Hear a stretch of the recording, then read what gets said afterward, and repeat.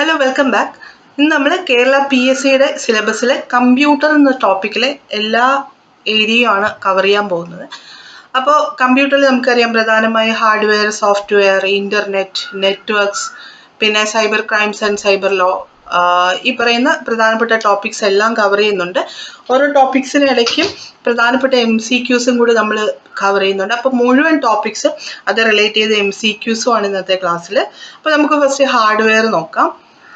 എന്താണ് ഹാർഡ്വെയർ എന്ന് പറഞ്ഞാൽ തൊട്ടറിയാൻ സാധിക്കുന്നതും കാണാൻ കഴിയുന്നതുമായ കമ്പ്യൂട്ടറിന്റെ ഭാഗങ്ങളാണ് ഹാർഡ്വെയർ. നമുക്കറിയാം വളരെ സിമ്പിൾ ആയിട്ടുള്ള ഒരു കാര്യമാണ് അല്ലേ. അപ്പൊ കമ്പ്യൂട്ടർ നമുക്ക് തൊട്ടറിയാനും കാണാനും സാധിക്കുന്നവയൊക്കെ എന്താണ് ഹാർഡ്വെയറിന്റെ പാർട്ടാണ്. അപ്പൊ തൊട്ടറിയാനും കാണാൻ സാധിക്കാത്തവയെ നമുക്ക് എന്ത് പറയാം? സോഫ്റ്റ്വെയർ എന്ന് പറയാം. ഹാർഡ്വെയറിന്റെ പ്രധാനപ്പെട്ട ഘടകങ്ങൾ ഏതാണ്? പ്രോസസ്സർ, മദർ ബോർഡ്, പെരിഫറലുകളും പോർട്ടുകളും, memory unit, input output unit, ഇതൊക്കെ ഹാർഡ്വെയറിന് എക്സാമ്പിൾ ആണ്. അപ്പൊ നമുക്ക് ഈ പ്രോസസ്സർ, ഇൻപുട്ട് ഔട്ട്പുട്ട് ഡിവൈസ് എന്നൊക്കെ അറിയാം. മെമ്മറി യൂണിറ്റ് ഹാർഡ്വെയർ ആണ്. അതുപോലെ പെരിഫറലുകളും പോർട്ടുകളും, ഇപ്പോൾ കമ്പ്യൂട്ടറുമായി കണക്ട് ചെയ്യുന്ന പോർട്ടുകളും ഒക്കെ എന്താണ്? ഹാർഡ്വെയറിന് എക്സാമ്പിൾ ആണ്. ഇനി പ്രധാനപ്പെട്ട ഹാർഡ്വെയർ പാർട്സ്, അതിന്റെ പ്രത്യേകതകൾ എന്തൊക്കെയാണെന്ന് നോക്കാം. ഫസ്റ്റ് നോക്കിയേ CPU. CPUവിന്റെ പ്രത്യേകത എന്താണ്? കമ്പ്യൂട്ടറിന്റെ തലച്ചോറ് അല്ലെങ്കിൽ ബ്രെയിൻ ഓഫ് ദ കമ്പ്യൂട്ടർ എന്നറിയപ്പെടുന്നതാണ് CPU. CPUവിന്റെ ഫുൾ ഫോം എന്താണ്? സെൻട്രൽ പ്രോസസ്സിംഗ് യൂണിറ്റ് ആണ്. ഒരു ഡേറ്റയെ ഉപയോഗപ്രദമായ ഇൻഫർമേഷൻ ആക്കുന്ന പ്രക്രിയയാണ് ഡേറ്റ പ്രോസസ്സിംഗ്. ഓക്കെ, ഡേറ്റ എന്ന് പറഞ്ഞാൽ എന്താണ്? നമ്മൾ ഇൻപുട്ടായിട്ട് കൊടുക്കുന്നതാണ് ഡേറ്റ അല്ലേ. ആ ഡേറ്റയെ പ്രോസസ്സ് ചെയ്തെടുക്കും. ഓക്കെ, അപ്പൊ ഡേറ്റയെ ഉപയോഗപ്രദമായ ഇൻഫർമേഷൻ ആക്കുന്ന പ്രക്രിയയാണ് ഡേറ്റ പ്രോസസ്സിംഗ് എന്ന് പറയുന്നത്. ഒരു CPUവിലെ ഏതൊക്കെ പ്രധാന പാർട്ട്? നമ്മൾ വളരെ കൊച്ചു ക്ലാസ് മുതലേ പഠിക്കുന്നതാണല്ലേ. ഏതൊക്കെ പാർട്ടാണുള്ളത്? കൺട്രോൾ യൂണിറ്റ് ഉണ്ട്, മെമ്മറി യൂണിറ്റ് ഉണ്ട്, ALU ഉണ്ട്. ALU എന്ന് പറഞ്ഞാൽ എന്താണ്? അരിത്തമാറ്റിക് ആൻഡ് ലോജിക് യൂണിറ്റ് ആണ്. ഇതാണ് അരിത്തമാറ്റിക്സും ലോജിക് ഓപ്പറേഷൻസും ഒക്കെ നടത്തുന്ന ALU ആണ്. കൺട്രോൾ യൂണിറ്റ് എല്ലാ പാർട്ടിനെയും കൺട്രോൾ ചെയ്യുന്നു. മെമ്മറി യൂണിറ്റ് ഈ പറയുന്ന കാര്യങ്ങളൊക്കെ എന്ത് ചെയ്യുന്നു? സ്റ്റോർ ചെയ്യുകയും ചെയ്യുന്നുണ്ട്. ഇനി എന്താണ് പ്രോസസ്സറുകൾ എന്ന് നോക്കാം. കമ്പ്യൂട്ടറിന്റെ എല്ലാ കണക്കുകൂട്ടലുകൾ നടത്തുന്നതിനും യുക്തിപരമായ തീരുമാനങ്ങൾ എടുക്കുന്നതിനും സഹായിക്കുന്നതാണ് പ്രോസസ്സറുകൾ. ലക്ഷക്കണക്കിന് ട്രാൻസിസ്റ്ററുകളും അനുബന്ധ ഘടകങ്ങളും കൂടിച്ചേർന്ന സിലിക്കൺ ചിപ്പ് ഇതിന് ഉദാഹരണമാണ്. എക്സാമ്പിൾ ഇപ്പോൾ ഇന്റൽ i3, i5, i7 എന്നൊക്കെ പറയും. AMD ക്വാഡ് കോർ, ഇതൊക്കെ പ്രോസസ്സറിന് എക്സാമ്പിൾ ആണ്. അപ്പൊ എക്സാമ്പിൾ തന്നിട്ട് i3, i5, i7, AMD quad core ഇതൊക്കെ എന്തിന് എക്സാമ്പിൾ ആണെന്ന് ചോദിച്ചു കഴിഞ്ഞാൽ എന്തിന് എക്സാമ്പിൾ ആണ്? പ്രോസസ്സറിന് എക്സാമ്പിൾ ആണ്. അല്ലെങ്കിൽ കുറച്ച് എക്സാമ്പിൾ തന്നിട്ട് ഇതിന് പ്രോസസ്സറിന് എക്സാമ്പിൾ ആയതേത്, ആകാത്തതേത്, ഇങ്ങനെയൊക്കെ ആയിരിക്കും ചോദിക്കുന്നത്. അപ്പൊ ഈ എക്സാമ്പിൾസ് ഒക്കെ ഓർത്തിരിക്കും. അപ്പൊ നമ്മൾ കമ്പ്യൂട്ടർ വാങ്ങാൻ പോകുമ്പോഴും പ്രോസസ്സർ ഏതാണെന്നായിരിക്കും നമ്മൾ മെയിൻലി നോക്കുന്നതില്ലേ. i3 ആണോ, i5 ആണോ, i7 ആണോ എന്നൊക്കെ ആയിരിക്കും നോക്കുന്നത്. അടുത്ത് നോക്കിയേ, ലോകത്തിലെ ആദ്യ മൈക്രോ പ്രോസസ്സർ ഏതാണ്? ഇന്റൽ 4004. ഇന്റൽ 4004 ആണ് ലോകത്തിലെ തന്നെ ആദ്യത്തെ മൈക്രോ പ്രോസസ്സർ. ഈ മൈക്രോ പ്രോസസ്സർ നിർമ്മാണം ചെയ്യുന്ന കമ്പനികൾ ഏതൊക്കെയാണ്? ഇന്റൽ, ക്വാൾകോം, IBM, ഇതൊക്കെ പ്രോസസ്സർ പ്രൊഡ്യൂസ് ചെയ്യുന്ന കമ്പനീസിന് എക്സാമ്പിൾ ആണ്. നെക്സ്റ്റ് നോക്കിയേ, മദർ ബോർഡ്. എന്താണ് മദർ ബോർഡ് എന്ന് നോക്കാം. പ്രോസസ്സറും അതിനോടനുബന്ധിച്ചുള്ള പ്രധാന ഘടകങ്ങളും അടങ്ങിയ വലിയ ഒരു പ്രിന്റഡ് സർക്യൂട്ടാണ് മദർ ബോർഡ് എന്ന് പറഞ്ഞാൽ. ഈ പിക്ചറിൽ കാണുന്നതാണ്. എല്ലാ സർക്യൂട്ട്സിന്റെയും കണക്ഷൻ വരുന്ന എന്താണ്? മദർ ബോർഡിലാണ്. പ്രോസസ്സറും അതിനോടനുബന്ധിച്ചുള്ള പ്രധാന ഘടകങ്ങളും അടങ്ങിയ ഒരു സർക്യൂട്ടാണ്, പ്രിന്റഡ് സർക്യൂട്ടാണ് മദർ ബോർഡ് എന്ന് പറഞ്ഞാൽ. ഇനി മദർ ബോർഡിലെ വിവിധ ഘടകങ്ങൾ തമ്മിൽ പരസ്പര വിനിമയം സാധ്യമാകുന്ന ഏതിലൂടെയാണ്? ബസ്സിലൂടെയാണ്. ഓക്കെ, നമ്മൾ യാത്ര ചെയ്യുന്ന ബസ്സല്ല, കമ്പ്യൂട്ടറിൽ ഒരു ബസ് ഉണ്ട്. അതെന്താണ്? മദർ ബോർഡിലെ വിവിധ ഘടകങ്ങൾ തമ്മിൽ പരസ്പര വിനിമയം സാധ്യമാകുന്നതാണ് ബസ്സിലൂടെ. വിവിധ പെരിഫറലുകൾ തമ്മിൽ ബന്ധിപ്പിക്കാനുള്ള കണക്ടറുകൾ കാണപ്പെടുന്നത് മദർ ബോർഡിലാണ്. കമ്പ്യൂട്ടറിന്റെ നട്ടൽ എന്നറിയപ്പെടുന്ന മദർ ബോർഡാണ്. ഇതൊക്കെ PYQ ആണ്. കമ്പ്യൂട്ടറിന്റെ നട്ടൽ എന്നറിയപ്പെടുന്നത് മദർ ബോർഡാണ്. വിവിധ പെരിഫറലുകൾ ബന്ധിപ്പിക്കാനുള്ള കണക്ടറുകൾ കാണപ്പെടുന്നത് എവിടെയാണ്? മദർ ബോർഡിലാണ്. പെരിഫറലുകൾ എന്ന് പറഞ്ഞാൽ എന്താണ്? കമ്പ്യൂട്ടറിന്റെ പാർട്സിനെയാണ് പെരിഫറലുകൾ എന്ന് പറയുന്നത്. ഇപ്പൊ മൗസും കീബോർഡും മോണിറ്ററും എല്ലാം പരസ്പരം കണക്ട് ചെയ്തിരിക്കുന്നു. ഓക്കെ, അപ്പൊ ഈ കണക്ട് ചെയ്യുന്ന കണക്ടറുകൾ കാണപ്പെടുന്നത് മദർ ബോർഡിലാണ്. പ്രധാന മദർ ബോർഡ് നിർമ്മാണ കമ്പനികൾ ഏതൊക്കെയാണ്? ഇന്റലും അസ്യൂസും ഒക്കെയാണ് പ്രധാന മദർ ബോർഡ് നിർമ്മാണ കമ്പനികൾ. കമ്പ്യൂട്ടർ സിസ്റ്റത്തിന്റെ കഴിവുകൾ വർദ്ധിപ്പിക്കാൻ അതിനോട് ഘടിപ്പിക്കുന്ന അനുബന്ധ ഉപകരണങ്ങളാണ് പെരിഫറലുകൾ എന്ന് പറഞ്ഞാൽ. വിവിധ പെരിഫറലുകൾ മദർ ബോർഡിലേക്ക് ബന്ധിപ്പിക്കാൻ സഹായിക്കുന്നത് പോർട്ടുകളാണ്. നമുക്ക് കമ്പ്യൂട്ടറിൽ പോർട്ടുകൾ ഉണ്ടാവും അല്ലേ? ഇപ്പൊ നമുക്ക് എക്സ്ട്രാ കീബോർഡ്, എക്സ്ട്രാ മൗസ് ഒക്കെ നമുക്ക് കണക്ട് ചെയ്യണമെങ്കിൽ നമ്മൾ എന്ത് ചെയ്യും? പോർട്ടുകളിലൂടെ കണക്ട് ചെയ്യും. ഓക്കെ, അപ്പൊ വിവിധ പെരിഫറലുകൾ മദർ ബോർഡിലേക്ക് ബന്ധിപ്പിക്കാൻ സഹായിക്കുന്ന എന്താണ്? പോർട്ടുകളാണ്. ഇൻപുട്ട് ഉപകരണങ്ങൾ, ഔട്ട്പുട്ട് ഉപകരണങ്ങൾ, ബാഹ്യ സംഭരണ ഉപകരണങ്ങൾ, ആശയവിനിമയ ഉപകരണങ്ങൾ എന്നിവ പെരിഫറലുകളിൽ ഉൾപ്പെടുന്നു. അപ്പൊ പെരിഫറലുകൾക്ക് എക്സാമ്പിൾ എന്താണ്? ഇൻപുട്ട് ഉപകരണങ്ങളായ മൗസ്, കീബോർഡ്, ടച്ച് സ്ക്രീൻ. അതുപോലെ തന്നെ ഔട്ട്പുട്ട് ഉപകരണങ്ങൾ പ്രിന്റർ, മോണിറ്റർ. ബാഹ്യ സംഭരണ ഉപകരണങ്ങൾ, അതായത് എന്താണ് ബാഹ്യ സംഭരണ ഉപകരണങ്ങൾ എന്ന് പറഞ്ഞാൽ മെമ്മറീസ്, പെൻ ഡ്രൈവ്, CD അങ്ങനെയുള്ള സംഭവങ്ങൾ. ആശയവിനിമയ ഉപകരണങ്ങൾ, അതായത് നമ്മൾ എക്സ്ട്രാ ഇപ്പൊ എന്താണ് ക്യാമറയൊക്കെ കണക്ട് ചെയ്യുകയാണെങ്കിൽ ഇതൊക്കെ എന്താണ്?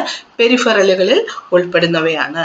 അപ്പൊ ഹാർഡ്വെയർ കഴിഞ്ഞു, നമുക്കിനി മെമ്മറി നോക്കാം. മെമ്മറിയുടെ പ്രത്യേകതകൾ എന്തൊക്കെയാണ്? മെമ്മറി യൂണിറ്റ് ഇൻപുട്ട് ഉപകരണങ്ങൾ വഴി കമ്പ്യൂട്ടറിൽ എത്തുന്ന വിവരങ്ങൾ സൂക്ഷിച്ചു വെക്കാൻ സഹായിക്കുന്ന CPU ഭാഗമാണ് മെമ്മറി യൂണിറ്റ്. അപ്പൊ മെമ്മറി യൂണിറ്റിലേക്ക് ഒരു ഡേറ്റ ചെല്ലണമെങ്കിൽ അത് ഏത് വഴിയായിരിക്കും ചെല്ലുന്നത്?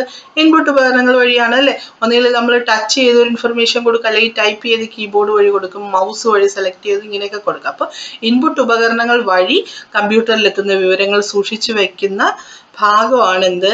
Memory unit. ഈ മെമ്മറി യൂണിറ്റ് എവിടെയാണ് കാണുന്നത്? CPU-ലാണ് കാണുന്നത്. മെമ്മറി യൂണിറ്റിനെ നമുക്ക് രണ്ടായി ക്ലാസിഫൈ ചെയ്യാം, പ്രൈമറി മെമ്മറി എന്നും സെക്കൻഡറി മെമ്മറി എന്നും. പ്രൈമറി മെമ്മറി CPU-ന്റെ ഭാഗമാണ്. കമ്പ്യൂട്ടർ മെമ്മറിയെ പ്രധാനമായും രണ്ടായി തരംതിരിച്ചിരിക്കുന്നു. ഏതൊക്കെയാണ്? പ്രൈമറി മെമ്മറിയും സെക്കൻഡറി മെമ്മറിയുമാണ്. ഇനി അതുപോലെ തന്നെ ഇമ്പോർട്ടൻ്റ് ആയിട്ടുള്ള ഒരു മെമ്മറിയാണ് ക്യാഷ് മെമ്മറി. ഒരുപാട് തവണ ചോദിച്ചിട്ടുള്ളതാണ് ക്യാഷ് മെമ്മറിയെ കുറിച്ച്. ഒരു പ്രോഗ്രാമിന്റെയോ ഡേറ്റയുടെയോ നിശ്ചിത ഭാഗം താൽക്കാലികമായി സൂക്ഷിച്ചു വെക്കാനുള്ള ചെറിയ രീതിയിലുള്ള ഹൈ സ്പീഡ് മെമ്മറിയാണ് ക്യാഷ് മെമ്മറി. ഓക്കെ, ഈ ക്യാഷ് മെമ്മറിയെ കുറിച്ച് പറയുകയാണെങ്കിൽ ഹൈ സ്പീഡ് മെമ്മറിയാണ്, ചെറിയ മെമ്മറിയാണ്, താൽക്കാലിക മെമ്മറിയാണ്. ഓക്കെ, വളരെ ഹൈ സ്പീഡ് മെമ്മറിയാണ്, ചെറിയ മെമ്മറിയാണ്, താൽക്കാലികമായാണ് ഡേറ്റ സേവ് ചെയ്യുന്നത്. പ്രോസസ്സിംഗ് സ്പീഡ് ഉയർത്താൻ ക്യാഷ് മെമ്മറി സഹായിക്കുന്നു. CPU-ന്റെ പ്രവർത്തനങ്ങൾ സുഗമമാക്കാനുള്ള താൽക്കാലിക ഘടകങ്ങൾ രജിസ്റ്ററുകൾ എന്ന് പറയും. രജിസ്റ്ററുകൾ മെമ്മറിയാണ്, വളരെ ക്യാഷ് മെമ്മറിയേക്കാൾ സ്പീഡ് കൂടിയ മെമ്മറിയാണ് രജിസ്റ്ററുകൾ എന്ന് പറഞ്ഞാൽ. കമ്പ്യൂട്ടറിലെ ഏറ്റവും വേഗതയേറിയ മെമ്മറി ആണെന്ത്? രജിസ്റ്ററുകൾ. ഓക്കെ, അപ്പൊ ഏറ്റവും ചെറിയ മെമ്മറിയും രജിസ്റ്റർ ആണ്, എന്നാൽ ഏറ്റവും വേഗതയേറിയ മെമ്മറിയും രജിസ്റ്റർ ആണ്. ഇനി നോക്കിയേ, മെമ്മറിയെ നമുക്ക് രണ്ടായി ക്ലാസിഫൈ ചെയ്യാം. മെമ്മറി യൂണിറ്റിനെ രണ്ടായി ക്ലാസിഫൈ ചെയ്യാം. അതായത് പ്രൈമറി മെമ്മറി എന്നും സെക്കൻഡറി മെമ്മറി എന്നും രണ്ടായി ക്ലാസിഫൈ ചെയ്യാം. ഓക്കെ, പ്രൈമറി മെമ്മറിയെ നമുക്ക് വീണ്ടും രണ്ടായി ക്ലാസിഫൈ ചെയ്യാം, റാം എന്നും റോം എന്നും. റാം രണ്ട് ടൈപ്പ് ഉണ്ട്, SRAM-ഉം DRAM-ഉം. റോം ആണെങ്കിലോ വീണ്ടും നമുക്ക് ക്ലാസിഫൈ ചെയ്യാം, പ്രോം ഉണ്ട്, EEPROM ഉണ്ട്, EEPROM ഉണ്ട്. അതൊക്കെ എന്താണെന്ന് നമ്മൾ ഇനി അങ്ങോട്ട് പോകുമ്പോൾ കാണും. സെക്കൻഡറി മെമ്മറിക്ക് എക്സാമ്പിൾസ് എന്തൊക്കെയാണ്? പെൻ ഡ്രൈവ്, പിന്നെ അതുപോലെ തന്നെ CD, അതായത് കോമ്പാക്ട് ഡിസ്ക്, ഫ്ലോപ്പി ഡിസ്ക്, ഇതൊക്കെ സെക്കൻഡറി മെമ്മറിക്ക് എക്സാമ്പിൾ ആണ്. അപ്പൊ ഹാർഡ് ഡിസ്ക് എന്താണ്? സെക്കൻഡറി മെമ്മറിക്ക് എക്സാമ്പിൾ ആണ് ഹാർഡ് ഡിസ്ക്. നമുക്ക് ഇന്റേണൽ ഹാർഡ് ഡിസ്കും എക്സ്റ്റേണൽ ഹാർഡ് ഡിസ്കും ഉണ്ട്. ഓക്കെ, സെക്കൻഡറി മെമ്മറിക്ക് എക്സാമ്പിൾ ആണ്. ഇനി ഈ റാമിന്റെ ഫുൾ ഫോം എന്താണ്? റാൻഡം ആക്സസ് മെമ്മറി ആണ്. റാമിനെ നമ്മൾ വീണ്ടും രണ്ടായി ക്ലാസിഫൈ ചെയ്യുന്നുണ്ട്, SRAM എന്നും DRAM എന്നും. SRAM-നെ നമ്മൾ എന്ത് പറയും? സ്റ്റാറ്റിക് റാൻഡം ആക്സസ് മെമ്മറി എന്നാണ്. DRAM-നെ ആണെങ്കിലോ ഡൈനാമിക് റാൻഡം ആക്സസ് മെമ്മറി എന്ന് പറയും. അതുപോലെ റോം ആണെങ്കിലോ റീഡ് ഓൺലി മെമ്മറി ആണ് റോം എന്ന് പറഞ്ഞാൽ. റോമിനെ നമ്മൾ പ്രോം എന്നും EEPROM എന്നും EEPROM എന്നും ക്ലാസിഫൈ ചെയ്യുന്നുണ്ട്. പ്രോം എന്ന് പറഞ്ഞാൽ എന്താണ്? പ്രോഗ്രാമബിൾ റീഡ് ഓൺലി മെമ്മറി ആണ് പ്രോം. EEPROM എന്ന് പറഞ്ഞാൽ erasable programmable read only memory ആണ് EEPROM. EEPROM ആണെങ്കിലോ electrically erasable programmable read only memory ആണ് EEPROM. ഓക്കെ, അപ്പൊ നമുക്ക് പ്രൈമറി മെമ്മറി മുതൽ തുടങ്ങാം. ഒരു കമ്പ്യൂട്ടറിന്റെ മെയിൻ മെമ്മറി എന്ന് പറയുന്നത് പ്രൈമറി മെമ്മറിയാണ്. ഓക്കെ, അപ്പൊ പ്രൈമറി മെമ്മറി എന്തും കൂടെ പറയാം, നമുക്ക് മെയിൻ മെമ്മറി എന്ന് പറയാം. മെയിൻ മെമ്മറി അല്ലെങ്കിൽ പ്രൈമറി മെമ്മറി രണ്ട് ടൈപ്പ് ഉണ്ട്, റാമും റോമും. ഇപ്പൊ റാം എന്ന് പറഞ്ഞാൽ റാൻഡം ആക്സസ് മെമ്മറിയാണ്. റാം ഒരു താൽക്കാലിക മെമ്മറിയാണ്. എപ്പോഴും ചോദിക്കുന്ന ഒരു പോയിന്റ് ആണിത്. റാം ഒരു താൽക്കാലിക മെമ്മറിയാണ്, ഓളറ്റൈൽ ആണ്. അത് ഇമ്പോർട്ടൻ്റ് ആണ്. ഓളറ്റൈൽ ആണ്. ഓളറ്റൈൽ എന്ന് പറഞ്ഞാൽ എന്താണ്? പവർ ഓഫായി കഴിഞ്ഞാൽ ഡേറ്റ നഷ്ടമായി പോകും. നമ്മൾ ചെയ്തുകൊണ്ടിരിക്കുന്ന കറണ്ട് ഡേറ്റയും ഇൻഫർമേഷനെ സേവ് ചെയ്യുന്നതാണ് എന്ത്?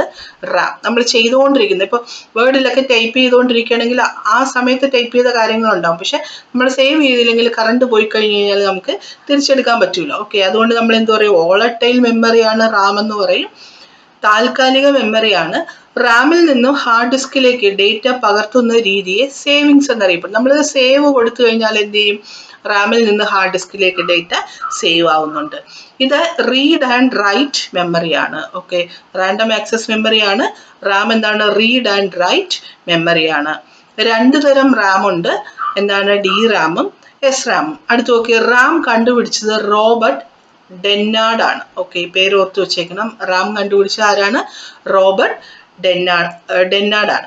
അപ്പൊ എന്താണ്? റാം ഒരു താൽക്കാലിക മെമ്മറിയാണ്, ഓളറ്റൈൽ മെമ്മറിയാണ്. പവർ ഓഫ് ആയി കഴിഞ്ഞാൽ ഡേറ്റ നഷ്ടമായി പോകും. ഈ റാമിലുള്ള ഡേറ്റയെ നമ്മൾ സേവ് ചെയ്യുമ്പോൾ ഹാർഡ് ഡിസ്കിലേക്ക് സേവ് ചെയ്യുകയാണെങ്കിൽ അതിനെ എന്ത് പറയും? ആ രീതിയെ സേവിങ്സ് എന്ന് പറയും. റാം എന്ന് പറഞ്ഞാൽ റീഡ് ആൻഡ് റൈറ്റ് മെമ്മറിയാണ് അല്ലെ. രണ്ട് ടൈപ്പ് റാം ഉണ്ട്, ഡി റാമും എസ് റാമും. Okay, next ROM. റോമിന്റെ പ്രത്യേകത എന്താണ്? റോം എന്ന് പറഞ്ഞാൽ റീഡ് ഓൺലി മെമ്മറിയാണ്. ഓക്കെ, നമ്മൾ റാം എന്ന് പറഞ്ഞാൽ എന്ത് പറഞ്ഞു? റീഡ് ആൻഡ് റൈറ്റ് മെമ്മറി എന്ന് പറഞ്ഞു. റീഡ് ആൻഡ് റൈറ്റ് മെമ്മറിയാണ് റാം. പക്ഷെ റാമിന്റെ എക്സ്പാൻഷൻ എന്താണ്? റാൻഡം ആക്സസ് മെമ്മറിയാണ്. ഇനി റോം ആണെങ്കിലോ റീഡ് ഓൺലി മെമ്മറിയാണ് അല്ലേ. Read only മെമ്മറിയാണ്. റോം ഒരു സ്ഥിരം മെമ്മറിയാണ്. നമ്മൾ റാം ഒരു താൽക്കാലിക മെമ്മറിയാണെന്ന് പറഞ്ഞു, പക്ഷെ റോം ആണെങ്കിൽ ഒരു സ്ഥിരം മെമ്മറിയാണ്. ഇത് നോൺ വോളറ്റൈൽ മെമ്മറിക്ക് ഉദാഹരണമാണ്. വോളറ്റൈൽ എന്ന് പറഞ്ഞാൽ എന്താണ്? പവർ പോയാൽ, സപ്ലൈ പോയി കഴിഞ്ഞാൽ ഡേറ്റ നഷ്ടമായി പോകും. അതാണ് വോളറ്റൈൽ എന്ന് പറഞ്ഞാൽ. പക്ഷെ റോം ആണെങ്കിലോ നോൺ വോളറ്റൈൽ മെമ്മറിയാണ്. പവർ ഓഫ് ആകുമ്പോൾ റോമിൽ സൂക്ഷിച്ചിരിക്കുന്ന ഡേറ്റ നഷ്ടമാകുന്നില്ല. കമ്പ്യൂട്ടർ സ്റ്റാർട്ട് ചെയ്യുവാൻ ആവശ്യമായ നിർദ്ദേശങ്ങൾ സൂക്ഷിച്ചിരിക്കുന്ന മെമ്മറിയാണ് റോം. PYQ ആണിത്. നമ്മൾ കമ്പ്യൂട്ടർ സ്റ്റാർട്ട് ചെയ്യുമ്പോൾ നടക്കുന്ന പ്രവർത്തനത്തിന് എന്ത് പറയും? ബൂട്ടിംഗ് എന്ന് പറയും അല്ലേ. കമ്പ്യൂട്ടർ ബൂട്ടിംഗ് ചെയ്യുന്നു എന്ന് പറയും. ആ പ്രോസസ്സിന് ബൂട്ടിംഗ് എന്ന് പറയും. അപ്പോൾ ബൂട്ടിംഗ് ചെയ്യാൻ ആവശ്യമായിട്ടുള്ള ഡേറ്റകൾ, അതിൻ്റെ പ്രോഗ്രാംസ് ഒക്കെ സൂക്ഷിച്ചു വെച്ചിരിക്കുന്ന ഇതിലാണ്? റോമിലാണ്. റോമിൽ സൂക്ഷിച്ചിരിക്കുന്ന പ്രോഗ്രാമുകൾ അറിയപ്പെടുന്നതിനെ ഫേം വെയർ എന്ന് പറയും. ഓക്കെ, ഫേം വെയർ എവിടെയാണ് സൂക്ഷിച്ചിരിക്കുന്നത്? റോമിലാണ്. അപ്പോൾ റോമിൽ സൂക്ഷിച്ചു വെച്ചിരിക്കുന്ന പ്രോഗ്രാമുകൾ എന്തറിയപ്പെടുന്നു? ഫേം വെയർ എന്നറിയപ്പെടുന്നു. നെക്സ്റ്റ് നോക്കിയേ, സെക്കൻഡറി മെമ്മറി. സെക്കൻഡറി മെമ്മറിക്ക് എക്സാമ്പിൾസ് നോക്കി. നമുക്ക് പ്രൈമറി മെമ്മറിയിൽ നമ്മൾ വീണ്ടും പറഞ്ഞു, റാമിൽ നമ്മൾ പ്രോം പറഞ്ഞു അല്ലേ. പ്രോം പറഞ്ഞു, പ്രോം പറഞ്ഞു, ഈ പ്രോം എന്താണെന്ന് പറഞ്ഞു. അപ്പൊ പ്രോം എന്ന് പറഞ്ഞാൽ പ്രോഗ്രാമബിൾ റീഡ് ഓൺലി മെമ്മറിയാണ്. നമുക്ക് അതിനെ എഡിറ്റ് ചെയ്യാൻ പറ്റൂല. നമ്മൾ പ്രോഗ്രാം ചെയ്ത് സെറ്റ് ചെയ്ത് വെച്ചേക്കും. ഓക്കെ, എന്താണ്? നമുക്ക് അതിനെ എഡിറ്റ് ചെയ്യാൻ, ഓൾട്ടർ ചെയ്യാൻ പറ്റാത്ത ടൈപ്പ് മെമ്മറിയാണ് പ്രോം എന്ന് പറയുന്നത്. കാരണം പ്രോഗ്രാം ചെയ്ത് സെറ്റ് ചെയ്ത് വെച്ചേക്കാണ്. അതിനെന്ത് പറയും? പ്രോം എന്ന് പറയും. ഇനി പ്രോം ആണെങ്കിലോ നമുക്കതിനെ ഓൾട്ടർ ചെയ്യാൻ പറ്റും. ഇറൈസബിൾ പ്രോഗ്രാമബിൾ റീഡ് ഓൺലി മെമ്മറിയാണ് പ്രോം എന്ന് പറഞ്ഞാൽ. ഓക്കെ, പ്രോം എന്ന് പറഞ്ഞാൽ എന്താണ്? ഇറൈസബിൾ പ്രോഗ്രാമബിൾ റീഡ് ഓൺലി മെമ്മറിയാണ് പ്രോം എന്ന് പറഞ്ഞാൽ. പ്രോമിന്റെ പ്രത്യേകത എന്താണ്? നമുക്ക് ഇതിനെ ഓൾട്ടർ ചെയ്യാൻ പറ്റും എന്നുള്ളതാണ്. ഇനി പ്രോം ആണെങ്കിലോ electrically erasable programmable read only മെമ്മറിയാണ് പ്രോം. ഓക്കെ, അതായത് UV റേസ് കൊണ്ട്, അൾട്രാ വയലറ്റ് റേസ് കൊണ്ട് നമുക്ക് എന്ത് ചെയ്യാം? അതിൽ സ്റ്റോർ ചെയ്തിരിക്കുന്ന, അതിൽ സെറ്റ് ചെയ്തിരിക്കുന്ന ഡേറ്റ ഇറൈസ് ചെയ്തിട്ട് വീണ്ടും യൂസ് ചെയ്യാൻ പറ്റും. അതിനെയാണ് electrically erasable programmable read only memory എന്ന് പറഞ്ഞാൽ. ഓക്കെ ആണല്ലോ. അപ്പോൾ നമുക്കിനി സെക്കൻഡറി മെമ്മറിയിലോട്ട് പോവാം. കമ്പ്യൂട്ടറിന് പുറത്ത് വിവരങ്ങൾ സൂക്ഷിക്കാൻ ഉപയോഗിക്കുന്നവയാണ്. ഓക്കെ, നമുക്ക് എക്സ്റ്റേണൽ മെമ്മറിയാണ് അല്ലേ. സെക്കൻഡറി മെമ്മറി എന്നുള്ള എക്സ്റ്റേണൽ മെമ്മറിയാണ്. നമുക്ക് എക്സ്ട്രാ, കമ്പ്യൂട്ടറിനകത്തല്ല, കമ്പ്യൂട്ടറിന് പുറത്ത് വിവരങ്ങൾ സൂക്ഷിക്കാൻ ഉപയോഗിക്കുന്നവയാണ് സെക്കൻഡറി മെമ്മറി എന്ന് പറയുന്നത്. CPU-ന് നേരിട്ട് വിവരങ്ങൾ പ്രോസസ്സ് ചെയ്യാൻ കഴിയാത്ത മെമ്മറിയാണ് secondary memory. Okay, CPU process ചെയ്യാൻ ഉള്ള ഡേറ്റ എടുക്കുന്നത് എപ്പോഴും പ്രൈമറി മെമ്മറി എന്നാണ്. ഓക്കെ, അപ്പോൾ CPU-ന് നേരിട്ട് വിവരങ്ങൾ പ്രോസസ്സ് ചെയ്യാൻ കഴിയാത്ത മെമ്മറിയാണ് സെക്കൻഡറി മെമ്മറി. ഓക്സിലറി മെമ്മറി അല്ലെങ്കിൽ ബാക്കപ്പ് മെമ്മറി എന്നതിന് അറിയപ്പെടുന്ന, കാരണം നമ്മൾ ബാക്കപ്പ് ചെയ്ത് വെക്കുകയാണ് അല്ലേ, ഓക്സിലറി ആയിട്ട് ഉപയോഗിക്കുകയാണ്. അതുകൊണ്ട് സെക്കൻഡറി മെമ്മറി നമുക്ക് എന്തൊക്കെ പറയാം? ഓക്സിലറി മെമ്മറി അല്ലെങ്കിൽ ബാക്കപ്പ് മെമ്മറി എന്ന് പറയാം. എക്സ്റ്റേണൽ മെമ്മറി എന്നും ഇതറിയപ്പെടുന്നു. അപ്പോൾ auxiliary memory, backup memory, external memory ഒക്കെ അറിയപ്പെടുന്ന ഏതാണ്? സെക്കൻഡറി മെമ്മറിയാണ്. പ്രധാനപ്പെട്ട സെക്കൻഡറി മെമ്മറി യൂണിറ്റുകൾ ഏതൊക്കെയാണ്? Floppy disk, hard disk, compact disk, pen drive. ഇതൊക്കെ എന്താണ്? എക്സ്റ്റേണൽ മെമ്മറി അല്ലെങ്കിൽ സെക്കൻഡറി മെമ്മറിക്ക് എക്സാമ്പിൾസ് ആണ്. ഹാർഡ് ഡിസ്ക് നോക്കിയേ. ഹാർഡ് ഡിസ്കിന്റെ മെമ്മറി അളക്കാൻ ഉപയോഗിക്കുന്ന യൂണിറ്റ് മെഗാബൈറ്റ് അല്ലെങ്കിൽ ജിഗാബൈറ്റ് ആണ്. എത്ര MB അല്ലെങ്കിൽ എത്ര GB സ്പേസ് ഉള്ള ഹാർഡ് ഡിസ്ക് ആണെന്നാണ് നമ്മൾ വാങ്ങാൻ പോകുമ്പോൾ നോക്കുന്നത്. ഓക്കെ, ഇപ്പൊ TV-യിലൊക്കെ ഉണ്ടാവും. ഓക്കെ, അപ്പൊ ഹാർഡ് ഡിസ്കിന്റെ മെമ്മറി അളക്കാൻ ഉപയോഗിക്കുന്ന യൂണിറ്റ് ഏതാണ്? മെഗാബൈറ്റ് അല്ലെങ്കിൽ ജിഗാബൈറ്റ് ആണ്. ഹാർഡ് ഡിസ്കിനെ വിഭജിച്ചിരിക്കുന്നത് ട്രാക്സും സെക്ടേഴ്സും ആയിട്ടാണ്. ഓക്കെ, ട്രാക്സും സെക്ടേഴ്സും ആയിട്ടാണ് ഹാർഡ് ഡിസ്കിനെ ഡിവൈഡ് ചെയ്തിരിക്കുന്നത്. ഹാർഡ് ഡിസ്കിന്റെ സ്പീഡ് അളക്കുന്നത് റെവല്യൂഷൻ പെർ മിനിറ്റ് ആണ്. RPM എന്ന് പറയും. RPM-ന്റെ ഫുൾ ഫോം എന്താണ്? റെവല്യൂഷൻ പെർ മിനിറ്റ് ആണ്. എന്താണ് RPM എന്ന് പറഞ്ഞാൽ? ഹാർഡ് ഡിസ്കിന്റെ സ്പീഡ് അളക്കുന്നത് RPM ബേസ് ചെയ്തിട്ടാണ്. ഹാർഡ് ഡിസ്കിൽ സെക്ടേഴ്സും ട്രാക്സും സൃഷ്ടിക്കുന്ന പ്രക്രിയ എന്ത് പറയും? ഫോർമാറ്റിംഗ് എന്ന് പറയും. ഓക്കെ, ഹാർഡ് ഡിസ്കിൽ സെക്ടേഴ്സും ട്രാക്സും സൃഷ്ടിക്കുന്ന പ്രക്രിയയാണ് ഫോർമാറ്റിംഗ് എന്ന് പറഞ്ഞാൽ. ഹാർഡ് ഡിസ്ക് കണ്ടുപിടിച്ചത് IBM കമ്പനിയാണ്. ഓക്കെ, IBM കമ്പനിയാണ് ആദ്യമായി ഹാർഡ് ഡിസ്ക് പ്രൊഡ്യൂസ് ചെയ്തത്. നെക്സ്റ്റ് ഫ്ലോപ്പി ഡിസ്ക് നോക്കിയേ. ഫ്ലോപ്പി ഡിസ്കിന്റെ ഉപജ്ഞാതാവ് അലൻ ഷുഗർട്ട് ആണ്. ഒരു സാധാരണ ഫ്ലോപ്പി ഡിസ്കിന്റെ വലിപ്പം 3.5 ഇഞ്ചസ് ആണ്. PYQ ആണിത്. സാധാരണ ഫ്ലോപ്പി ഡിസ്ക് മെമ്മറിക്ക് എത്ര സൈസ് ഉണ്ടാകും? 1.44 MB ഉണ്ടാകും. ഫ്ലോപ്പി ഡിസ്കിൽ പൂശിയ ലോഹം ഏതാണ്? അയൺ ഓക്സൈഡ് ആണ്. ഇത് PYQ ആണെന്ന് തോന്നുന്നു. ഇപ്പൊ ഫ്ലോപ്പി ഡിസ്ക് അധികം ഉപയോഗിക്കാറില്ല. പണ്ട് കാലത്തൊക്കെ കൂടുതലായും നമ്മുടെ CD-ക്കും ഹാർഡ് ഡിസ്കിനും ഒക്കെ പകരമായി കൂടുതലായി ഉപയോഗിച്ചിരുന്ന ഒരു മെമ്മറി യൂണിറ്റ് ആണ് ഫ്ലോപ്പി ഡിസ്ക് എന്ന് പറഞ്ഞാൽ. അപ്പൊ ഫ്ലോപ്പി ഡിസ്കിന്റെ ഉപജ്ഞാതാവ് അലൻ ഷുഗർട്ട് ആണ്. ഒരു സാധാരണ ഫ്ലോപ്പി ഡിസ്കിന്റെ വലിപ്പം എത്രയാണ്? 3.5 ഇഞ്ച് ആണ്. ഇനി സാധാരണ ഫ്ലോപ്പി ഡിസ്കിന്റെ മെമ്മറി കപ്പാസിറ്റി എത്രയാണ്? 1.44 MB ആണ്. ഫ്ലോപ്പി ഡിസ്കിൽ പൂശിയിരിക്കുന്ന ലോഹം, പുറത്ത് പൂശിയിരിക്കുന്ന ലോഹം എന്താണ്? അയൺ ഓക്സൈഡ് ആണ്. ഇനി CD അല്ലെങ്കിൽ കോമ്പാക്ട് ഡിസ്കിനെ കുറിച്ച് നോക്കാം. കോമ്പാക്ട് ഡിസ്കിന് ഫ്ലോപ്പി ഡിസ്കിനേക്കാൾ സംഭരണ ശേഷി കൂടുതലും ഹാർഡ് ഡിസ്കിനേക്കാൾ സംഭരണ ശേഷി കുറവുമാണ്. ഓക്കെ, അപ്പൊ ഫ്ലോപ്പി ഡിസ്കിനേക്കാളിലും കപ്പാസിറ്റി കൂടുതലുണ്ട്. എന്നാൽ ഹാർഡ് ഡിസ്കിന്റെ അത്രയില്ല. ഹാർഡ് ഡിസ്ക് ഒത്തിരി സൈസുള്ള ഹാർഡ് ഡിസ്ക് ഒക്കെ കിട്ടും. അത്രയും കപ്പാസിറ്റി CD-ക്കില്ല. ഒരു സാധാരണ CD-യുടെ മെമ്മറി എത്രയാണ്? 650 മുതൽ 750 MB വരെയാണ്. ഒരു CD-യുടെ വ്യാസം എത്രയാണ്? 12 സെന്റിമീറ്റർ ആണ്. CD-യിൽ ഉപയോഗിക്കുന്ന സാങ്കേതിക വിദ്യ ലേസർ ടെക്നോളജിയാണ്. അത് ഓർത്തിരിക്കണേ. CD-യിൽ ഉപയോഗിക്കുന്ന ടെക്നോളജി ഏതാണ്? ലേസർ ടെക്നോളജിയാണ്.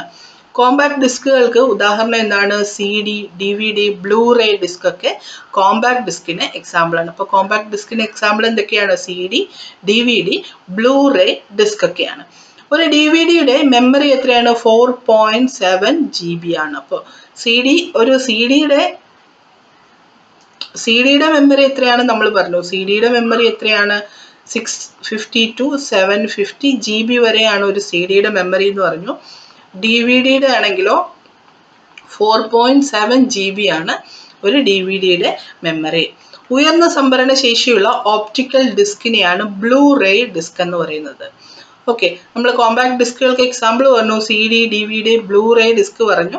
ബ്ലൂറേ ഡിസ്കിന്റെ എക്സാമ്പിൾ എന്താണ്? ഉയർന്ന സംഭരണ ശേഷിയുള്ള ഓപ്റ്റിക്കൽ ഡിസ്ക് ആണ് ബ്ലൂറേ ഡിസ്ക്. ഇനി ബ്ലൂറേ ഡിസ്കിന്റെ മെമ്മറി എത്ര ഉണ്ടാവും? 25 GB and 50 GB dual layer വരെ ഉണ്ടാവും. അപ്പോൾ CD-യുടെ സംഭരണ ശേഷി 650 to 750 GB വരെയാണ്.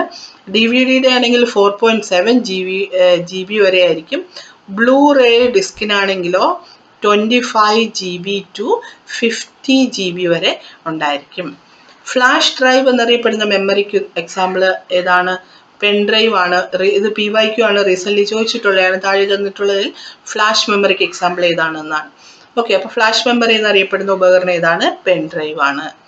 ഇനി മെമ്മറിയുടെ ബിറ്റ് ബൈറ്റ് തമ്മിലുള്ള ഡിഫറൻസ് ആണ് നമ്മൾ നോക്കുന്നത്. മിക്കവാറും ചോദിക്കാറുള്ളതാണ്. ഇമ്പോർട്ടൻ്റ് ആണ് ഈ ഒരു ടേബിൾ.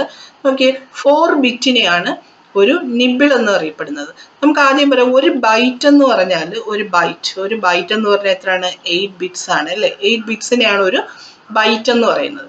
ഈ 8 ബിറ്റ്സിന്റെ പകുതി 4 ബിറ്റ്സിനെ എന്ത് പറയും? ഒരു നിബിൾ എന്ന് പറയും. 1 നിബിൾ എന്ന് പറയും. ഓക്കെ, അപ്പോൾ 4 ബിറ്റ്സ് ഒരു നിബിൾ ആണ്. 8 ബിറ്റ്സ് ഒരു ബൈറ്റാണ്. ബാക്കി നമുക്ക് ഈ GB വരെയുള്ളത് എല്ലാവർക്കും ഡെയിലി ഇൻ്റർനെറ്റ് യൂസ് ചെയ്യുന്നത് കൊണ്ട് കാണാപ്പാടമായിരിക്കും, എല്ലാവർക്കും അറിയാവുന്നതാണ്. ഇനി 16 ബിറ്റ്സ് ആണ് ഒരു വേർഡ് എന്ന് പറയുന്നത്. ഒരു 16 ബിറ്റ്സ് ഒരു വേർഡാണ്. ഇത്രയും ഒന്ന് പഠിച്ചാൽ മതി. 4 ബിറ്റ്സ് ഒരു നിബിളാണ്. 8 ബിറ്റ്സിനെ എന്ത് പറയും? ഒരു ബൈറ്റ് എന്ന് പറയും. 16 ബിറ്റ്സ് ആണെങ്കിൽ അതിന് എന്ത് പറയും? ഒരു വേർഡ് എന്ന് പറയും. മിക്കവാറും 1 നിബിൾ എന്ന് പറഞ്ഞാൽ എത്ര ബിറ്റ്സ് ആണ് എന്നൊക്കെയാണ് കൂടുതലായും ചോദിക്കാറുള്ളത്. പിന്നെ ഇങ്ങോട്ടുള്ളത് ഒരു സെറാബൈറ്റ്, 1 യോട്ടാബൈറ്റ്, ഇതൊക്കെ എത്രയാണെന്ന് കൂടുതലായും ചോദിക്കാറുണ്ട്. അപ്പോൾ 16 ബിറ്റ്സ് ഒരു വേർഡ് ആണെന്നും കൂടെ ഓർത്തിരിക്കുക. അടുത്ത് നോക്കിയേ, 1 KB എന്ന് പറഞ്ഞാൽ നമുക്കറിയാം. 1 KB എന്ന് പറഞ്ഞാൽ എത്രയാണ്? 1024 ബൈറ്റ്സ് ആണ്. 1 MB ആണെങ്കിലോ 1024 കിലോ ബൈറ്റ് ആണ്. 1 GB ആണെങ്കിലോ 1024 മെഗാബൈറ്റ് ആണ്. ഇതിൽ KB എന്ന് പറഞ്ഞാൽ കിലോ ബൈറ്റും, MB എന്ന് പറഞ്ഞാൽ മെഗാബൈറ്റും, GB എന്ന് പറഞ്ഞാൽ ജിഗാബൈറ്റും ആണ്. ഇനി ജിഗാബൈറ്റ് കഴിഞ്ഞാൽ പിന്നെ വന്ന് TB ആണ്, ടെറാബൈറ്റ്. അതായത് 1024 GB ആണ് നമ്മൾ 1 TB എന്ന് പറഞ്ഞാൽ ടെറാബൈറ്റ് ആണ്. ഇനി അടുത്ത 4 പഠിക്കാൻ നമുക്കൊരു കോഡ് പറയാം. PEZY. ഓക്കെ, പെസി എന്ന് നമുക്ക് പഠിക്കാം. പെസി. ഇപ്പം എല്ലാവർക്കും നിബിൾ, ബൈറ്റ്, വേർഡ് വരെ അറിയാം. പിന്നെയുള്ളത് KB ആണ്, MB ആണ്, GB ആണ്, TB ആണ്. ഇതുവരെ എല്ലാവർക്കും അറിയാം. ഓക്കെ, ഇതുവരെ എല്ലാവർക്കും അറിയാം. ടെറാബൈറ്റ് വരെ എല്ലാവർക്കും അറിയാം. പിന്നെയുള്ളതാണ് മറന്നു പോകുന്നത്. അപ്പം അത് കഴിഞ്ഞിട്ടുള്ളത് പെറാബൈറ്റ് ആണ്, പിന്നെ എക്സാബൈറ്റ് ആണ്, സെർട്ടാബൈറ്റ് ആണ്, യോട്ടാബൈറ്റ് ആണ്. അത് നമുക്കൊരു കോഡിൽ പറയാം, പെസി എന്ന് പറയാം. ഓക്കെ, ഇവിടെ നോക്കിയേ, 1024 GB ആണ് ഒരു ടെറാബൈറ്റ്. ഇനി 1024 ടെറാബൈറ്റ് ആണ് ഒരു പെറ്റാബൈറ്റ്. പെസിയിലെ പെറ്റാബൈറ്റ്. 1024 പെറ്റാബൈറ്റ് ആണ് ഒരു എക്സാബൈറ്റ്. 1024 എക്സാബൈറ്റിനെയാണ് നമ്മളൊരു സെറ്റാബൈറ്റ് എന്ന് പറയുന്നത്, സെറ്റ്. ഇനി 1024 സെറ്റാബൈറ്റ് ആണ് 1 യോട്ടാബൈറ്റ്. പെസിയിലുള്ള കാര്യങ്ങളൊക്കെ ആയി. ഇനിയും അത് കഴിഞ്ഞ് യോട്ടാബൈറ്റ് കഴിഞ്ഞിട്ട് 1024 യോട്ടാബൈറ്റിന് നമുക്ക് എന്തോ പറയും? ബ്രോണ്ടോബൈറ്റ് എന്ന് പറയാം. 1 ബ്രോണ്ടോബൈറ്റ്. 1024 ബ്രോണ്ടോബൈറ്റിനെ എന്ത് പറയാം? 1 ജിയോബൈറ്റ് എന്ന് പറയാം. ഓക്കെ, അപ്പം ഇത്രയും കാര്യങ്ങൾ ഓർത്തിരിക്കുക, ഇമ്പോർട്ടൻ്റ് ആണ്. നെക്സ്റ്റ് നോക്കിയേ, ഫാദേഴ്സ് അല്ലെങ്കിൽ പിതാക്കന്മാർ. കമ്പ്യൂട്ടറുമായി ബന്ധപ്പെട്ട പിതാക്കന്മാരെ നോക്കാം. കമ്പ്യൂട്ടറിന്റെ ഫാദർ ഓഫ് കമ്പ്യൂട്ടർ എന്നറിയപ്പെടുന്ന നമുക്കൊക്കെ അറിയാം ചാൾസ് ബാബേജ് ആണ്. ഇനി മോഡേൺ കമ്പ്യൂട്ടർ, ആധുനിക കമ്പ്യൂട്ടറിന്റെ ഫാദർ എന്നറിയപ്പെടുന്നത് അലൻ ട്യൂറിംഗ് ആണ്. ഇനി ഫാദർ ഓഫ് സൂപ്പർ കമ്പ്യൂട്ടർ എന്നറിയപ്പെടുന്ന ആരാണ്? സെയ്മോർ ക്രേ ആണ്. സെയ്മോർ ക്രേ ആണ് ഫാദർ ഓഫ് സൂപ്പർ കമ്പ്യൂട്ടർ എന്നറിയപ്പെടുന്നത്. ഇന്റർനെറ്റിന്റെ പിതാവാണെങ്കിൽ ഒരുപാട് തവണ ചോദിച്ചിട്ടുണ്ട്, വിൻറ്റൺ സർഫ് ആണ് അല്ലേ? വിൻറ്റൺ സർഫ് ആണ് ഇന്റർനെറ്റിന്റെ ഫാദറായി അറിയപ്പെടുന്നത്. മൊബൈൽ ഫോണിന്റെ ഫാദർ ആണെങ്കിലോ മാർട്ടിൻ കൂപ്പർ ആണ്.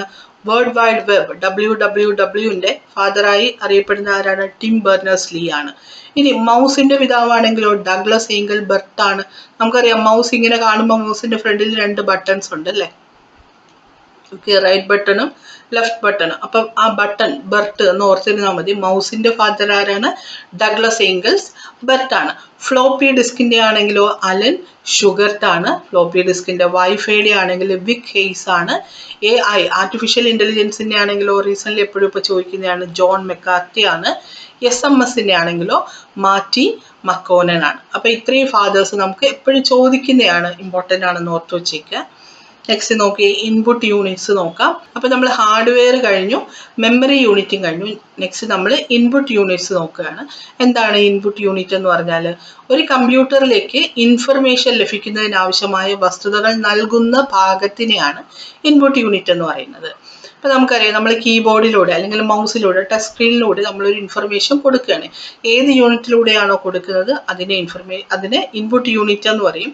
ഉപഭോക്താവ് നൽകുന്ന നിർദ്ദേശങ്ങൾ കമ്പ്യൂട്ടറിന് സ്വീകരിക്കാൻ കഴിയുന്ന രൂപത്തിലേക്ക് മാറ്റുന്നതും ഇൻപുട്ട് യൂണിറ്റ് ആണ്. അപ്പോൾ ഇൻഫർമേഷൻ കൊടുക്കുന്ന മാത്രമല്ല, ശരിക്കും നമ്മൾ കൊടുക്കുകയാണ്. എന്താ സംഭവിക്കുന്നത് അവിടെ? ഉപഭോക്താവ് നൽകുന്ന നിർദ്ദേശങ്ങൾ കമ്പ്യൂട്ടറിന് സ്വീകരിക്കാൻ കഴിയുന്ന രീതിയിൽ എന്ത് ചെയ്യുന്നു? ഇൻപുട്ട് യൂണിറ്റ് മാറ്റം വരുത്തുകയാണ് ചെയ്യുന്നത്. പ്രധാന ഇൻപുട്ട് ഉപകരണങ്ങൾ എന്തൊക്കെയാണ്? കീബോർഡ്, മൗസ്, സ്കാനർ, ഇതൊക്കെ ഇൻപുട്ട് യൂണിറ്റ്സ് ആണ്. കമ്പ്യൂട്ടറിന്റെ പ്രാഥമിക ഇൻപുട്ട് ഉപകരണം, ഒരു കമ്പ്യൂട്ടറിലേക്ക് വിവരങ്ങൾ ടൈപ്പ് ചെയ്യാൻ ഉപയോഗിക്കുന്ന ഉപകരണം, ഇതൊക്കെ എന്താണ്? കീബോർഡാണ്. നമുക്കറിയാം ഇൻപുട്ട് യൂണിറ്റ്സ് കുറേ ഉണ്ട്.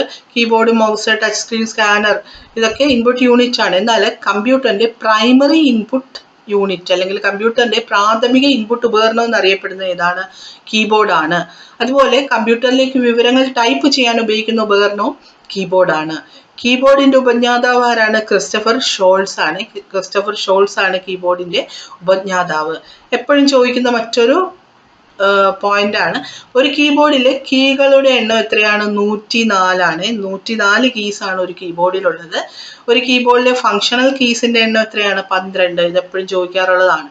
അപ്പോൾ ഒരു കീബോർഡിലെ ടോട്ടൽ കീസിന്റെ എണ്ണം 104ഉം ഫങ്ഷൻ കീസിന്റെ എണ്ണം 12ഉമാണ്. ഒരു കീബോർഡിലെ ഏറ്റവും വലിയ കീ ഏതാണ്? Space bar. കീബോർഡിന്റെ ഇടതുവശത്തെ ഏറ്റവും മുകളിലായി കാണപ്പെടുന്ന കീ എസ്കേപ്പ് കീ ആണ്. അപ്പൊ ഇത്രയും കാര്യങ്ങൾ ഓർമ്മിച്ചിരിക്കുക. അതുപോലെ തന്നെ ഒരു കീ സ്ട്രോക്കിനെ അതിന് സമാനമായ ബിറ്റിലേക്ക് മാറ്റുവാൻ ഉപയോഗിക്കുന്ന സ്റ്റാൻഡേർഡ് എന്താണെന്നാണ്. ഇപ്പൊ നമ്മളൊരു കീ പ്രസ് ചെയ്തു അല്ലെ, അതിന് സമാനമായ ബിറ്റിലേക്ക് മാറ്റുകയാണ്, അതിനുപയോഗിക്കുന്ന സ്റ്റാൻഡേർഡ് ആണ് ആസ്കി എന്ന് പറഞ്ഞാല്. ആസ്കി എന്ന് പറഞ്ഞാൽ എന്താണ്? American standard code for information interchange ആണ്. ഏറ്റവും കൂടുതൽ ഉപയോഗിക്കുന്ന കീബോർഡിന്റെ രൂപം ക്വർട്ടിയാണ്. ക്വർട്ടി കീബോർഡാണ് നമ്മൾക്ക് ഉപയോഗിക്കുന്നത്. അത് കണ്ടുപിടിച്ചതും ക്രിസ്റ്റഫർ ഷോൾസ് ആണ്.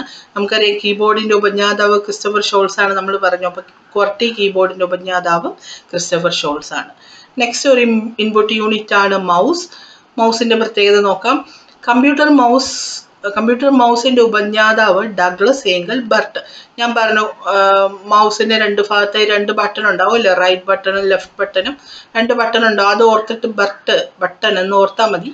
മൗസിന്റെ ഉപജ്ഞാതാവ് ഡഗ്ലസ് ഏംഗൽ ബർട്ട് ആണ്.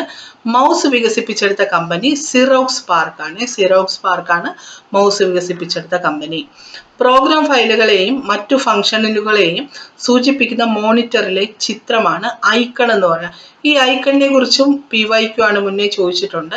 ഇപ്പൊ നമുക്കറിയാം നമ്മൾ ഏതൊരു സോഫ്റ്റ്വെയറോ അല്ലെങ്കിൽ നമ്മൾ കമ്പ്യൂട്ടറിൽ കോമൺ ആയി ഉപയോഗിക്കുന്നതാണ് ഐക്കൺ എന്ന് പറഞ്ഞാൽ. എന്താണ് ഐക്കൺ എന്ന് പറഞ്ഞാൽ? പ്രോഗ്രാം ഫയലുകളെയും മറ്റു ഫംഗ്ഷനുകളെയും സൂചിപ്പിക്കുന്ന മോണിറ്ററിലെ ഭാഗമാണ് ഐക്കൺ. നമുക്കറിയാം മൈ കമ്പ്യൂട്ടറിനാണ് ഈ കമ്പ്യൂട്ടറിന്റെ ഒരു ഐക്കൺ ആയിരിക്കും ഉണ്ടായിരിക്കുന്നത്. ഐക്കണുകളെ സെലക്ട് ചെയ്യാൻ ഉപയോഗിക്കുന്ന മൗസ് ബട്ടൺ ഇടത് മൗസ് ബട്ടൺ ആണല്ലേ. ലെഫ്റ്റ് ബട്ടൺ ഉപയോഗിച്ചാണ് നമ്മൾ സെലക്ട് ചെയ്യുന്നത്. റൈറ്റ് ബട്ടൺ ഉപയോഗിച്ചിട്ട് എന്ത് ചെയ്യും? നമ്മൾ ഓപ്ഷൻസ് എടുക്കുകയാണ് ചെയ്യുന്നത്. ഷോർട്ട് കട്ട് കമാൻഡുകൾ പ്രത്യക്ഷപ്പെടുന്നതിന് വേണ്ടി മൗസ് ബട്ടൺ ഉപയോഗിക്കുന്നത് വലത് ബട്ടൺ ആണ്. അതായത് നമുക്ക് ഓപ്ഷൻസ് കിട്ടാൻ, ഷോർട്ട് കട്ട്സ് കിട്ടാൻ വേണ്ടി നമ്മൾ റൈറ്റ് ക്ലിക്ക് ആണ് മൗസിൽ ചെയ്യാറുള്ളത്. കമ്പ്യൂട്ടർ മൗസിന്റെ വേഗത അളക്കുന്ന യൂണിറ്റ് മിക്കീസ് പെർ സെക്കൻഡ് ആണ്. അപ്പോൾ കമ്പ്യൂട്ടർ മൗസിന്റെ സ്പീഡ് അളക്കുന്നത് മിക്കീസ് പെർ സെക്കൻഡ് ആണ്. നെക്സ്റ്റ് നോക്കിയ സ്കാനർ ഒരു ഇൻപുട്ട് യൂണിറ്റ് ആണ്. ഡേറ്റയെയും ചിത്രങ്ങളെയും ഇലക്ട്രോണിക് ഫോർമാറ്റിലേക്ക് മാറ്റാൻ ഉപയോഗിക്കുന്ന ഇൻപുട്ട് ഉപകരണമാണ് സ്കാനർ. അപ്പൊ എന്താണ് സ്കാനർ?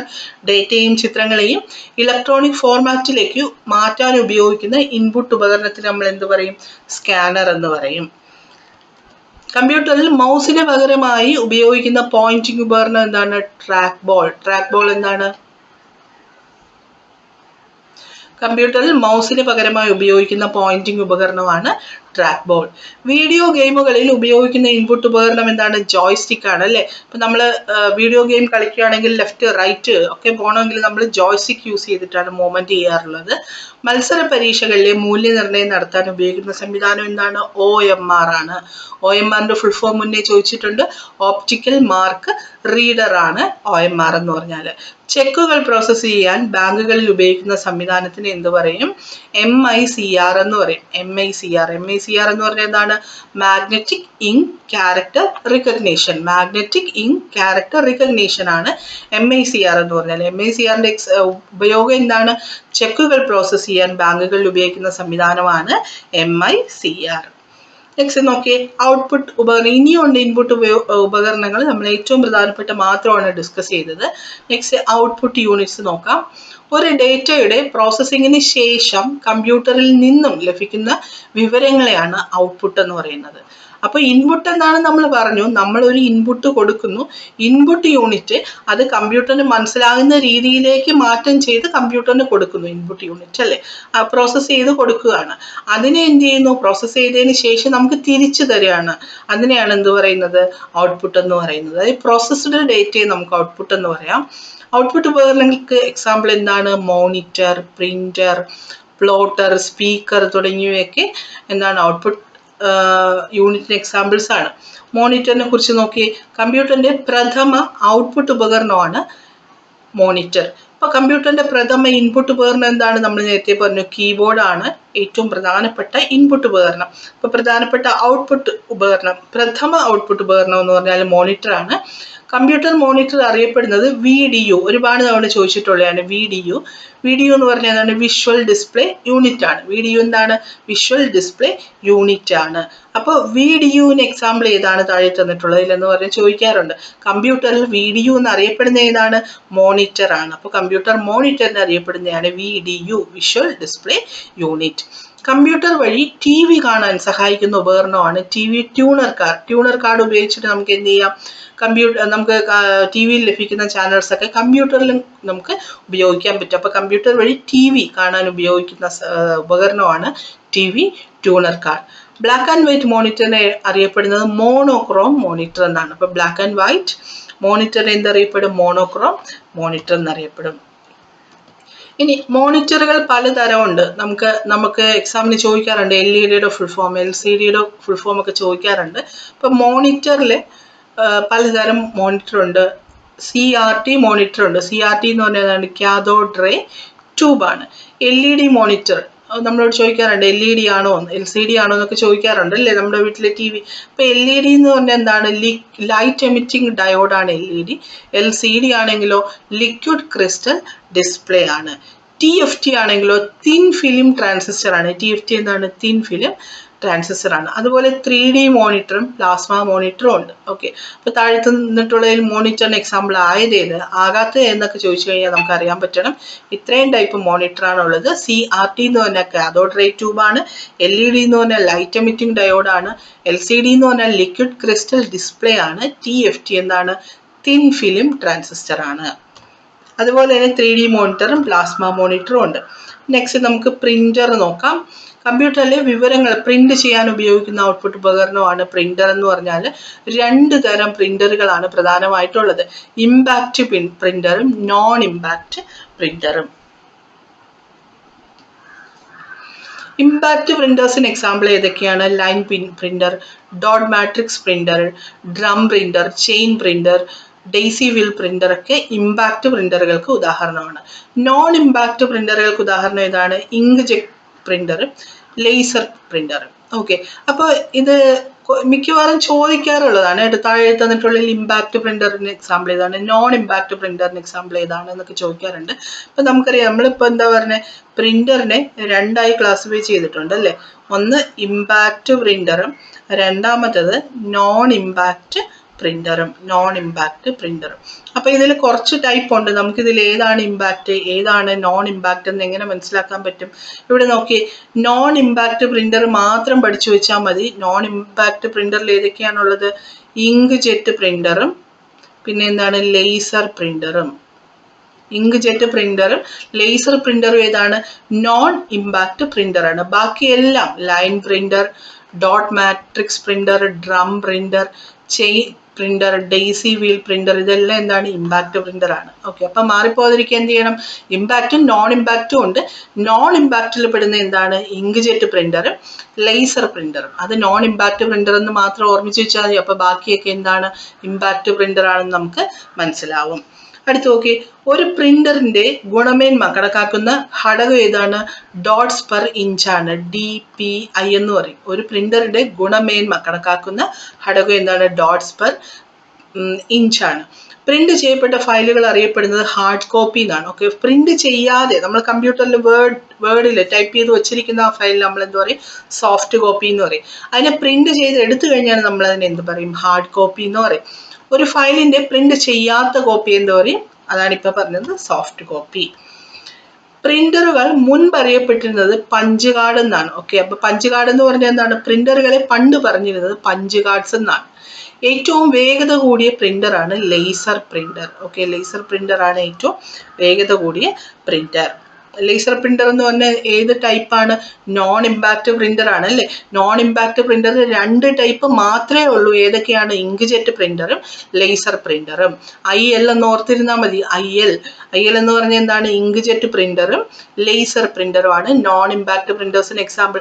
ബാക്കിയൊക്കെ ഇമ്പാക്ട് പ്രിന്റേഴ്സിന് എക്സാമ്പിൾ ആണ്. അപ്പൊ ലേസർ പ്രിന്ററിനെ കുറിച്ച് നമ്മൾ എന്താ പറഞ്ഞത്? ഏറ്റവും വേഗത കൂടിയ പ്രിന്റർ ആണ് ഇങ്ക്ജെറ്റ് പ്രിന്റർ. പ്രിന്ററിന്റെ വേഗതയെ സൂചിപ്പിക്കുന്ന എന്താണ്?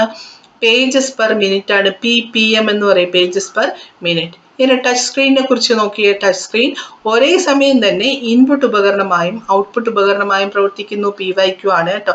ഒരേ സമയം ഇൻപുട്ട് ഉപകരണമായും ഔട്ട്പുട്ട് ഉപകരണമായും ഉപയോഗിക്കുന്നു അല്ലേ. നമുക്ക് ടച്ച് ചെയ്ത് ഇൻപുട്ട് കൊടുക്കുകയും ചെയ്യാം, നമുക്ക് സ്ക്രീനിൽ തിരിച്ച് ഡിസ്പ്ലേയും കിട്ടും. അപ്പോൾ ഒരേ സമയം ഇൻപുട്ടും ഔട്ട്പുട്ട് ഉപകരണവും ഒക്കെ ആയി ഉപയോഗിക്കുന്ന ഒരു യൂണിറ്റ് ആണ് ടച്ച് സ്ക്രീൻ എന്ന് പറഞ്ഞാൽ.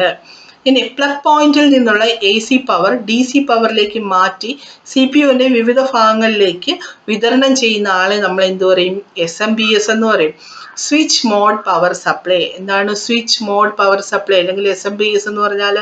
പ്ലഗ് പോയിന്റിൽ നിന്നുള്ള AC പവർ DC പവറിലേക്ക് മാറ്റി CPU-ന്റെ വിവിധ ഭാഗങ്ങളിലേക്ക് വിതരണം ചെയ്യുന്ന യൂണിറ്റ് ആണ് SMPS. ഓക്കെ അല്ലേ.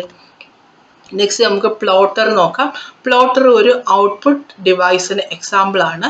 വെക്ടർ ഗ്രാഫിക്സ് പ്രിന്റ് ചെയ്യാൻ ഉപയോഗിക്കുന്ന ഉപകരണമാണ്. ഈ പിക്ചറിൽ കണ്ടാൽ മനസ്സിലാവും. പ്രധാനമായും പ്ലോട്ടർ എന്തിനാണ് ഉപയോഗിക്കുന്നത്? CAD എന്ന് പറഞ്ഞാൽ എന്താണ്? Computer aided designing. CAD-ലൊക്കെയാണ് പ്രധാനമായും പ്ലോട്ടർ ഉപയോഗിക്കുന്നത്. അപ്പോൾ CAD-ന്റെ എക്സാമ്പിൾ എന്താണ്? കമ്പ്യൂട്ടർ എയ്ഡഡ് ഡിസൈനിങ് ആണ്. ഓക്കെ, ഇനി നമുക്ക് കുറച്ച് ക്വസ്റ്റ്യൻസ് നോക്കാം. 1 nibble എന്ന് പറഞ്ഞാൽ എത്രയാണ്? 1 nibble എന്ന് പറഞ്ഞാൽ 8 bits ആണ്. കീബോർഡിനെ രൂപകൽപ്പന ചെയ്ത ആരാണ്? നമ്മൾ മുന്നേ കണ്ടതാണ്. കീബോർഡിന് രൂപകൽപ്പന ചെയ്ത് ക്രിസ്റ്റഫർ ഷോൾഡ് ആണ് കേട്ടോ. ക്രിസ്റ്റഫർ ഷോൾഡ് ആണ്. ഒരു കീബോർഡിലെ ആകെ കീകളുടെ എണ്ണം എത്രയാണ്? മനസ്സിൽ വന്നു. എത്രയാണ്? 104 ആണ് അല്ലേ. അങ്ങനെയാണെങ്കിൽ കീബോർഡിലെ ഫങ്ഷണൽ കീകളുടെ എണ്ണം എത്രയാണ്? 12 ഫങ്ഷൻ കീസ് ആണ്. നമ്മൾ കീബോർഡ് നോക്കിക്കഴിഞ്ഞാൽ ഏറ്റവും ഫസ്റ്റ് റോയിൽ ഫങ്ഷൻ കീസ് കാണും. F1 F2 F3 അങ്ങനെ F12 വരെയുള്ള ഫങ്ഷൻ കീസ് കാണും. നെക്സ്റ്റ്, കീബോർഡിലെ മൗസിന്റെ യൂണിറ്റ് ഏതാണ്? മൗസിന്റെ യൂണിറ്റ് മില്ലി സെക്കൻഡ് ആണ്. നമ്മളിപ്പോൾ പറഞ്ഞതേ ഉള്ളൂ. ഇനി താഴെ തന്നിരിക്കുന്നതിൽ VDU-ന് ഉദാഹരണം എന്താണ്? VDU എന്ന് പറഞ്ഞാൽ എന്താണ്? വിഷ്വൽ ഡിസ്പ്ലേ യൂണിറ്റ് ആണ് VDU എന്ന് പറഞ്ഞാൽ. VDU എന്ന് പറഞ്ഞാൽ എന്താണ്? മോണിറ്റർ ആണ് അല്ലെ. മോണിറ്ററിനെയാണ് നമ്മൾ VDU എന്ന് പറയാറുള്ളത്. നെക്സ്റ്റ് നമുക്ക് സോഫ്റ്റ്വെയർ എന്താണെന്ന് നോക്കാം. ഏതെങ്കിലും ഒരു ജോലി ചെയ്യുവാനായി കമ്പ്യൂട്ടറിന് നൽകുന്ന ഇലക്ട്രോണിക് നിർദ്ദേശങ്ങളെയാണ് സോഫ്റ്റ്വെയർ എന്ന് പറഞ്ഞാൽ. ഇപ്പം നമുക്കറിയാം, നമ്മളിപ്പോൾ 1+1 എത്രയാണെന്ന് ചോദിച്ചു കഴിഞ്ഞാൽ കമ്പ്യൂട്ടർ ബുദ്ധി ഉപയോഗിച്ചിട്ടല്ല 2 എന്ന് പറയുന്നത് അല്ലേ. നമ്മൾ സെറ്റ് ചെയ്ത് വെച്ചേക്കാണ്.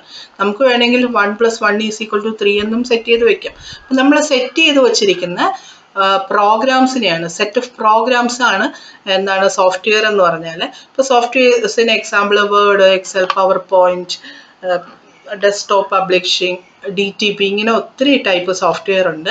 കമ്പ്യൂട്ടറിലേക്ക് ഡേറ്റ നൽകുന്ന പ്രക്രിയ എന്ത് പറയും? ഇൻപുട്ടിംഗ് എന്ന് പറയും. നമ്മൾ കമ്പ്യൂട്ടറിന് കൊടുക്കുന്ന ഡേറ്റ കൊടുക്കുന്ന പ്രക്രിയ ഇൻപുട്ടിംഗ് എന്ന് പറയും. ഇനി സ്പർശിച്ചാൽ തിരിച്ചറിയാത്ത കമ്പ്യൂട്ടറിലെ ഭാഗമാണ് സോഫ്റ്റ്വെയർ. നമ്മൾ ഹാർഡ്വെയർ പഠിച്ചപ്പോൾ പറഞ്ഞു തൊടാൻ സാധിക്കുന്നതും കാണാൻ സാധിക്കുന്നതും ഒക്കെ ആയിട്ടുള്ള ഉപകരണങ്ങൾ എന്ത് പറയും? ഹാർഡ്വെയർ എന്ന് പറയും. എന്നാൽ സ്പർശിച്ചാൽ തിരിച്ചറിയാൻ പറ്റില്ല, നമുക്ക് സ്പർശിച്ചാൽ കാണാൻ അല്ലെ നമുക്ക് കാണാൻ പറ്റാത്തൊരു ഭാഗമാണ് സോഫ്റ്റ്വെയർ എന്ന് പറഞ്ഞാൽ. സോഫ്റ്റ്വെയറുകൾ നിയന്ത്രിക്കുന്നവരെ അറിയപ്പെടുന്ന എന്താണ്? പ്രോഗ്രാമർ എന്ന് പറയും അല്ലേ. അതായത് സോഫ്റ്റ്വെയർ ചെയ്യുന്ന ആൾക്കാരെ പ്രോഗ്രാമർ എന്ന് പറയും. 2 തരം സോഫ്റ്റ്വെയറുകളാണ് പ്രധാനമായും ഉള്ളത്. ഏതൊക്കെയാണ്? സിസ്റ്റം സോഫ്റ്റ്വെയറും ആപ്ലിക്കേഷൻ സോഫ്റ്റ്വെയറും ആണ്. സോഫ്റ്റ്വെയറിലും പ്രോഗ്രാം ഉണ്ടാക്കുന്ന തെറ്റിനെ എന്ത് പറയും? ബഗ് എന്ന് പറയും. അപ്പൊ ബഗ് എന്ന് പറഞ്ഞാൽ എന്താണെന്ന് റീസെന്റ് ചോദിച്ചിട്ടുണ്ട്. ബഗ് എന്ന് പറഞ്ഞാൽ എന്താണ്? കമ്പ്യൂട്ടറിലുള്ള എറേഴ്സിനെയാണ്, തെറ്റുകളെയാണ് ബഗ് എന്ന് പറയുന്നത്. അപ്പൊ നമ്മൾ സോഫ്റ്റ്വെയർ 2 ടൈപ്പ് ഉണ്ടെന്ന് പറഞ്ഞു. ഏതൊക്കെയാണ്? സിസ്റ്റം സോഫ്റ്റ്വെയറും ആപ്ലിക്കേഷൻ സോഫ്റ്റ്വെയർ ഉണ്ടെന്ന് പറഞ്ഞു. സിസ്റ്റം സോഫ്റ്റ്വെയർ എന്ന് പറഞ്ഞാൽ എന്താണ്? സിസ്റ്റം റൺ ചെയ്യാൻ ആവശ്യമായിട്ടുള്ള സോഫ്റ്റ്വെയറിനെ എന്ത് പറയും? സിസ്റ്റം സോഫ്റ്റ്വെയർ എന്ന് പറയും. ആപ്ലിക്കേഷൻ സോഫ്റ്റ്വെയർ എന്ന് പറഞ്ഞാൽ എന്താണ്? ഒരു സെപ്പറേറ്റ് ആപ്ലിക്കേഷന് വേണ്ടി, ഒരു ആപ്ലിക്കേഷന് വേണ്ടി പ്രത്യേകം ഉപയോഗിക്കുന്ന സോഫ്റ്റ്വെയർ ആണ് ആപ്ലിക്കേഷൻ സോഫ്റ്റ്വെയർ. സിസ്റ്റം സോഫ്റ്റ്വെയർ, നമുക്കൊരു സിസ്റ്റത്തിന് വർക്ക് ചെയ്യണമെങ്കിൽ നമുക്ക് ആ സോഫ്റ്റ്വെയർ ഇല്ലെങ്കിൽ നമുക്ക് വർക്ക് ചെയ്യാൻ പറ്റില്ല. വെറുതെ ഒരു ലൈറ്റ് മാത്രമായിരിക്കും കാണുന്നത്. അങ്ങനെയുള്ള സോഫ്റ്റ്വെയർ ആണ് സിസ്റ്റം സോഫ്റ്റ്വെയർ. അതിന് എക്സാമ്പിൾ ഓപ്പറേറ്റിംഗ് സിസ്റ്റം അല്ലേ? നമ്മളൊരു കമ്പ്യൂട്ടർ കിട്ടിക്കഴിഞ്ഞാൽ ആദ്യം അതിന് OS ഇടും, ഓപ്പറേറ്റിംഗ് സിസ്റ്റം ആയിരിക്കും ഇടുന്നത്. അപ്പോൾ സിസ്റ്റം സോഫ്റ്റ്വെയറിന് എക്സാമ്പിൾ ആണ് OS. ആപ്ലിക്കേഷൻ സോഫ്റ്റ്വെയർ ഇപ്പോൾ നമുക്ക് വേർഡ് ഒരു ആപ്ലിക്കേഷൻ സോഫ്റ്റ്വെയർ ആണ്. വേർഡ് ഇല്ലെങ്കിൽ നമുക്ക് കമ്പ്യൂട്ടർ വർക്ക് ചെയ്യും അല്ലേ? അപ്പോൾ നമുക്ക് ടൈപ്പ് ഒക്കെ ചെയ്യണമെങ്കിൽ നമ്മൾ എക്സ്ട്രാ നമ്മൾ ഇൻസ്റ്റാൾ ചെയ്യുന്ന ഒരു ആപ്ലിക്കേഷനാണ് വേർഡ് എന്ന് പറഞ്ഞത്. അപ്പോൾ ഒരു പർട്ടിക്കുലർ ആപ്ലിക്കേഷന് വേണ്ടി നമ്മൾ ഉപയോഗിക്കുന്ന സോഫ്റ്റ്വെയർ ആണ് ആപ്ലിക്കേഷൻ സോഫ്റ്റ്വെയർ. ഇപ്പോൾ വേർഡ്, എക്സൽ, പവർ പോയിന്റ് ഇതൊക്കെ ആപ്ലിക്കേഷൻ സോഫ്റ്റ്വെയർസിന് എക്സാമ്പിൾ ആണ്. അപ്പം നമ്മൾ കമ്പ്യൂട്ടറിലെ സോഫ്റ്റ്വെയറിലും പ്രോഗ്രാമിലും ഉണ്ടാകുന്ന തെറ്റുകളെയാണ് ബഗ് എന്ന് പറഞ്ഞത്. ഈ തെറ്റുകളെ തിരുത്തുന്നതിന്, ബഗിനെ തിരുത്തണമല്ലോ, അതിന് നമ്മൾ എന്താ പറയുക, ഡീബഗ് ചെയ്യുകയാണെന്ന് പറയും. ഓക്കെ, ഇപ്പൊ കമ്പ്യൂട്ടറിലെ സോഫ്റ്റ്വെയറിൽ ഉണ്ടാകുന്ന തെറ്റുകളെ ബഗ് എന്ന് പറയും. ബഗുകളെ കറക്റ്റ് ചെയ്യുന്നതിന് എന്ത് പറയുക, ഡീബഗിങ് എന്ന് പറയും. ആ ബഗുകൾക്ക് ഒരു പ്രധാനപ്പെട്ട എക്സാമ്പിൾ ആണ് Y2K. Y2K എന്ന് പറഞ്ഞാൽ ദ ഇയർ 2000 എന്നാണ് Y2K അറിയപ്പെടുന്നത്. Y2K ഒരു ബഗിന് എക്സാമ്പിൾ ആണ്. ഇനി സിസ്റ്റം സോഫ്റ്റ്വെയറും ആപ്ലിക്കേഷൻ സോഫ്റ്റ്വെയർ ഉണ്ടെന്ന് ഞാൻ പറഞ്ഞു. ഫസ്റ്റ് നമുക്ക് സിസ്റ്റം സോഫ്റ്റ്വെയർ എന്താണെന്ന് നോക്കാം. കമ്പ്യൂട്ടറിന്റെ പ്രവർത്തനങ്ങൾ നിയന്ത്രിക്കുന്ന സോഫ്റ്റ്വെയർ ആണ് സിസ്റ്റം സോഫ്റ്റ്വെയർ. ഈ സോഫ്റ്റ്വെയർ ഇല്ലെങ്കിൽ ഞാൻ നേരത്തെ പറയുന്ന കമ്പ്യൂട്ടറിന് വർക്ക് ചെയ്യാൻ പറ്റില്ല. അങ്ങനെയുള്ള സോഫ്റ്റ്വെയർ ആണ് സിസ്റ്റം സോഫ്റ്റ്വെയർ. എക്സാമ്പിൾ എന്താണ്? Operating system. ഇനി യൂസറിനെയും കമ്പ്യൂട്ടറിനെയും തമ്മിൽ ബന്ധിപ്പിക്കുന്ന എന്താണ്? സിസ്റ്റം സോഫ്റ്റ്വെയർ ആണ്. ഒരേ സമയം ഒന്നിൽ കൂടുതൽ പ്രോഗ്രാം റൺ ചെയ്യുന്നതിന് എന്ത് പറയും? മൾട്ടി ടാസ്കിങ് എന്ന് പറയും. ഓക്കെ, ഒരേ സമയം ഒന്നിൽ കൂടുതൽ പ്രോഗ്രാം റൺ ചെയ്യുന്നതിന് മൾട്ടി ടാസ്കിങ് എന്ന് പറയും. ഈ പോയിന്റും മുന്നേ ചോദിച്ചിട്ടുള്ളതാണ്. യൂസറിനെയും കമ്പ്യൂട്ടറിനെയും തമ്മിൽ ബന്ധിപ്പിക്കുന്ന ആരാണ്? ഓപ്പറേറ്റിംഗ് സിസ്റ്റം ആണ്. ഓപ്പറേറ്റിംഗ് സിസ്റ്റത്തെ കുറിച്ച് നോക്കാം. ഒരു കമ്പ്യൂട്ടർ പ്രവർത്തിക്കുമ്പോൾ ആദ്യം ലോഡ് ചെയ്യുന്ന പ്രോഗ്രാം ആണ് ഓപ്പറേറ്റിംഗ് സിസ്റ്റം. കമ്പ്യൂട്ടർ നമ്മൾ ഓൺ ചെയ്യുമ്പോൾ ആദ്യം ഓപ്പറേറ്റിംഗ് സിസ്റ്റമാണ് റണ്ണായി വരുന്നത്. കമ്പ്യൂട്ടർ ഹാർഡ്വെയറിനെ യൂസറുമായി ബന്ധിപ്പിക്കുന്നു. നമ്മൾ നേരത്തെ പറഞ്ഞു കമ്പ്യൂട്ടറിനെയും യൂസറിനെയും തമ്മിൽ ബന്ധിക്കുന്നത്. കമ്പ്യൂട്ടറിനെയും യൂസറിനെയും തമ്മിൽ ബന്ധിപ്പിക്കുന്ന ആരാണ്? സിസ്റ്റം സോഫ്റ്റ്വെയർ ആണ്. കമ്പ്യൂട്ടറിനെയും യൂസറിനെയും തമ്മിൽ ബന്ധിപ്പിക്കുന്ന സിസ്റ്റം സോഫ്റ്റ്വെയർ ആണ്. എന്നാൽ കമ്പ്യൂട്ടർ ഹാർഡ്വെയറിനെയും യൂസറിനെയും തമ്മിൽ ബന്ധിപ്പിക്കുന്ന ആരാണ്? ഓപ്പറേറ്റിംഗ് സിസ്റ്റം ആണ്. ഇത് രണ്ട് ഇമ്പോർട്ടൻ്റ് ആണ് കേട്ടോ. കമ്പ്യൂട്ടറിനെയും യൂസറിനെയും തമ്മിൽ ബന്ധിപ്പിക്കുന്നത് സിസ്റ്റം സോഫ്റ്റ്വെയറും കമ്പ്യൂട്ടർ ഹാർഡ്വെയറിനെയും യൂസറിനെയും തമ്മിൽ ബന്ധിപ്പിക്കുന്നത് ഓപ്പറേറ്റിംഗ് സിസ്റ്റം ആണ്. ഒരു സമയം ഒരാൾക്ക് മാത്രം ഉപയോഗിക്കാൻ പറ്റുന്ന ഓപ്പറേറ്റിംഗ് സിസ്റ്റത്തിന് സിംഗിൾ യൂസർ ഓപ്പറേറ്റിംഗ് സിസ്റ്റം എന്ന് പറയും. അപ്പോൾ ഒരേ സമയം ഒന്നിൽ കൂടുതൽ പേർക്ക് ഉപയോഗിക്കാൻ പറ്റുന്ന ഓപ്പറേറ്റിംഗ് സിസ്റ്റം എന്താണ്? മൾട്ടി യൂസർ ഓപ്പറേറ്റിംഗ് സിസ്റ്റം ആണ്. അപ്പോൾ ഒരു സമയം ഒരാൾക്ക് മാത്രം ഉപയോഗിക്കാൻ പറ്റുന്ന OS സിംഗിൾ യൂസർ ഓപ്പറേറ്റിംഗ് സിസ്റ്റവും ഒരേ സമയം ഒന്നിൽ കൂടുതൽ പേർക്ക് ഉപയോഗിക്കാൻ പറ്റുന്ന operating system multi user operating സിസ്റ്റവും ആണ്. നെക്സ്റ്റ് നോക്കിയേ, ഒന്നിൽ കൂടുതൽ പ്രോഗ്രാം ഒരു നിശ്ചിത ഇടവേളകളിൽ റൺ ചെയ്യിപ്പിക്കാൻ സാധിക്കുന്ന സോഫ്റ്റ്വെയറിനെ ടൈം ഷെയറിംഗ് സോഫ്റ്റ്വെയർ എന്ന് പറയും. എന്താണ്? ഒന്നിൽ കൂടുതൽ പ്രോഗ്രാം ഒരു നിശ്ചിത ഇടവേളകളിൽ റൺ ചെയ്യിപ്പിക്കുന്ന സോഫ്റ്റ്വെയറിനെ എന്ത് പറയും? ടൈം ഷെയറിംഗ് സിസ്റ്റം എന്ന് പറയും. നെക്സ്റ്റ് നോക്കിയാൽ ബൂട്ടിംഗ്. നമ്മൾ നേരത്തെ പറഞ്ഞതാണ് ബൂട്ടിംഗ്. കമ്പ്യൂട്ടറിന്റെ പ്രവർത്തനം ആരംഭിക്കുന്ന പ്രക്രിയയാണ് ബൂട്ടിംഗ് എന്നത്. നമ്മൾ കമ്പ്യൂട്ടർ ഓൺ ചെയ്ത് കഴിഞ്ഞാൽ ആദ്യം നടക്കുന്ന പ്രോസസ്സ് ബൂട്ടിംഗ് ആണ്. ലോകത്തിൽ ഏറ്റവും കൂടുതൽ ആളുകൾ ഉപയോഗിക്കുന്ന ഓപ്പറേറ്റിംഗ് സിസ്റ്റം ഏതാണ്? വിൻഡോസ് ഓപ്പറേറ്റിംഗ് സിസ്റ്റം ആണ് ലോകത്തിൽ ഏറ്റവും കൂടുതൽ ആളുകൾ ഉപയോഗിക്കുന്ന ഓപ്പറേറ്റിംഗ് സിസ്റ്റം. വിൻഡോസ് ഓപ്പറേറ്റിംഗ് സിസ്റ്റത്തിന്റെ സ്ഥാപകർ ആരാണ്? മൈക്രോസോഫ്റ്റ് ആണ്. ഇനി മൈക്രോസോഫ്റ്റ് എന്ന് പറഞ്ഞ കമ്പനിയാണ് വിൻഡോസ് ഓപ്പറേറ്റിംഗ് സിസ്റ്റം ഡെവലപ്പ് ചെയ്തത്. മൈക്രോസോഫ്റ്റിന്റെ സ്ഥാപകർ ആരൊക്കെയാണ്? ബിൽ ഗേറ്റ്സും പോൾ അലനും ആണ്. അതും ചോദിച്ചിട്ടുള്ളതാണ് അല്ലേ. മൈക്രോസോഫ്റ്റിന്റെ സ്ഥാപകർ ആരൊക്കെയാണ്? ബിൽ ഗേറ്റ്സും പോൾ അലനും ആണ്. വിൻഡോസ് ഓപ്പറേറ്റിംഗ് സിസ്റ്റത്തിന്റെ ആദ്യത്തെ പതിപ്പ് വിൻഡോസ് 10 ആണ് അല്ലെ. വിൻഡോസ് 1.0 അല്ലെങ്കിൽ വിൻഡോസ് 1 ആണ് വിൻഡോസ് ഓപ്പറേറ്റിംഗ് സിസ്റ്റത്തിന്റെ ആദ്യത്തെ വെർഷൻ എന്ന് പറഞ്ഞാൽ. ഏറ്റവും പുതിയതാണെങ്കിലും വിൻഡോസ് 11 ആണ് അല്ലെ. വിൻഡോസ് 11 ആണ് ഏറ്റവും പുതിയ വെർഷൻ. വിൻഡോസ് 10 ഓപ്പറേറ്റിംഗ് സിസ്റ്റത്തോടൊപ്പം ഉള്ള ഡീഫോൾട്ട് ബ്രൗസർ ഏതാണ്? എഡ്ജ്. റീസെന്റ് 2024-25 കുറച്ച് പ്രാവശ്യം ചോദിച്ചിട്ടുള്ളൊരു ക്വസ്റ്റ്യൻ ആണ്. അപ്പോൾ വിൻഡോസ് 10 ഓപ്പറേറ്റിംഗ് സിസ്റ്റം ആണ് നമ്മൾ ഇൻസ്റ്റാൾ ചെയ്തിരിക്കുന്നതെങ്കിൽ നമുക്ക് ബ്രൗസ് ചെയ്യാൻ ഡീഫോൾട്ട് ആയിട്ട് കിട്ടുന്ന ഒരു ബ്രൗസറാണ് എഡ്ജ് എന്ന് പറഞ്ഞാൽ. ആൻഡ്രോയിഡ് ഓപ്പറേറ്റിംഗ് സിസ്റ്റം വികസിപ്പിച്ചെടുത്തത് ആരാണ്? ഗൂഗിൾ ആണ്. മൊബൈലിൽ ഉപയോഗിക്കുന്ന ഓപ്പറേറ്റിംഗ് സിസ്റ്റം ആണ് ആൻഡ്രോയിഡ് ഓപ്പറേറ്റിംഗ് സിസ്റ്റം. ഇത് വികസിപ്പിച്ചെടുത്ത ആരാണ്? ഗൂഗിൾ ആണ്. നെക്സ്റ്റ് നോക്കി, ഏറ്റവും പ്രധാനപ്പെട്ട ആൻഡ്രോയിഡ് പതിപ്പുകൾ. നമുക്ക് ഇങ്ങനെ ഒരു ക്വസ്റ്റ്യൻ വേണമെങ്കിൽ ചോദിക്കാം. താഴെ തന്നിട്ടുള്ള ആൻഡ്രോയിഡ് പതിപ്പുകൾ അല്ലാത്തത് ഏത്, ആയത് ഏത് എന്നൊക്കെ ചോദിക്കാം. അപ്പോൾ വളരെ വെറൈറ്റി ആയിട്ടുള്ള പേരുകളാണ് ആൻഡ്രോയിഡിന്റെ പതിപ്പുകൾക്ക് ഇടാറുള്ളത്. നോക്കിയേ, cupcake, donut, ice cream, gingerbread, KitKat, lollipop, pie, marshmallow, ഇതൊക്കെ ആൻഡ്രോയിഡിന്റെ വിവിധ തരത്തിലുള്ള പതിപ്പുകളാണ്. ഇനി MAC മക് ഓപ്പറേറ്റിംഗ് സിസ്റ്റം വികസിപ്പിച്ചത് ആരാണ്? ആപ്പിൾ കമ്പനിയാണ് അല്ലെ? ആപ്പിൾ കമ്പനിയാണ് മക് ഓപ്പറേറ്റിംഗ് സിസ്റ്റം വികസിപ്പിച്ചത്. ഇന്ത്യ വികസിപ്പിച്ച ലിനക്സ് അടിസ്ഥാനമാക്കിയുള്ള ഓപ്പറേറ്റിംഗ് സിസ്റ്റം ഏതാണ്? ബോസ് ആണ് കേട്ടോ. ബോസ് ഇന്ത്യ വികസിപ്പിച്ച ലിനക്സ് ബേസ് ചെയ്തിട്ടുള്ള ഓപ്പറേറ്റിംഗ് സിസ്റ്റം ആണ്. അപ്പം ഇന്ത്യ വികസിപ്പിച്ച ഓപ്പറേറ്റിംഗ് സിസ്റ്റം ആണ് എന്ത്? ബോസ്. ബോസ് എന്ന് പറഞ്ഞതാണ് Bharat operating system solutions. Okay, അപ്പൊ ബോസ് എന്താണ്? ഭാരത് ഓപ്പറേറ്റിംഗ് സിസ്റ്റം സൊല്യൂഷൻ ആണ് ബോസ് എന്ന് പറഞ്ഞാൽ. ഇതാരാണ് വികസിപ്പിച്ചെടുത്തത്? ഇന്ത്യയാണ് വികസിപ്പിച്ചെടുത്തത്. ലിനക്സ് വെച്ചിട്ട്, ലിനക്സ് ബേസ് ചെയ്തിട്ട് ഇന്ത്യ വികസിപ്പിച്ചെടുത്ത ഓപ്പറേറ്റിംഗ് സിസ്റ്റം ആണ് ബോസ്. ഇന്ത്യയിൽ ആരാണ് ഇത് വികസിപ്പിച്ചെടുത്തത്? CDAC ആണ് വികസിപ്പിച്ചെടുത്തത്. നെക്സ്റ്റ് എന്താണ് ഫയൽ സിസ്റ്റം? ഓരോ ഓപ്പറേറ്റിംഗ് സിസ്റ്റവും അതിന് യോജിക്കുന്ന രീതിയിൽ ഹാർഡ് ഡിസ്കിനെ ഫോർമാറ്റ് ചെയ്യുന്ന രീതിയാണ് ഫയൽ സിസ്റ്റം എന്ന് പറയുന്നത്. ഇപ്പൊ ലിനക്സിലാണെങ്കിൽ ext3, ext4 ഒക്കെയാണ് അതിന്റെ ഫയൽ സിസ്റ്റം. വിൻഡോസിലാണെങ്കിലോ FAT32, NDFS, ഇതൊക്കെ വിൻഡോസിന്റെ ഫയൽ സിസ്റ്റത്തിന് എക്സാമ്പിൾ ആണ്. അപ്പൊ സിസ്റ്റം സോഫ്റ്റ്വെയർ കഴിഞ്ഞാൽ നമുക്ക് എന്താണ് ആപ്ലിക്കേഷൻ സോഫ്റ്റ്വെയർ നോക്കാം. യൂസർ പ്രത്യേക ആവശ്യങ്ങൾക്ക് വേണ്ടി ഉപയോഗിക്കുന്ന പ്രോഗ്രാമുകൾ അല്ലെങ്കിൽ ആപ്ലിക്കേഷനുകളാണ് ആപ്ലിക്കേഷൻ സോഫ്റ്റ്വെയർ എന്ന് പറഞ്ഞാൽ. ഏറ്റവും പ്രധാനപ്പെട്ട ആപ്ലിക്കേഷൻ സോഫ്റ്റ്വെയറുകൾക്ക് എക്സാമ്പിൾ എന്താണ്? MS office, Tally, Photoshop etcetera, ഇതൊക്കെയാണ് ആപ്ലിക്കേഷൻ സോഫ്റ്റ്വെയറുകൾ. അറിയപ്പെടുന്ന മറ്റു പേരെന്താണ്? എൻഡ് യൂസർ പ്രോഗ്രാം എന്നാണ്. അപ്പൊ എന്താണ് എൻഡ് യൂസർ പ്രോഗ്രാം? ആപ്ലിക്കേഷൻ സോഫ്റ്റ്വെയറുകൾ അറിയപ്പെടുന്ന മറ്റൊരു പേരാണ് എൻഡ് യൂസർ പ്രോഗ്രാം.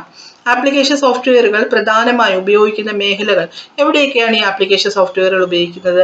വാണിജ്യ ഇടപാടുകളും പ്രവർത്തനങ്ങളും കാര്യക്ഷമമാക്കുന്നതിന് വേണ്ടിയിട്ടാണ് ഉപയോഗിക്കുന്നത്. അപ്പോൾ അതിന് എക്സാമ്പിൾ സ്പ്രെഡ്ഷീറ്റ്, ഇപ്പൊ PPT, പ്രസന്റേഷൻ, ഇതൊക്കെ ആപ്ലിക്കേഷൻ സോഫ്റ്റ്വെയർസിന് എക്സാമ്പിൾ ആണ്. നെക്സ്റ്റ് നോക്കിയേ, എന്താണ് പ്രോഗ്രാമിംഗ് എന്ന് നോക്കാം. പ്രത്യേക പ്രശ്ന പരിഹാരത്തിനുള്ള ഒരു കൂട്ടം നിർദ്ദേശങ്ങളാണ് കമ്പ്യൂട്ടർ പ്രോഗ്രാം എന്ന് പറഞ്ഞാൽ. പ്രോഗ്രാം ചെയ്ത നിർദ്ദേശങ്ങളെ കോഡ് എന്ന് പറയും. എന്താണ് കോഡ് എന്ന് പറഞ്ഞാൽ? പ്രോഗ്രാം ചെയ്ത നിർദ്ദേശങ്ങളാണ് കോഡ്. ഒരു പ്രോഗ്രാമർ കമ്പ്യൂട്ടറുകളോട് സംവദിക്കുന്നതിന് പ്രോഗ്രാമിംഗ് ലാംഗ്വേജിലൂടെയാണ്. അപ്പൊ നമുക്ക് കമ്പ്യൂട്ടറുകളോട് ഇടപെടണമെങ്കിൽ എന്ത് വേണം? പ്രോഗ്രാമിംഗ് ലാംഗ്വേജ് അറിയണം. ഇപ്പൊ എക്സാമ്പിൾ പൈത്തൺ, CPP, ഇതൊക്കെ പ്രോഗ്രാമിംഗ് ലാംഗ്വേജസിന് എക്സാമ്പിൾ ആണ്.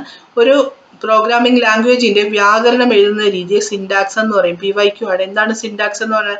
കമ്പ്യൂട്ടറിന് ഒരു വ്യാകരണമുണ്ട്, അത് എഴുതുന്ന രീതിയെ സിൻടാക്സ് എന്ന് പറയും. പ്രോഗ്രാമിംഗ് ലാംഗ്വേജുകൾ പ്രധാനമായി 2 തരത്തിലുണ്ട്. ലോ ലെവൽ ലാംഗ്വേജും ഹൈ ലെവൽ ലാംഗ്വേജും.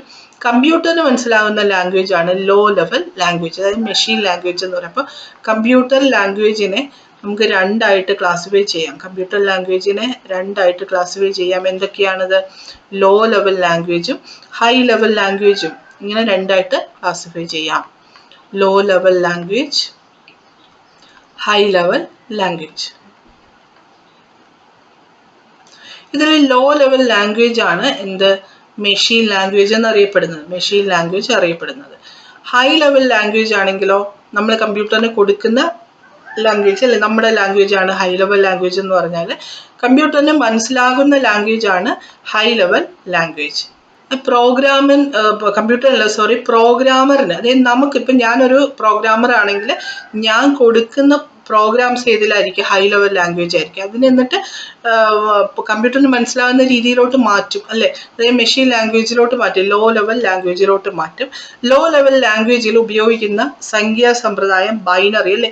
നമ്മൾ കൊടുക്കുന്ന എല്ലാ ഡേറ്റയും 1 0 1 0 ഇങ്ങനെ 1ഉം 0സും ആയിട്ട് അതിനെ എന്താണ് മാറ്റിയതിന് ശേഷമാണ് കമ്പ്യൂട്ടറിന് മനസ്സിലാകുന്നത്. ലോ ലെവൽ ലാംഗ്വേജുകൾ പ്രധാനമായും 2ആയി തിരിച്ചിരിക്കുന്നു. മെഷീൻ ലാംഗ്വേജും അസംബ്ലി ലാംഗ്വേജും. അത് ട്രാൻസ്ലേറ്റേഴ്സ് യൂസ് ചെയ്തിട്ടാണ് ഇങ്ങനെ എന്താണ് ട്രാൻസ്ലേറ്റ് ചെയ്യുന്നത്. 1ാം ജനറേഷൻ കമ്പ്യൂട്ടറുകളിൽ ഉപയോഗിച്ചിരുന്നത് മെഷീൻ ലാംഗ്വേജ് ആണ്. ഇപ്പൊ നമുക്ക് കമ്പ്യൂട്ടറിൽ നമുക്ക് 1st ജനറേഷൻ, 2nd ജനറേഷൻ, ഇപ്പൊ 5th ജനറേഷൻ വരെ ആയി. അതിൽ 1ാം ജനറേഷൻ കമ്പ്യൂട്ടറുകളിൽ ഏതാണ് ഉപയോഗിച്ചിരുന്നത്? മെഷീൻ ലാംഗ്വേജ് ആണ് ഉപയോഗിച്ചിരുന്നത്. മെഷീൻ ലാംഗ്വേജിൽ ഉപയോഗിച്ചിരുന്ന ലാംഗ്വേജ് ഏതാണ്? ബൈനറി ലാംഗ്വേജ് ആയിരുന്നു. ബൈനറി ലാംഗ്വേജിൽ ഉപയോഗിക്കുന്ന അക്കങ്ങൾ ഏതൊക്കെയാണ്? 1സും 0സും. 1ഉം 0യും മാത്രം ഉപയോഗിച്ചിട്ടാണ് ബൈനറി ലാംഗ്വേജിൽ അപ്പോൾ ഒന്നാമത്തെ ജനറേഷൻ കമ്പ്യൂട്ടറുകളിലെ പ്രോഗ്രാമറുകളെ കുറിച്ച് ആലോചിച്ച് നോക്കിയേ. ഇപ്പം നമ്മൾ ആപ്പിൾ എന്ന് ടൈപ്പ് ചെയ്യണമെങ്കിൽ APPL ഇത് ഓരോ അക്ഷരത്തിനെയും അതിന് എക്ക് മാത്രം ഒരു കോഡുണ്ട്. ഓക്കെ, ബിക്ക് മാത്രം ചിലപ്പോൾ 0111 എന്നുള്ളതായിരിക്കും ബി. അപ്പം ആപ്പിൾ എന്ന് ടൈപ്പ് ചെയ്യണമെങ്കിൽ അതിനെ മാത്രം 0യും 1ഉം മാത്രമുള്ള കോഡാക്കി മാറ്റണം.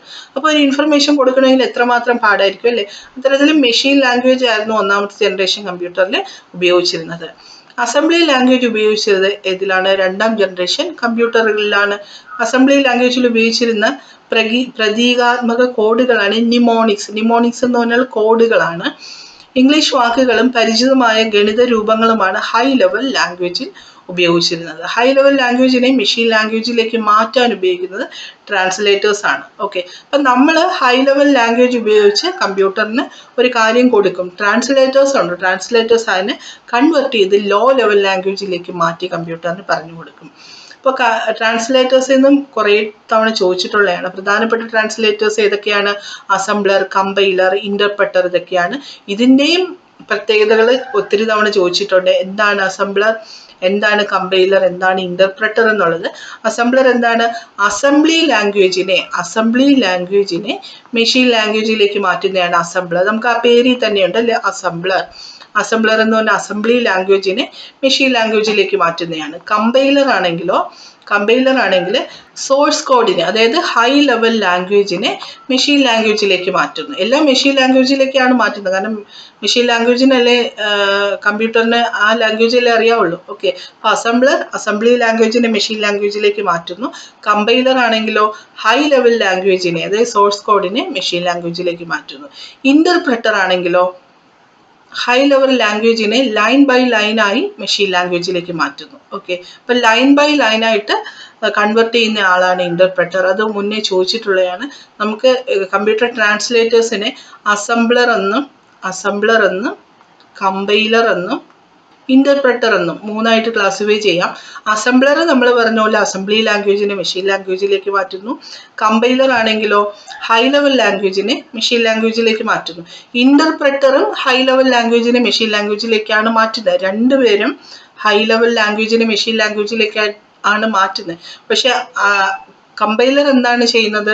കമ്പൈലർ മൊത്തം കോഡിനെ ഒരുമിച്ച് കമ്പൈൽ ചെയ്യാണ്. എറർ കണ്ടുപിടിച്ചു മെഷീൻ ലാംഗ്വേജിലേക്ക് കൺവെർട്ട് ചെയ്ത് മെഷീൻ ലാംഗ്വേജിലേക്ക് മാറ്റുന്നു. ഇന്റർപ്രറ്റർ ആണെങ്കിലോ ഓരോ ലൈൻ ബൈ ലൈൻ ആയിട്ടാണ് കമ്പൈൽ ചെയ്ത് മാറ്റുന്നത്, അതായത് കൺവെർട്ട് ചെയ്ത് ട്രാൻസ്ലേറ്റ് ചെയ്ത് മാറ്റുന്നത്. അപ്പോൾ കമ്പൈലറും ഇന്റർപ്രറ്ററും തമ്മിലുള്ള വ്യത്യാസം ഇതാണ്. രണ്ടും ഹൈ ലെവൽ ലാംഗ്വേജിനെ മെഷീൻ ലാംഗ്വേജിലോട്ടാണ് മാറ്റുന്നത്. പക്ഷേ കമ്പൈലർ എന്ത് ചെയ്യുന്നു? മൊത്തം സോഴ്സ് കോഡിനെ ഒരുമിച്ച് മാറ്റുന്നു. ഇന്റർപ്രറ്റർ ആണെങ്കിലോ ലൈൻ ബൈ ലൈൻ, ഓരോ ലൈനായിട്ട് കൺവെർട്ട് ചെയ്താണ് മാറ്റുന്നത്. ഒരു കമ്പ്യൂട്ടറിലെ ഹാർഡ്വെയറിനെയും ഓപ്പറേറ്റിംഗ് സിസ്റ്റത്തെയും തമ്മിൽ ബന്ധിപ്പിക്കുന്ന പ്രോഗ്രാമിനെ എന്ത് പറയും?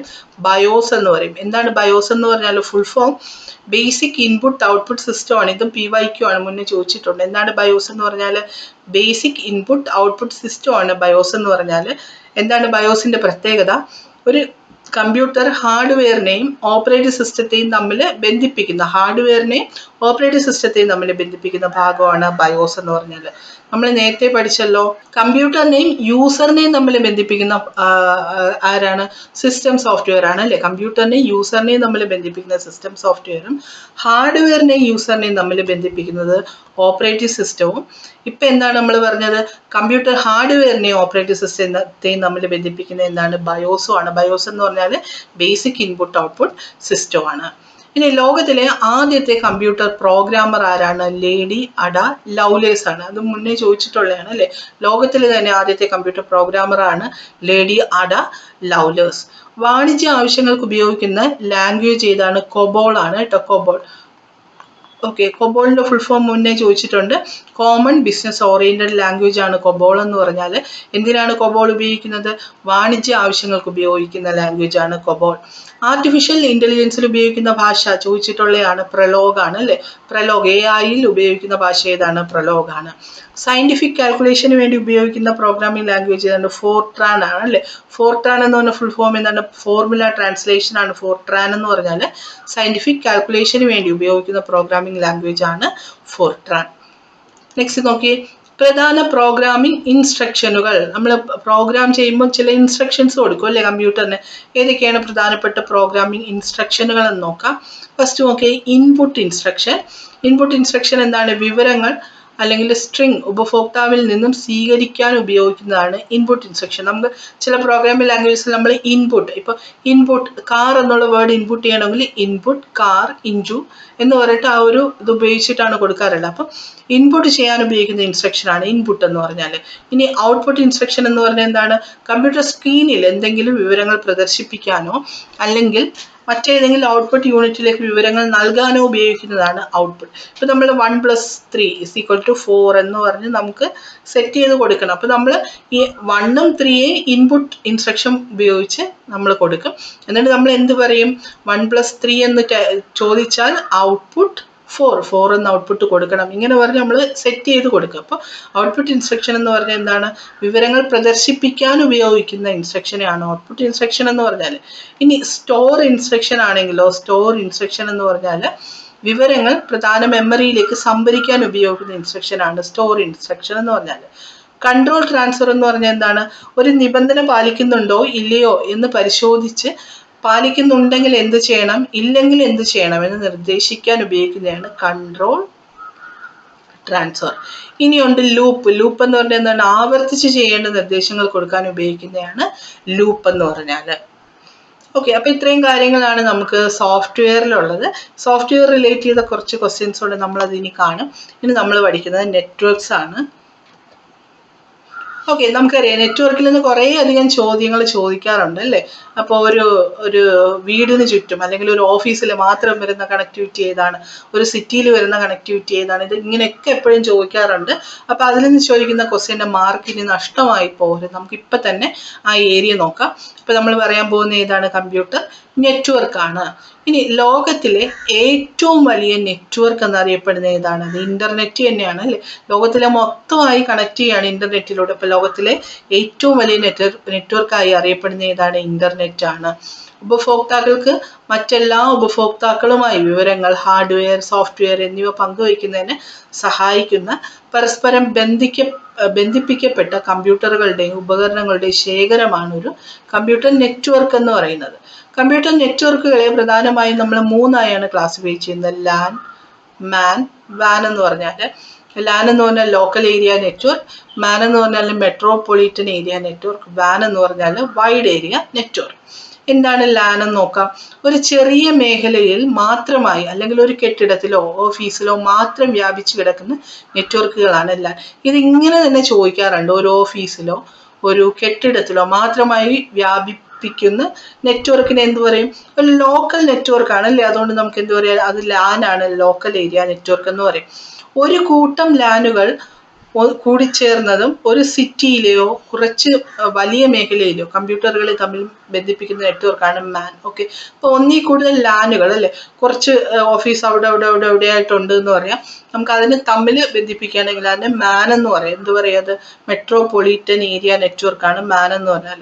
എക്സാമ്പിൾ കേബിൾ TV, ഒരു ബാങ്കിലെ ലോക്കൽ ബ്രാഞ്ചുകൾ തമ്മിലുള്ള നെറ്റ്വർക്കൊക്കെ മാനിന് എക്സാമ്പിൾ ആണ്. അപ്പോൾ ഈ ഒരു എക്സാമ്പിൾ തന്നിട്ട് ഇത് ഏത് ടൈപ്പ് നെറ്റ്വർക്കാണെന്ന് ചോദിച്ചു കഴിഞ്ഞാൽ ഏതാണ്? മെട്രോപൊളിറ്റൻ ഏരിയ നെറ്റ്വർക്കാണ്. ഇനി എന്താണ് വാൻ എന്ന് നോക്കാം. ഒരു രാജ്യം മുഴുവനായോ അല്ലെങ്കിൽ വൻ ബഹുരാഷ്ട്ര സ്ഥാപനങ്ങളുടെ സൈറ്റുകൾ ഉൾപ്പെടുന്ന ബന്ധിപ്പിക്കുന്ന നെറ്റ്വർക്കാണ് വാൻ എന്ന് പറഞ്ഞാൽ. വാൻ എന്ന് പറഞ്ഞാൽ എന്താണ്? വൈഡ് ഏരിയ നെറ്റ്വർക്കാണ്. ഇന്റർനെറ്റ് ഏതിന് എക്സാമ്പിൾ ആണെന്ന് ചോദിച്ചിട്ടുണ്ട്. ഇന്റർനെറ്റ് ഏതിന് എക്സാമ്പിൾ ആണ്?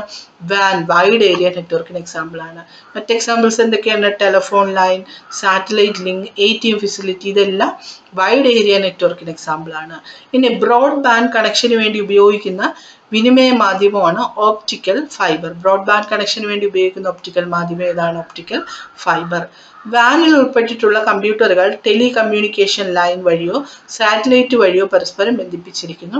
ഒരു വ്യക്തിയുടെ കൈവശമുള്ള ഉപകരണങ്ങൾ തമ്മിൽ ബന്ധിപ്പിച്ച് ആശയം സാധ്യമാക്കുന്ന നെറ്റ്വർക്കിനെ പാൻ എന്ന് പറയും. ഓക്കെ, ഒരു വ്യക്തിയുടെ ഇൻഡിപെൻഡന്റ് ആയിട്ടുള്ള നെറ്റ്വർക്ക് അതിനെ എന്ത് പറയും? പാൻ. പാൻ എന്ന് പറഞ്ഞാൽ എന്താണ്? പേഴ്സണൽ ഏരിയ നെറ്റ്വർക്ക് എന്ന് പറയും. ഓക്കെ, നെക്സ്റ്റ് നോക്കിയാൽ നെറ്റ്വർക്ക് ഉപകരണങ്ങൾ. ഇത് ഇമ്പോർട്ടൻ്റ് ആണ്. നമുക്കറിയാം റിപ്പീറ്റർ എന്താ, ഹബ് എന്താ, സ്വിച്ച് എന്താ, ബ്രിഡ്ജ് എന്താ, ഇതൊക്കെ ചോദിക്കാറുള്ളതാണ്.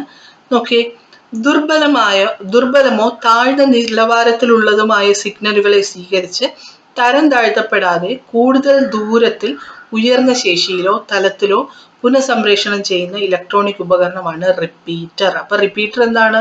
ദുർബലമായതോ അല്ലെങ്കിൽ താഴ്ന്ന നിലവാരത്തിലുള്ള സിഗ്നലുകളെ സ്വീകരിച്ച് എന്ത് ചെയ്യണം, അതിന് ഉയർന്ന ശേഷിയുള്ളതാക്കി മാറ്റി സംപ്രേഷണം ചെയ്യുന്നു, പുനഃസംപ്രേഷണം ചെയ്യുന്ന ഉപകരണമാണ് റിപ്പീറ്റർ. അപ്പൊ റിപ്പീറ്റർ മറക്കൂലല്ലോ. സിഗ്നൽ കുറഞ്ഞ നിലവാരത്തിലുള്ള സിഗ്നലിനെ അതിനെ ഒന്ന് എന്ത് ചെയ്യുന്നു, ഡെവലപ്പ് ചെയ്ത് നല്ല നിലവാരത്തിലാക്കി പുനഃസംപ്രേഷണം ചെയ്യുന്നു. അതാണ് റിപ്പീറ്റർ ചെയ്യുന്നത്. കേബിളിലൂടെ ദീർഘദൂരത്തിൽ സഞ്ചരിക്കുമ്പോൾ സിഗ്നലുകൾ ദുർബലമാകുന്ന അവസ്ഥ എന്ന് പറയും അറ്റിന്യൂഷൻ എന്ന് പറയും കേട്ടോ, അറ്റിന്യൂയേഷൻ എന്ന് പറയും. അപ്പൊ കേബിളിലൂടെ ദീർഘദൂരത്തിൽ സഞ്ചരിക്കുമ്പോൾ സിഗ്നലുകൾ ദുർബലമാകുന്ന അവസ്ഥയാണ് അറ്റിന്യൂയേഷൻ എന്ന് പറഞ്ഞാൽ. ഒരു നെറ്റ്വർക്കിലെ എല്ലാ കേബിളുകളും ഒന്നിക്കുന്ന കേന്ദ്ര സ്ഥാനത്തിനെയാണ് ഹബ് എന്ന് പറയുന്നത്. അപ്പൊ എന്താണ് ഹബ് എന്ന് പറഞ്ഞാൽ? ഒരു നെറ്റ്വർക്കിലെ എല്ലാ കേബിളുകളും ഒന്നിക്കുന്ന കേന്ദ്ര സ്ഥാനമാണ് ഹബ് എന്ന് പറഞ്ഞാൽ. ഒന്നിലധികം കമ്പ്യൂട്ടറുകളെ ഒരു ലാനിൽ ബന്ധിപ്പിക്കാൻ ഉപയോഗിക്കുന്ന ഉപകരണമാണ് സ്വിച്ച് എന്ന് പറഞ്ഞാൽ. എന്താണ് സ്വിച്ച് എന്ന് പറഞ്ഞാൽ? ഒന്നിലധികം ലാനുകൾ. ഇപ്പോൾ കുറച്ചധികം ലാനുണ്ട്. ലാൻ എന്ന് പറഞ്ഞാൽ നമുക്കറിയാം ലോക്കൽ ഏരിയ നെറ്റ്വർക്ക് അല്ലേ. ഒന്നിലധികം ലാനുകളെ ബന്ധിപ്പിക്കാൻ ഉപയോഗിക്കുന്ന ഉപകരണമാണ് എന്ത് പറയുന്നത്? സ്വിച്ച് എന്ന് പറയുന്നത്. രണ്ട് നെറ്റ്വർക്കുകളെ ഒരു ലോജിക്കൽ നെറ്റ്വർക്കുമായി ഉപയോഗിക്കുന്ന ഉപകരണമാണ് ബ്രിഡ്ജ് എന്ന് പറഞ്ഞാൽ. ബ്രിഡ്ജ് എന്താണ്? രണ്ട് നെറ്റ്വർക്കുകളെ ഒരു ലോജിക്കൽ നെറ്റ്വർക്കുമായി ബന്ധിപ്പിക്കുന്ന ഉപകരണമാണ് ബ്രിഡ്ജ് എന്ന് പറയുന്നത്. അതുപോലെ തന്നെ ബ്ലൂടൂത്തിന്റെ ഉപജ്ഞാതാവ് ആരാണ്? ജാബ് ഹാഡ്സൺ ആണ് കേട്ടോ. ജാബ് ഹാഡ്സൺ ആണ്. അപ്പൊ റിപ്പീറ്റർ എന്ന് പറഞ്ഞാൽ ദുർബലമായതോ താഴ്ന്ന സിഗ്നലുകളെ ഡെവലപ്പ് ചെയ്ത് കുറച്ചുകൂടെ ശേഷിയുള്ളതാക്കി പുനഃസംപ്രേഷണം ചെയ്യുകയാണെങ്കിൽ റിപ്പീറ്റർ. കേബിളിലൂടെ ദീർഘദൂരത്തിൽ സഞ്ചരിക്കുമ്പോൾ സിഗ്നലുകൾക്ക് ദുർബലമാകുന്ന അവസ്ഥയെ അറ്റിന്യൂയേഷൻ എന്ന് പറയും. ഒരു നെറ്റ്വർക്കിലെ എല്ലാ കേബിളുകളും ഒന്നിക്കുന്ന കേന്ദ്ര സ്ഥാനമാണ് ഹബ് എന്ന് പറഞ്ഞാൽ. സ്വിച്ച് എന്താണ്?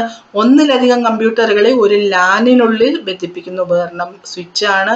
ബ്രിഡ്ജ് എന്താണ്? രണ്ട് നെറ്റ്വർക്കുകളെ ഒരു ലോജിക്കൽ നെറ്റ്വർക്കുമായി ബന്ധിപ്പിക്കുന്ന ഉപകരണം ബ്രിഡ്ജ് ആണ്.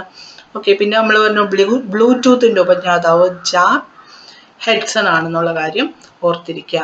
അടുത്ത നോക്കിയേ, ടെലിഫോൺ ലൈനിലൂടെ വിവരങ്ങൾ കൈമാറാൻ ഉപയോഗിക്കുന്ന ഉപകരണമാണ് മോഡം. ഓക്കെ, ഇപ്പൊ ടെലിഫോൺ ലൈനിലൂടെ വിവരങ്ങൾ കൈമാറാൻ ഉപയോഗിക്കുന്ന ഉപകരണം മോഡം ആണ്. അനലോഗ് സിഗ്നലുകളെ ഡിജിറ്റൽ സിഗ്നലുകളാക്കിയും ഡിജിറ്റൽ സിഗ്നലുകളെ അനലോഗ് സിഗ്നലുകളാക്കി രൂപഭേദം വരുത്തുന്ന ഉപകരണവും മോഡം ആണ്.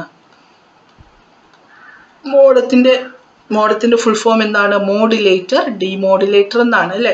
അപ്പൊ മോഡത്തിന്റെ പ്രത്യേകത എന്താണ്? ടെലിഫോണിലൂടെ വിവരങ്ങൾ കൈമാറാൻ ഉപയോഗിക്കുന്നു. അനലോഗ് സിഗ്നലുകളെ ഡിജിറ്റൽ സിഗ്നലായും ഡിജിറ്റൽ സിഗ്നലുകളെ അനലോഗ് സിഗ്നലായി രൂപഭേദം വരുത്തുന്നു. ഓക്കെ, മോഡത്തിന്റെ പൂർണ്ണ രൂപം മോഡുലേറ്റർ, ഡിമോഡുലേറ്റർ എന്നുള്ളതാണ്. ഇത് മുന്നേ ചോദിച്ചിട്ടുള്ളതാണ്, ഇമ്പോർട്ടൻ്റ് ആണ് കേട്ടോ മോഡത്തെ കുറിച്ച്. ഇനി IP അഡ്രസ് അടിസ്ഥാനമാക്കി ഒന്നിൽ കൂടുതൽ നെറ്റ്വർക്കുകൾ പരസ്പരം ബന്ധിപ്പിക്കാൻ ഉപയോഗിക്കുന്ന ഉപകരണമാണ് റൂട്ടർ. റൂട്ടർ എന്താണ്? IP അഡ്രസ് അടിസ്ഥാനമാക്കി ഒന്നിൽ കൂടുതൽ നെറ്റ്വർക്കുകൾ പരസ്പരം ബന്ധിപ്പിക്കാൻ ഉപയോഗിക്കുന്ന ഉപകരണം റൂട്ടർ ആണ്. വ്യത്യസ്ത നെറ്റ്വർക്കുകളെ ബന്ധിപ്പിക്കാൻ ഉപയോഗിക്കുന്ന ഉപകരണം ഗേറ്റ്വേ ആണ്. എന്താണ് ഗേറ്റ്വേ എന്ന് പറഞ്ഞാൽ? വ്യത്യസ്ത നെറ്റ്വർക്കുകളെ ബന്ധിപ്പിക്കാൻ ഉപയോഗിക്കുന്ന ഉപകരണമാണ് ഗേറ്റ്വേ എന്ന് പറഞ്ഞാൽ. നെക്സ്റ്റ് വൈഫൈ എന്താണെന്ന് നോക്കി. നിശ്ചിത പരിധിയിലുള്ള ഒന്നിലധികം കമ്പ്യൂട്ടറുകൾക്ക് സ്മാർട്ട് ഫോണുകൾക്ക് വയർലെസ് ആയി ഒരേ സമയം ഇന്റർനെറ്റ് ഉപയോഗിക്കാൻ കഴിയുന്ന സംവിധാനമാണ് വൈഫൈ. വൈഫൈയുടെ ഫുൾ ഫോം എന്താണ്? വയർലെസ് ഫിഡിലിറ്റി ആണ്. ഓക്കെ, വയർലെസ് ഫിഡിലിറ്റി ആണ് വൈഫൈയുടെ ഫുൾ ഫോം. വൈഫൈയുടെ ഉപജ്ഞാതാവ് വിക് ഹെയ്സ് ആണ് കേട്ടോ, വിക് ഹെയ്സ്. നമ്മൾ ബ്ലൂടൂത്തിന്റെ ഉപജ്ഞാതാവ് ജാബ് ഹാഡ്സൺ എന്ന് പറഞ്ഞു. വൈഫൈയുടെ ഉപജ്ഞാതാവ് ആരാണ്? വിക് ഹെയ്സ് ആണ്. നെക്സ്റ്റ് പ്രോട്ടോകോൾസ് എന്താണെന്ന് നോക്കാം. പ്രോട്ടോകോൾസ് എന്ന് പറഞ്ഞാൽ നമുക്കറിയാല്ലേ, പ്രോട്ടോകോൾ സെറ്റ് ഓഫ് റൂൾസ് ആണ്. നെറ്റ്വർക്കിൽ ഓരോ കമ്പ്യൂട്ടറുകളും പാലിക്കേണ്ട നിയമത്തിനെയാണ് പ്രോട്ടോകോൾ എന്ന് പറയുന്നത്. അപ്പൊ എന്താണ് പ്രോട്ടോകോൾ? ഒരു നെറ്റ്വർക്കിൽ ഓരോ കമ്പ്യൂട്ടറും പാലിക്കേണ്ട നിയമമാണ് പ്രോട്ടോകോൾ. ഒരു നെറ്റ്വർക്കിൽ ഫയൽ ട്രാൻസ്ഫർ ചെയ്യാൻ ഉപയോഗിക്കുന്ന പ്രോട്ടോകോളിനെ FTP എന്ന് പറയും. ഫയൽ ട്രാൻസ്ഫർ ചെയ്യാൻ ഉപയോഗിക്കുന്ന പ്രോട്ടോകോൾ ആണ് FTP. FTPയുടെ ഫുൾ ഫോം എന്താണ്? ഫയൽ ട്രാൻസ്ഫർ പ്രോട്ടോകോൾ ആണ്. ഇമെയിൽ അയക്കുന്നതിനുള്ള പ്രോട്ടോകോളിനെ SMTP എന്ന് പറയും. അതായത് SMTP എന്ന് പറഞ്ഞാൽ സിമ്പിൾ മെയിൽ ട്രാൻസ്ഫർ പ്രോട്ടോകോൾ ആണ് SMTP. മെയിൽ അയക്കാൻ ഉപയോഗിക്കുന്ന പ്രോട്ടോകോൾ ആണ് SMTP. ഇമെയിലുകൾ സ്വീകരിക്കുന്നതിനുള്ള പ്രോട്ടോകോൾ POP3 എന്ന് പറയും, പോസ്റ്റ് ഓഫീസ് പ്രോട്ടോകോൾ. ഓക്കെ, ഇമെയിലുകൾ സ്വീകരിക്കുന്നതിനുള്ള പ്രോട്ടോകോൾ എന്താണ്? POP3, post office protocol.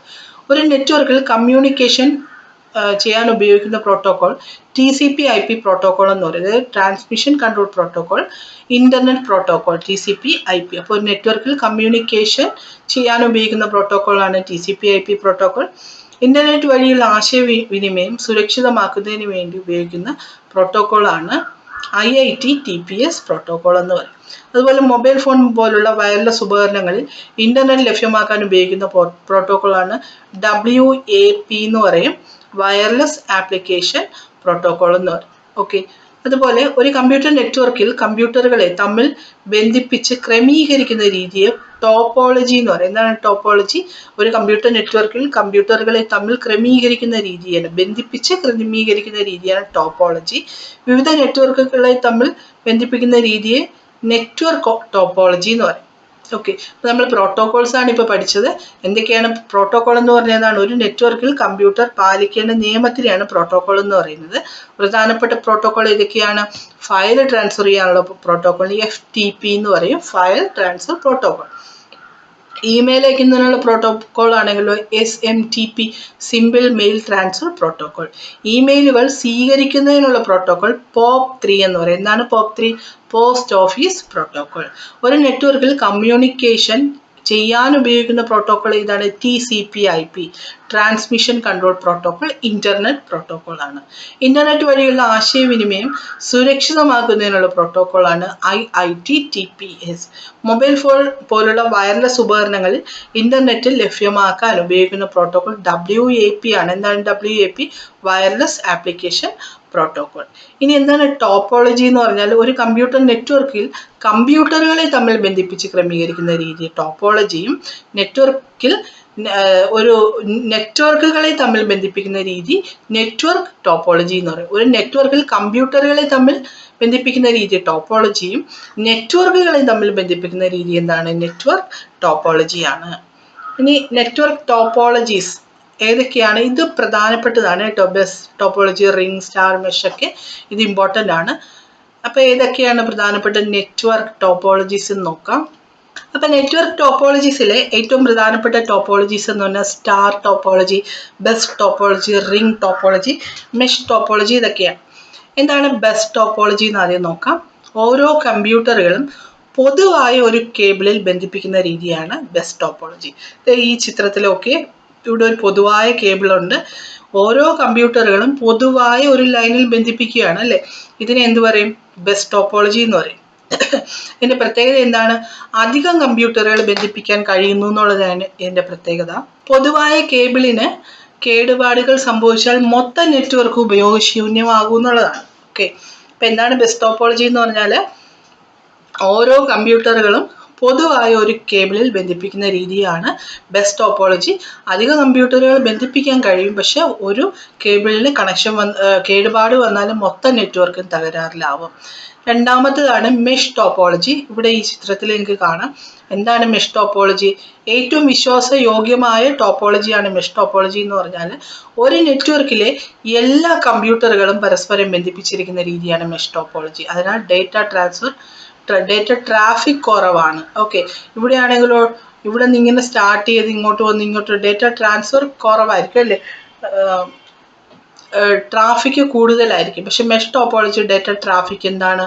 കുറവാണ്. ഒരു നെറ്റ്വർക്കിലെ എല്ലാ കമ്പ്യൂട്ടറുകളും പരസ്പരം എന്താണ് ബന്ധിപ്പിച്ചിരിക്കുന്നത്. ഇത് കമ്പ്യൂട്ടർ 1 ആണെന്ന് വെച്ചോ, ഈ കമ്പ്യൂട്ടർ ഇതുമായിട്ട് ബന്ധിപ്പിച്ചിരിക്കുന്നു, ഇതുമായിട്ടുണ്ട്. ഇത് രണ്ടാമത്തെ കമ്പ്യൂട്ടർ ആണെങ്കിലോ ഇയാളുമായിട്ടും ഒക്കെ പരസ്പരം കണക്ട് ചെയ്തിരിക്കുന്നു. അപ്പം മെഷ് ടോപ്പോളജി എന്ന് പറഞ്ഞാൽ എന്താണ്? ഏറ്റവും വിശ്വാസയോഗ്യമായ ടോപ്പോളജിയാണ് മെഷ് ടോപ്പോളജി എന്ന് പറഞ്ഞാൽ. ടോപ്പോളജി എന്ന് പറഞ്ഞാൽ എന്താണ്? കമ്പ്യൂട്ടറുകളെ പരസ്പരം കണക്ട് ചെയ്യുന്ന രീതിയാണ് അല്ലേ. അപ്പം മെഷ് ടോപ്പോളജി എന്ന് പറഞ്ഞാൽ ഓരോ കമ്പ്യൂട്ടറും പരസ്പരം എല്ലാവരുമായിട്ട് കണക്ട് ചെയ്തിരിക്കുന്നു. ഈ ടൈപ്പ് കണക്ടിവിറ്റിയാണ് മെഷ് ടോപ്പോളജി എന്ന് പറഞ്ഞാൽ. നെക്സ്റ്റ് സ്റ്റാർ ടോപ്പോളജി ആണെങ്കിലോ എല്ലാ കമ്പ്യൂട്ടറുകളും ഒരു സെൻട്രൽ സിസ്റ്റത്തിനെ ബന്ധിപ്പിച്ചിരിക്കുന്നു. ഈ ടൈപ്പ് ടോപ്പോളജിയാണ് സ്റ്റാർ ടോപ്പോളജി. ഒരു കമ്പ്യൂട്ടർ പ്രവർത്തനരഹിതമായാൽ മൊത്തം നെറ്റ്വർക്കിനെ അത് ബാധിക്കുന്നില്ല. നോക്കിയേ, ഇവിടെ ഒരു സെൻട്രൽ സിസ്റ്റം ഉണ്ട് അല്ലേ. ഈ സെൻട്രൽ സിസ്റ്റത്തിന് എല്ലാ കമ്പ്യൂട്ടറുകളും കണക്ട് ചെയ്തിരിക്കുന്നു, ഒരു സ്റ്റാർ പോലെ അല്ലേ. അതിനെയാണ് സ്റ്റാർ ടോപ്പോളജി എന്ന് പറയുന്നത്. ഇനി റിംഗ് ടോപ്പോളജി ആണെങ്കിലോ പേരിൽ തന്നെയുണ്ട്. സിഗ്നലുകൾ റിംഗ് രൂപത്തിൽ സഞ്ചരിക്കുന്നു. നെറ്റ്വർക്കിലെ ഒരു കമ്പ്യൂട്ടർ പ്രവർത്തനഹിതമായാൽ നെറ്റ്വർക്ക് മൊത്തം പ്രവർത്തനം രഹിതമാകുന്നു. കാരണം ഇങ്ങനെയാണ് റിങ് പോലെ കണക്ട് ചെയ്തിരിക്കുന്നു അല്ലേ. അപ്പോൾ ഒരു സിഗ്നലുകൾ റിങ് രൂപത്തിൽ കണക്ട് ചെയ്തിരിക്കുന്നതാണ് റിങ് ടോപ്പോളജി എന്ന് പറഞ്ഞത്. അപ്പോൾ 4 മനസ്സിലായെന്ന് കരുതുന്നു. Star topology, mesh topology, ring topology, bus topology. Next ഒരെണ്ണം കൂടെ ഉണ്ട്, ഹൈബ്രിഡ് അല്ലെങ്കിൽ മിക്സഡ് ടോപ്പോളജി. ഒന്നിലധികം ടോപ്പോളജികൾ മിശ്രിതമായി ഉപയോഗിക്കും. നമ്മൾ star, bus, ring, mesh 4 topology എന്ന് പറഞ്ഞു. ഹൈബ്രിഡ് അല്ലെങ്കിൽ മിക്സഡ് ടോപ്പോളജിയിൽ എന്താ പറയുന്നത്, ഈ പലതരം ടോപ്പോളജികളെ പരസ്പരം കണക്ട് ചെയ്തു. ഒരു സ്റ്റാറും ഒരു റിങ്ങും ഒരു മെഷും ഒരു ബസ്സും ഇങ്ങനെയുള്ള പല ടോപ്പോളജികളെ പല കണക്ഷനും ഒരുമിച്ച് കണക്ട് ചെയ്യും. ഇവിടെ നോക്കി, ഇവിടെ ഫസ്റ്റ് ഒരു സ്റ്റാർ കണക്ഷൻ ഉണ്ട്, ഇവിടെ ഒരു റിംഗ് കണക്ഷൻ ഉണ്ട് അല്ലേ, ഇവിടെ ഒരു മെസ് കണക്ഷൻ ഉണ്ട്. ഇവയെ പരസ്പരം കണക്ട് ചെയ്തിരിക്കുന്നു. ഈ ടോപ്പോളജിയാണ് ഹൈബ്രിഡ് ടോപ്പോളജി എന്ന് പറയുന്നത്. ഒരു നെറ്റ്വർക്കിൽ കണക്ട് ചെയ്തിരിക്കുന്ന ഓരോ കമ്പ്യൂട്ടറുകൾക്കും അതിൻ്റെ ഒരു യുണീക്ക് അഡ്രസ്സ് ഉണ്ട്. അതിനെ എന്ത് പറയും, IP അഡ്രസ്സ് എന്ന് പറയും അല്ലേ. IP അഡ്രസ്സ് എന്ന് പറയും. ഒരു IP അഡ്രസ്സിൽ എത്ര ബിറ്റുകളാണ് ടോട്ടൽ ഉള്ളതെന്ന് ചോദിച്ചാൽ 32 ബിറ്റുകളാണ്. ഇമ്പോർട്ടൻ്റ് ആണ്. അപ്പോൾ ഒരു നെറ്റ്വർക്കിൽ കണക്ട് ചെയ്തിരിക്കുന്ന ഓരോ കമ്പ്യൂട്ടറിൻ്റെ യുണീക്ക് അഡ്രസ്സ് ആണ് അതിൻ്റെ IP അഡ്രസ്സ് എന്ന് പറഞ്ഞാൽ. ഒരു IP അഡ്രസ്സിലെ ആകെ ബിറ്റുകളുടെ എണ്ണം 32 ബിറ്റാണ്. ഒരു നെറ്റ്വർക്കിൽ കമ്പ്യൂട്ടറിനെ തിരിച്ചറിയാൻ സഹായിക്കുന്ന, അല്ലെങ്കിൽ രാമന്റെ കമ്പ്യൂട്ടർ, സുജയുടെ കമ്പ്യൂട്ടർ എന്നല്ല ഇതിൽ പറയുന്നത് അല്ലേ. ഏത് കമ്പ്യൂട്ടർ ആണെന്നുള്ള അതിൻ്റെ അഡ്രസ്സിനെ എന്ത് പറയും, ഏത് കമ്പ്യൂട്ടറാണെന്ന് തിരിച്ചറിയുന്നത് അതിൻ്റെ IP അഡ്രസ്സ് നോക്കിയിട്ടാണ്. അപ്പോൾ ഇത്രയും കാര്യങ്ങളാണ് നമുക്ക് എന്തിനുള്ളത്, നെറ്റ്വർക്കിലുള്ളത്. നെക്സ്റ്റ് നമ്മൾ ഇന്റർനെറ്റ് എന്ന് പറയുന്ന ടോപ്പിക്കിലോട്ട് പോവുകയാണ്. ഇന്റർനെറ്റിനെ കുറിച്ച് നോക്കാം. നെറ്റ്വർക്കുകളുടെ നെറ്റ്വർക്ക് എന്നും ഇന്റർനാഷണൽ നെറ്റ്വർക്ക് എന്നും ഒക്കെ അറിയപ്പെടുന്നത് ഇന്റർനെറ്റ് ആണ്. ഇന്റർനെറ്റ് എന്ന് പറഞ്ഞാൽ ഒരു വാൻ കണക്ഷൻ ആണ് അല്ലെ, വൈഡ് ഏരിയ നെറ്റ്വർക്ക് ആണ്.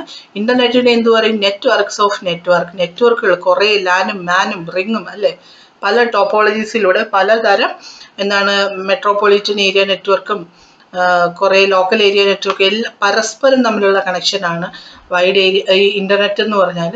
ഇന്റർനെറ്റിന്റെ ആദ്യകാല രൂപം എന്താണ്, അർപ്പാനെറ്റ് എന്നുള്ളതാണ്. അർപ്പാനെറ്റ് എന്ന് പറഞ്ഞാൽ അഡ്വാൻസ്ഡ് റിസർച്ച് പ്രോജക്റ്റ് ഏജൻസി നെറ്റ്വർക്കാണ്. അർപ്പാനെറ്റ് എന്ന് പറഞ്ഞാൽ 1969 ഇത് അമേരിക്കൻ ഡിഫൻസ് ഡിപ്പാർട്ട്മെന്റിലാണ് പ്രവർത്തനം ആരംഭിച്ചത്. നെക്സ്റ്റ് പരസ്പരം പ്പിക്കപ്പെട്ടിട്ടുള്ള അനേകം നെറ്റ്വർക്കുകളുടെ ഒരു കൂട്ടമാണ് ഇന്റർനെറ്റ് എന്ന് പറഞ്ഞാൽ. ഇന്റർനെറ്റിന്റെ പിതാവ് എപ്പോഴും ചോദിക്കാറുള്ളതാണ് ആരാണ്, ഇന്റർനെറ്റിന്റെ പിതാവാണ് വിന്റൺ സെർഫ് എന്ന് പറഞ്ഞാൽ. ഏറ്റവും വലിയ വൈഡ് ഏരിയ നെറ്റ്വർക്ക് ഏതാണെന്ന് ചോദിച്ചു കഴിഞ്ഞാലും ഇന്റർനെറ്റ് ആണ്. കാരണം ഇന്റർനെറ്റ് ഏത് തരം കണക്ഷനാണ്, വാൻ ആണ് അല്ലെ, വൈഡ് ഏരിയ നെറ്റ്വർക്ക് ആണ്. അപ്പോൾ ഏറ്റവും വലിയ വൈഡ് ഏരിയ നെറ്റ്വർക്കിന് എക്സാമ്പിൾ ആണ് ഇന്റർനെറ്റ്. ഒരു കമ്പനിയിലെയോ ഓർഗനൈസേഷനിലോ മാത്രം അടങ്ങുന്ന പ്രൈവറ്റ് നെറ്റ്വർക്കിന് അറിയപ്പെടുന്നത് ഇൻട്രാനെറ്റ് എന്നാണ്. അപ്പം എന്താ ഇൻട്രാനെറ്റ് എന്ന് പറഞ്ഞാൽ, ഒരു കമ്പനിയിലെയോ ഓർഗനൈസേഷനിലോ മാത്രം അടങ്ങുന്ന പ്രൈവറ്റ് നെറ്റ്വർക്കിന് ഇൻട്രാനെറ്റ് എന്ന് പറയും. ഒരു കമ്പനിയുടെ അല്ലെങ്കിൽ ഓർഗനൈസേഷന്റെ എല്ലാ ഓഫീസുകളെയും തമ്മിൽ ബന്ധിപ്പിക്കുന്ന പ്രൈവറ്റ് നെറ്റ്വർക്ക് എക്സ്ട്രാനെറ്റ് ആണ്. അപ്പം എന്താ ഇൻട്രാനെറ്റും എക്സ്ട്രാനെറ്റും എന്ന് പറഞ്ഞാൽ, ഒരു കമ്പനിയിലോ ഓർഗനൈസേഷനിലോ മാത്രം അടങ്ങുന്ന പ്രൈവറ്റ് നെറ്റ്വർക്ക് ഇൻട്രാനെറ്റും ഒരു കമ്പനിയുടെ അല്ലെങ്കിൽ ഓർഗനൈസേഷന്റെ എല്ലാ ഓഫീസുകളെയും തമ്മിൽ ബന്ധിപ്പിക്കുന്നത് എക്സ്ട്രാനെറ്റും ആണ്. ഇന്റർനെറ്റ് പ്രോട്ടോകോൾ നിലവിൽ വന്ന വർഷം 1982 ആണ്.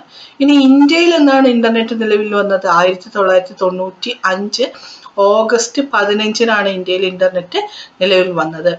ഇന്ത്യയിൽ ആദ്യമായി ഇന്റർനെറ്റ് സേവനം നൽകിയത് VSNL ആണ്. BSNL അല്ല, VSNL, വിദേശ് സഞ്ചാർ നിഗം ലിമിറ്റഡ് ആണ്. ഇനി ഇന്റർനെറ്റ് വഴി നമ്മൾ വാണിജ്യം നടത്തുന്ന രീതി എന്ന് പറയും ഇ-കൊമേഴ്സ് എന്ന് പറയും. ഇ-കൊമേഴ്സ്.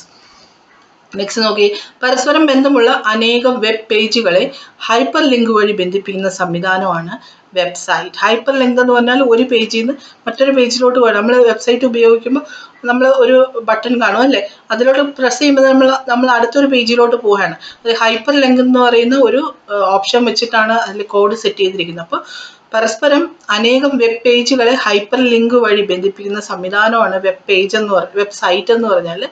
വെബ്സൈറ്റിന്റെ ആദ്യത്തെ പേജ്, നമ്മളൊരു വെബ്സൈറ്റ് എടുത്തു കഴിഞ്ഞാൽ ആദ്യം കാണുന്ന പേജിനെ ഹോം പേജ് അല്ലെങ്കിൽ ഇൻഡെക്സ് പേജ് എന്നും അറിയപ്പെടാറുണ്ട്.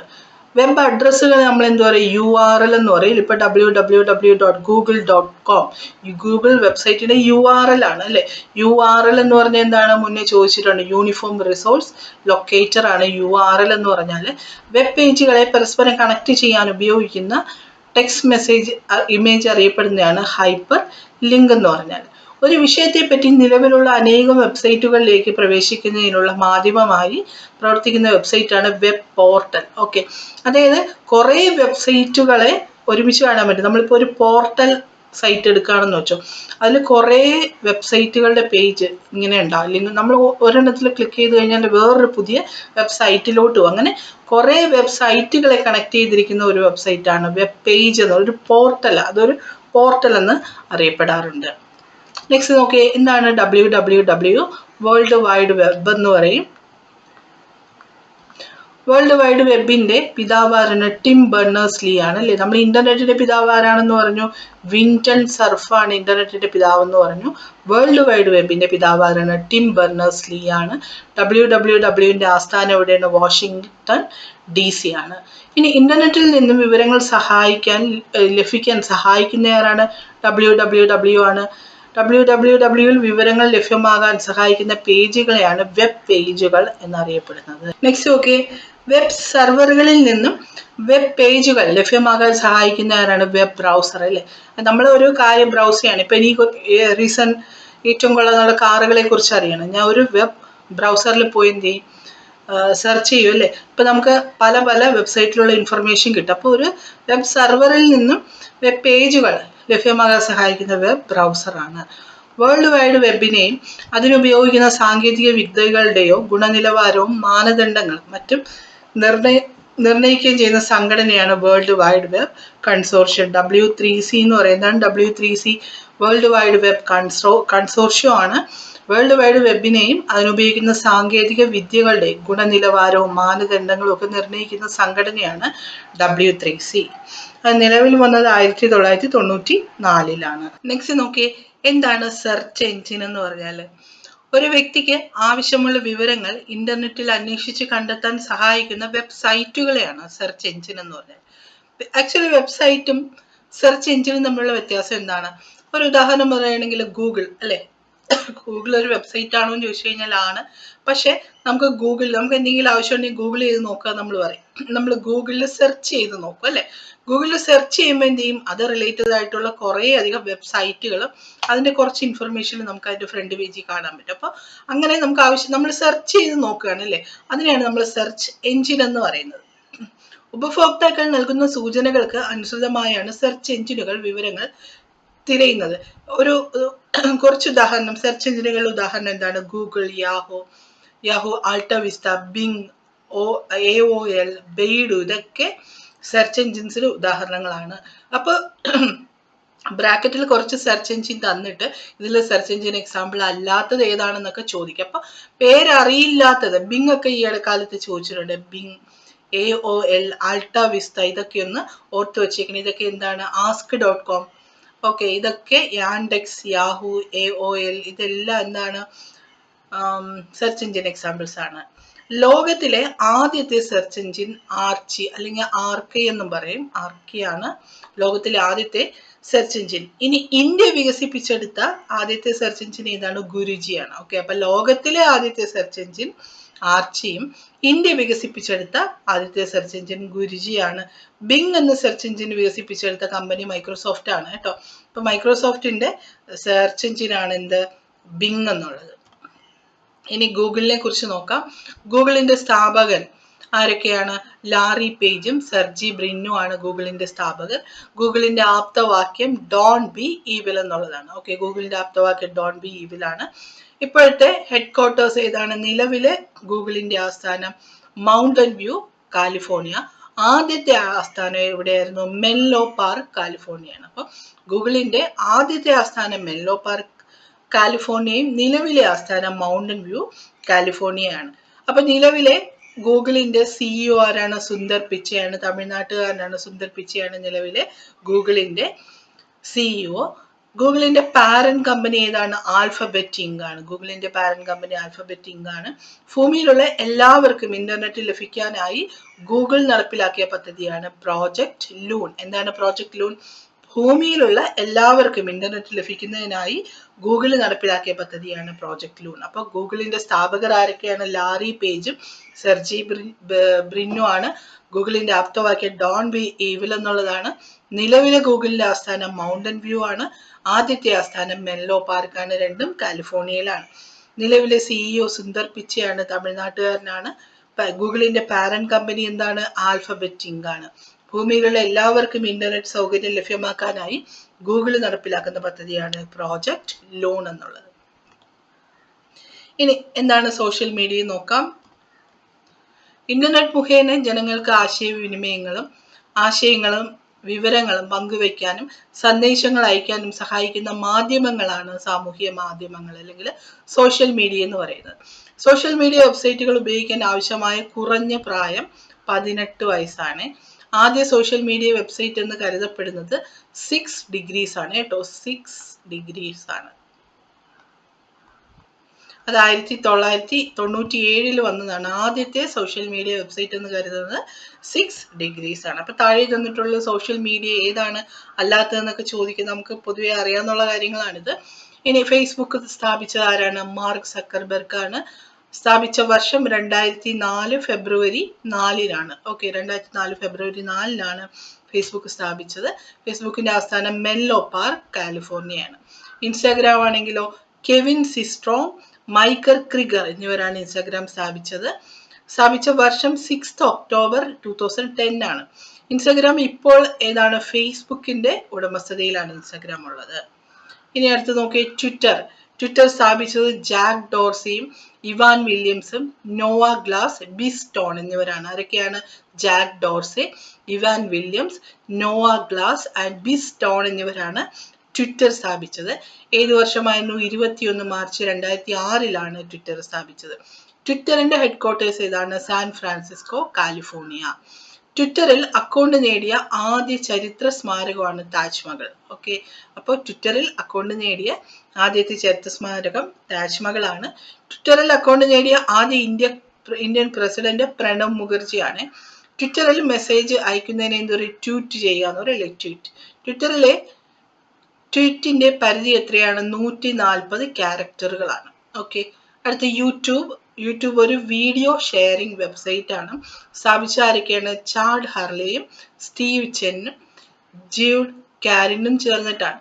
സ്ഥാപിച്ച വർഷം ഇപ്പോഴാണ് 2005 ഫെബ്രുവരി 14-ലാണ് യൂട്യൂബ് നിലവിൽ വന്നത്. ഇതിന്റെ ആസ്ഥാനം സാൻ ബ്രൂണോ, കാലിഫോർണിയയാണ്. USA-ലെ സാൻ ബ്രൂണോയിലാണ് യൂട്യൂബിന്റെ ആസ്ഥാനം.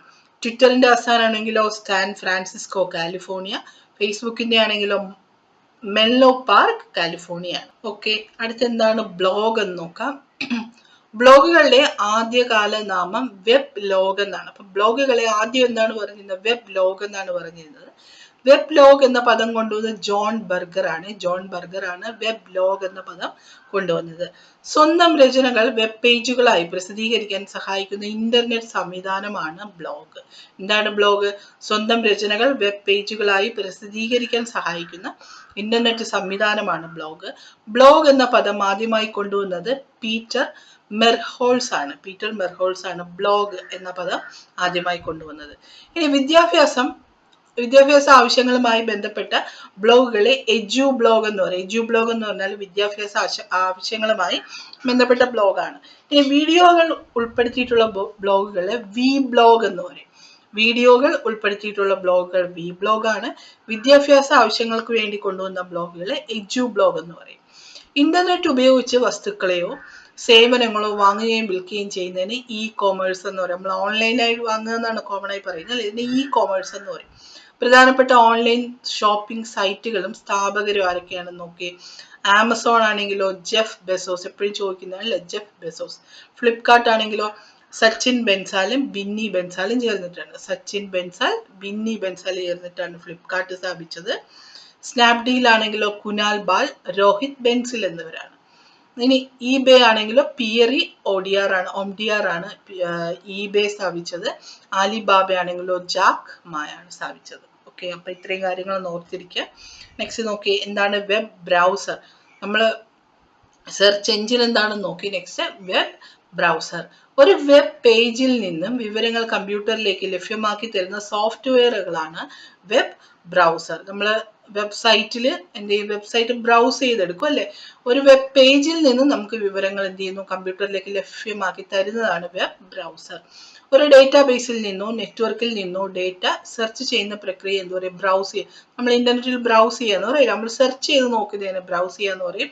ലോകത്തിലെ ആദ്യ വെബ് ബ്രൗസർ മൊസൈക്ക് ആണ്.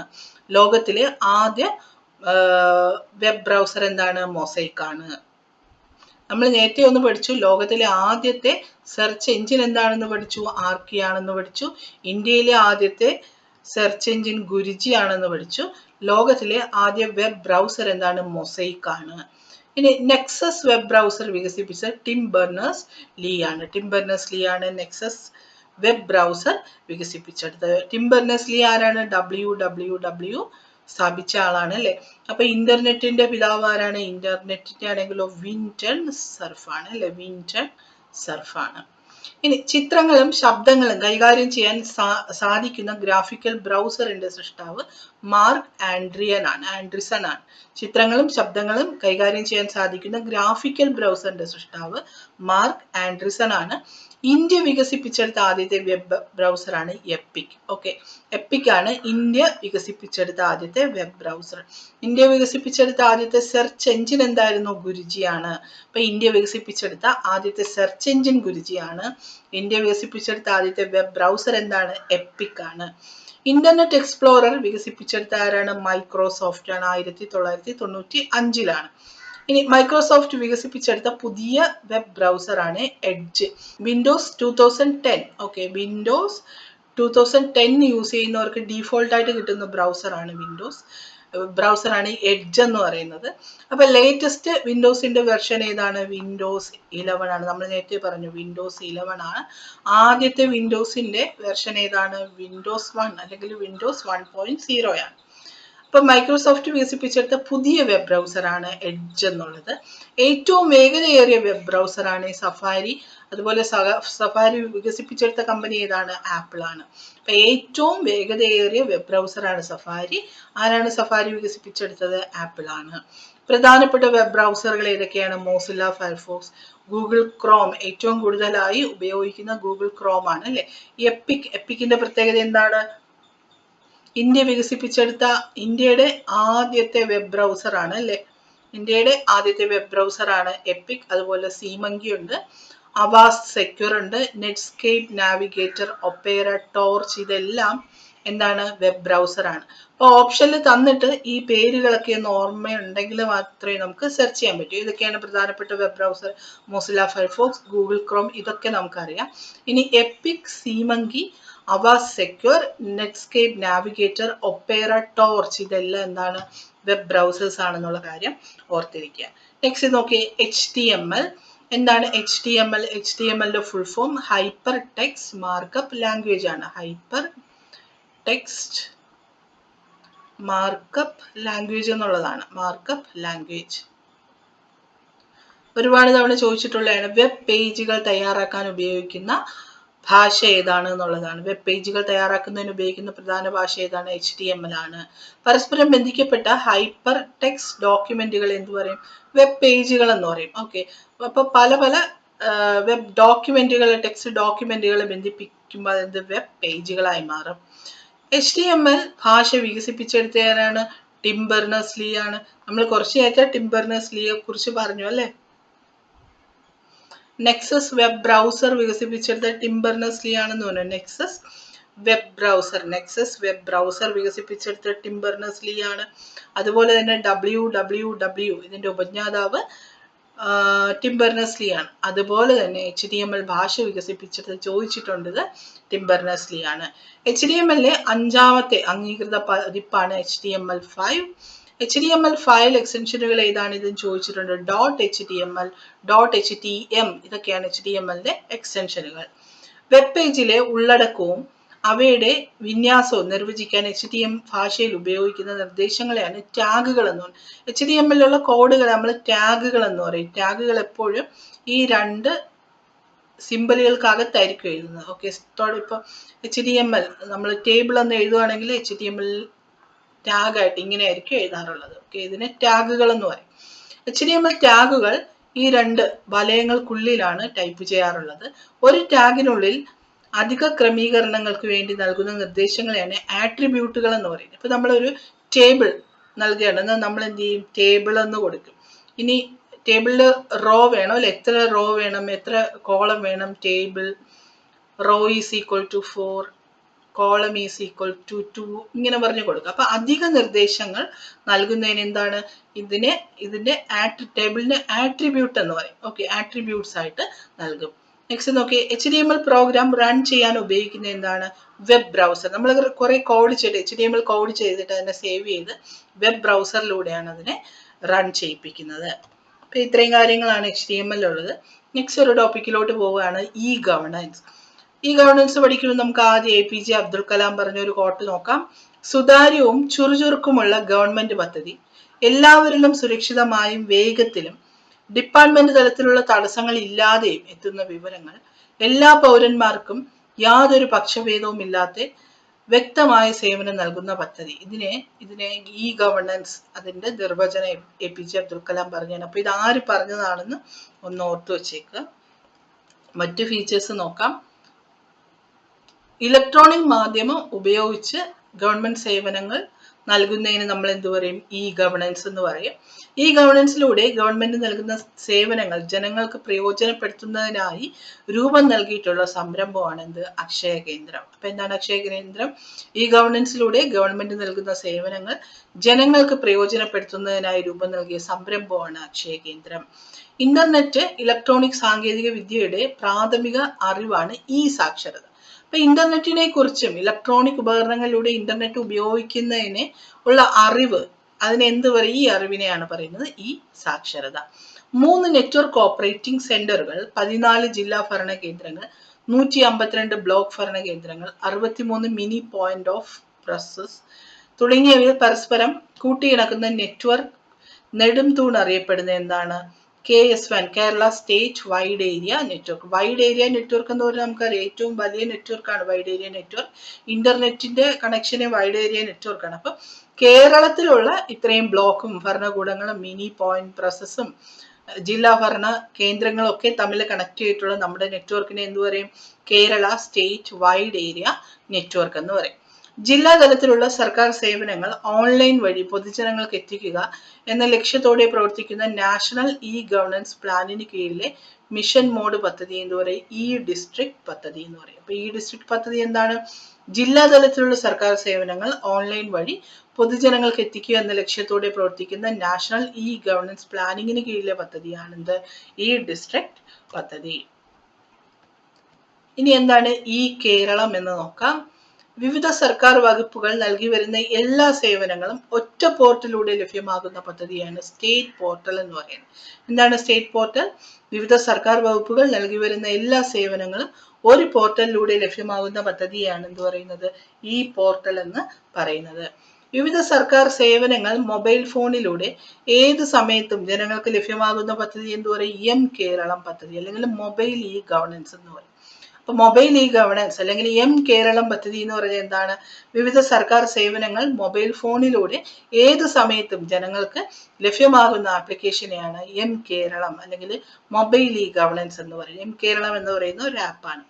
നാഷണൽ ഇ ഗവേണൻസ് പ്ലാൻ നിലവിൽ വന്നത് 18 മെയ് 2006 അടുത്ത നാഷണൽ ഇ ഗവേണൻസിന്റെ ഭാഗമായി മൊബൈൽ ഗവേണൻസിനായി ആരംഭിച്ച ആപ്ലിക്കേഷനാണ് ഉമംഗ്. ഉമംഗ് എന്ന് പറഞ്ഞാൽ എന്താണ്? Unified mobile application for new age governance. എന്താണ്?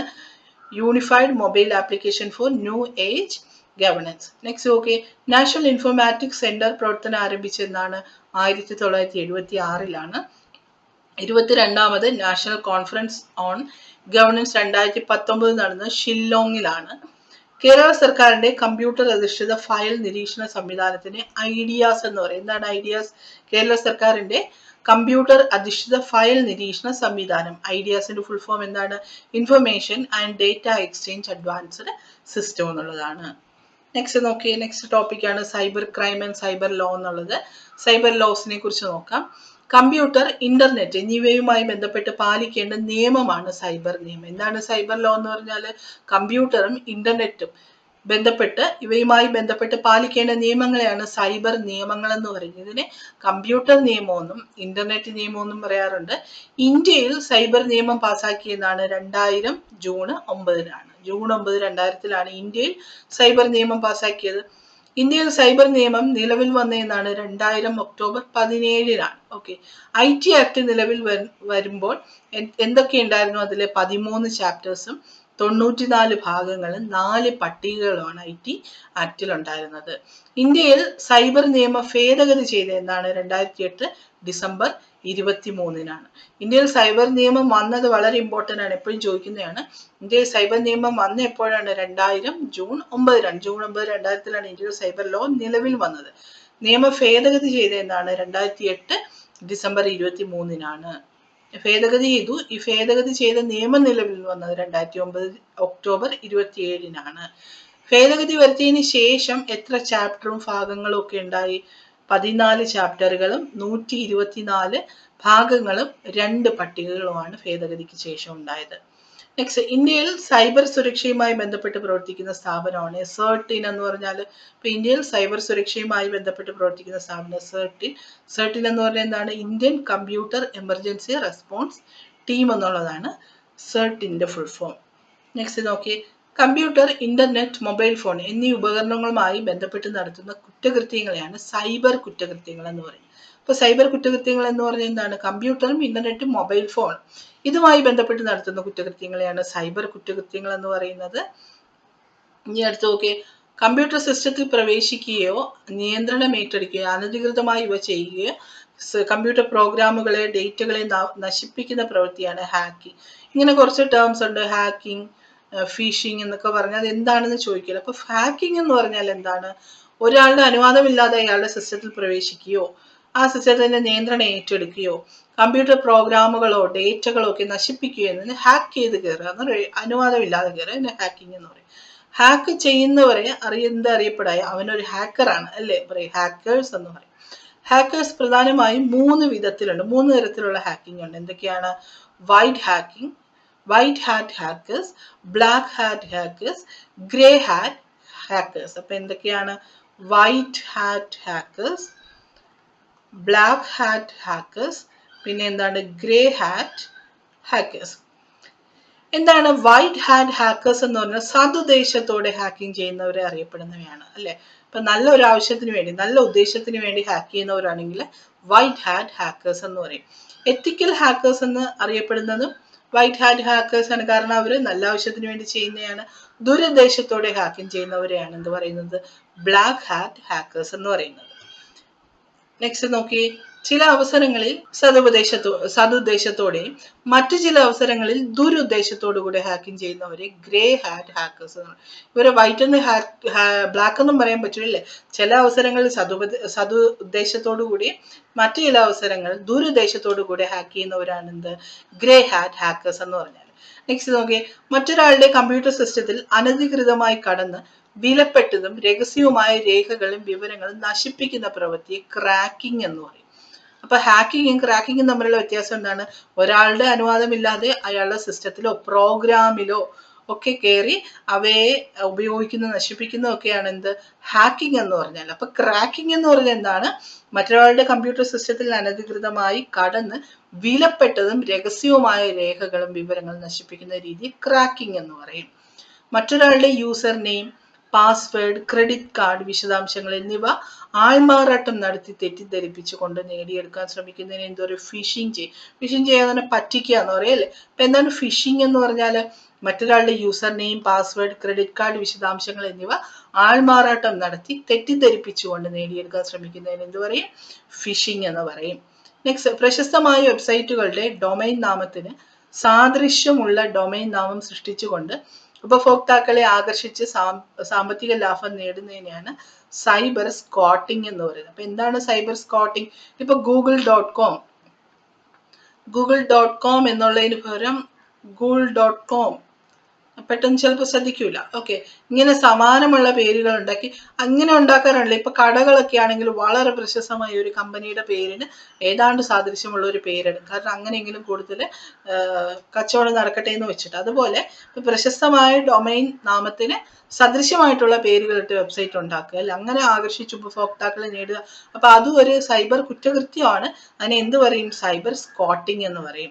Next, internet, email, phone call, text message, web camera, website, video എന്നിവയിൽ ഏതെങ്കിലും ഉപയോഗിച്ച് നടത്തുന്ന ഭീഷണിയെ സൈബർ സ്റ്റോക്കിംഗ് എന്ന് പറയും.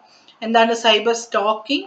ഭീഷണിപ്പെടുത്തുകയാണ്. ഏതിലൂടെ? Internet, email, phone call, text message, web camera, website, ഇതിലൂടെയൊക്കെ ഭീഷണിപ്പെടുത്തുന്ന കുറ്റകൃത്യത്തിന് എന്ത് പറയും? സൈബർ സ്റ്റോക്കിംഗ് എന്ന് പറയും. ഇനി നെക്സ്റ്റ് നോക്കിയേ, കമ്പ്യൂട്ടർ എക്സ്പേർട്ടുകൾ ബാങ്കുകളിൽ നടത്തുന്ന ഫിനാൻഷ്യൽ കുറ്റകൃത്യമാണ് സലാമി അറ്റാക്ക്. എന്താണ് സലാമി അറ്റാക്ക്? കമ്പ്യൂട്ടർ എക്സ്പേർട്ടുകൾ ബാങ്കുകളിൽ നടത്തുന്ന ഫിനാൻഷ്യൽ കുറ്റകൃത്യമാണ് സലാമി അറ്റാക്ക്. ഒരു പ്രത്യേക ഇമെയിൽ വിലാസത്തിലേക്ക് ഒരേപോലുള്ള ഇമെയിൽ തുടർച്ചയായി അയക്കുന്ന പ്രവൃത്തിയാണ് ഇമെയിൽ ബോംബിംഗ് എന്ന് പറയുന്നത്. ഓക്കെ, തുടർച്ചയായി ഒരു ബോംബ് വിട്ടോലെ വരികയാണ്, അല്ലെ. ഇപ്പൊ ഒരു പ്രത്യേക ഇമെയിൽ വിലാസത്തിലേക്ക് ഒരേപോലുള്ള ഇമെയിലുകൾ തുടർച്ചയായി അയക്കുന്ന പ്രവൃത്തി എന്ത് പറയും? ഇമെയിൽ ബോംബിംഗ് എന്ന് പറയും. ഒരു വ്യക്തിക്കെതിരായോ ഒരു കമ്പനിക്കെതിരായോ തെറ്റായ സന്ദേശങ്ങൾ ഇമെയിൽ, മൊബൈൽ, സോഷ്യൽ നെറ്റ്വർക്ക് എന്നിവ വഴി പ്രചരിപ്പിച്ച് അപകീർത്തിപ്പെടുത്തുന്ന കുറ്റകൃത്യത്തിന് എന്ത് പറയും? സൈബർ ഡിഫമേഷൻ എന്ന് പറയും. ഇതൊക്കെ ഇമ്പോർട്ടന്റ് ആണ് കേട്ടോ. സൈബർ ഡിഫമേഷൻ എന്ന് പറയും. എന്താണ് സൈബർ ഡിഫമേഷൻ? ഒരു വ്യക്തിക്കെതിരായോ കമ്പനിക്കെതിരായോ തെറ്റായ സന്ദേശങ്ങൾ ഇമെയിൽ, മൊബൈൽ, സോഷ്യൽ നെറ്റ്വർക്ക് എന്നിവ വഴി പ്രചരിപ്പിച്ച് അപകീർത്തിപ്പെടുത്തുകയാണ്. ഇതിലൂടെയൊക്കെ അപകീർത്തിപ്പെടുത്തുന്ന കുറ്റകൃത്യമാണ് സൈബർ ഡിഫമേഷൻ എന്ന് പറയുന്നത്. ഇനി കമ്പ്യൂട്ടറിന്റെ ഏതെങ്കിലും ഭാഗമോ മോഷ്ടിക്കുകയോ കമ്പ്യൂട്ടറിലെ ഏതെങ്കിലും വിവരങ്ങൾ നശിപ്പിക്കുകയോ ചെയ്യുന്നതിന് സൈബർ വാൻഡലിസം എന്ന് പറയും. എന്താണ് സൈബർ വാൻഡലിസം? കമ്പ്യൂട്ടറിന്റെ ഏതെങ്കിലും ഭാഗമോ മോഷ്ടിക്കുകയോ കമ്പ്യൂട്ടറിലെ ഏതെങ്കിലും വിവരങ്ങൾ നശിപ്പിക്കുകയോ ചെയ്യുന്നതിന് സൈബർ വാൻഡലിസം എന്ന് പറയും. നെക്സ്റ്റ്, വെബ് സെർവറുകൾ ഹാക്ക് ചെയ്ത് മറ്റൊരാളുടെ വെബ്സൈറ്റിന്റെ നിയന്ത്രണം ഏറ്റെടുക്കുന്നതിന് വെബ് ഹൈജാക്കിംഗ് എന്ന് പറയും. എന്താണ് web hijacking? Web server hack ചെയ്ത് മറ്റൊരാളുടെ വെബ്സൈറ്റിന്റെ നിയന്ത്രണം ഏറ്റെടുക്കുന്നതാണ് വെബ് ഹൈജാക്കിംഗ്. നെക്സ്റ്റ് നോക്കിയേ, അനുവാദമില്ലാതെ ഒരു കമ്പ്യൂട്ടറിലെ വിവരങ്ങൾ CD, DVD, പെൻഡ്രൈവ് എന്നിവ ഉപയോഗിച്ച് മറ്റൊരു കമ്പ്യൂട്ടറിലേക്ക് മാറ്റുന്നതിന് ഡേറ്റ തെഫ്റ്റ് എന്ന് പറയും. മോഷ്ടിക്കുക, അല്ലെ, ഡേറ്റ മോഷ്ടിക്കുക. CD, DVD, പെൻഡ്രൈവ് ഒക്കെ ഉപയോഗിച്ച് കോപ്പി ചെയ്ത് മോഷ്ടിക്കുന്നതിന് ഡേറ്റ തെഫ്റ്റ് എന്ന് പറയും. കമ്പ്യൂട്ടർ പ്രവർത്തനങ്ങളെ താറുമാറാക്കാൻ കഴിയുന്ന കമ്പ്യൂട്ടർ പ്രോഗ്രാമുകളാണ് കമ്പ്യൂട്ടർ വൈറസുകൾ എന്നറിയപ്പെടുന്നത്. വൈറസുകളെ പോലെ ഇരട്ടിക്കുകയും കമ്പ്യൂട്ടറിൽ നിന്ന് കമ്പ്യൂട്ടറിലേക്ക് പടരുകയും ചെയ്യുന്ന പ്രോഗ്രാമുകളെ വേംസ് എന്ന് പറയും. ഓക്കെ, അപ്പൊ കമ്പ്യൂട്ടറിന്റെ പ്രവർത്തനത്തെ താറുമാറാക്കാൻ കഴിയുള്ള കമ്പ്യൂട്ടർ പ്രോഗ്രാമുകളാണ് വൈറസ് എന്ന് പറഞ്ഞാല്. ഇനി ഈ വൈറസുകൾ ഇരട്ടിക്കുകയും മറ്റു കമ്പ്യൂട്ടറിലോട്ടൊക്കെ പടരുകയും ചെയ്യണം, അതിന് വേംസ് എന്ന് പറയും. കമ്പ്യൂട്ടർ സ്കാനർ, പ്രിന്റർ എന്നിവയുടെ സഹായത്തോടെ കൃത്രിമ കറൻസികൾ, പോസ്റ്റൽ സ്റ്റാമ്പ്, മാർക്ക് ലിസ്റ്റ് എന്നിവ ഉണ്ടാക്കുന്ന രീതി എന്ത് പറയും? സൈബർ ഫോർജറി എന്ന് പറയും. എന്താണ് cyber forgery? Computer scanner, printer എന്നിവയുടെ സഹായത്തോടെ കൃത്രിമ കറൻസികൾ, പോസ്റ്റൽ സ്റ്റാമ്പ്, മാർക്ക് ലിസ്റ്റ് എന്നിവ നിർമ്മിക്കുന്ന രീതിയെ സൈബർ ഫോർജറി എന്ന് പറയും. അശ്ലീല ചിത്രങ്ങൾ, വീഡിയോകൾ എന്നിവ ഇന്റർനെറ്റ്, മൊബൈൽ എന്നിവ വഴി പ്രചരിപ്പിക്കുന്ന രീതിയെ സൈബർ പോണോഗ്രഫി എന്ന് പറയും. കമ്പ്യൂട്ടറിലേക്ക് വിവരങ്ങൾ നൽകുമ്പോഴോ നൽകുന്നതിന് മുൻപോ മനഃപൂർവ്വം അതിലെ ഡേറ്റയ്ക്ക് മാറ്റം വരുത്തുന്ന കുറ്റകൃത്യമാണ് ഡേറ്റ ഡിഡ്ലിംഗ് എന്ന് പറയും. എന്താണ് ഡേറ്റ ഡിഡ്ലിംഗ് എന്ന് പറഞ്ഞാൽ? കമ്പ്യൂട്ടറിലേക്ക് വിവരങ്ങൾ നൽകുമ്പോഴോ അതിനു മുമ്പോ മനഃപൂർവ്വം അതിലെ ഡേറ്റയ്ക്ക് മാറ്റം വരുത്തുന്ന കുറ്റകൃത്യമാണ് ഡേറ്റ ഡിഡ്ലിംഗ്. ഒരു രാജ്യത്തിന്റെ ഏകത, പരമാധികാരം, സുരക്ഷ ഇവയ്ക്കെതിരെ സൈബർ സാങ്കേതിക വിദ്യയിലൂടെ നടത്തുന്ന പ്രവർത്തനമാണ് സൈബർ ടെററിസം എന്ന് പറഞ്ഞാല്. നെക്സ്റ്റ്, വെബ്സൈറ്റുകളുടെ ഹോം പേജ് നഷ്ടപ്പെടുത്തുകയും സൈറ്റ് തുറക്കുമ്പോൾ യഥാർത്ഥ പേജിന് പകരം മറ്റേതെങ്കിലും പേജ് പ്രത്യക്ഷപ്പെടുന്ന അവസ്ഥ എന്ത് പറയും? ഡീഫേസിംഗ് എന്ന് പറയും. എന്താണ് ഡീഫേസിംഗ്? വെബ്സൈറ്റുകളുടെ ഹോം പേജ് നഷ്ടപ്പെടുത്തുകയും സൈറ്റ് തുറക്കുമ്പോൾ യഥാർത്ഥ പേജിന് പകരം മറ്റേതെങ്കിലും പേജ് പ്രത്യക്ഷപ്പെടുകയും ചെയ്യുന്ന അവസ്ഥയെ ഡീഫേസിംഗ് എന്ന് പറയും. ഇതെല്ലാ ടേംസും വളരെ ഇമ്പോർട്ടന്റ് ആണ്. നെക്സ്റ്റ് നമുക്ക് ഇതുമായിട്ട് റിലേറ്റ് ചെയ്ത കുറച്ച് ക്വസ്റ്റ്യൻസ് നോക്കാം. നോക്കി, 1 നിബിൾ എന്ന് പറഞ്ഞാൽ എത്രയാണ്? നമ്മൾ നേരത്തെ തന്നെ പഠിച്ചു. 1 നിബിൾ എന്ന് പറഞ്ഞാൽ 8 ബിറ്റ്സ് ആണെന്ന് പഠിച്ചു. അടുത്ത് നോക്കി, കീബോർഡിന് രൂപകൽപ്പന ചെയ്ത ആരാണ്? നമ്മൾ പഠിച്ചതാണ്. ഒന്ന് ഓർത്ത് നോക്കി, കീബോർഡിന് രൂപകൽപ്പന ചെയ്തത് ക്രിസ്റ്റഫർ ലാഥം ഷോൾഡ് ആണ്. ഈ ഗവർണൻസിനെ പറ്റി താഴെ പറയുന്ന പ്രസ്താവനകളിൽ ശരി ഏതാണ്? ശരിയാണ് കണ്ടുപിടിക്കാനുള്ളത്. ഗവൺമെന്റിന്റെ പ്രവർത്തനങ്ങളിൽ സുതാര്യത ഉണ്ടാക്കുന്നു, ജനാധിപത്യത്തെ ശക്തിപ്പെടുത്തുന്നു, ഗവൺമെന്റ് ഓഫീസുകളിലേക്കുള്ള പൊതുജനങ്ങളുടെ സന്ദർശനം വർദ്ധിപ്പിക്കുന്നു. ഓക്കെ, ഈ ഗവർണൻസ് വഴി നമുക്ക് കൂടുതലായി ഗവൺമെന്റ് ഓഫീസിലേക്ക് പോകേണ്ട ഓൺലൈൻ സേവനം കൂടുതലായി കിട്ടുന്നതാണ് അല്ലെ. അപ്പൊ നമുക്കിവിടെ 3 തെറ്റാണ്, 1ഉം 2ഉം മാത്രമാണ് ശരി. ഓപ്ഷൻ സി ആണ് ഇവിടുത്തെ കറക്റ്റ് ആൻസർ. നെക്സ്റ്റ് നോക്കി, 2 വ്യത്യസ്തമായ നെറ്റ്വർക്കുകളെ ബന്ധിപ്പിക്കുന്നതിനുള്ള ഉപകരണം ഏതാണ്?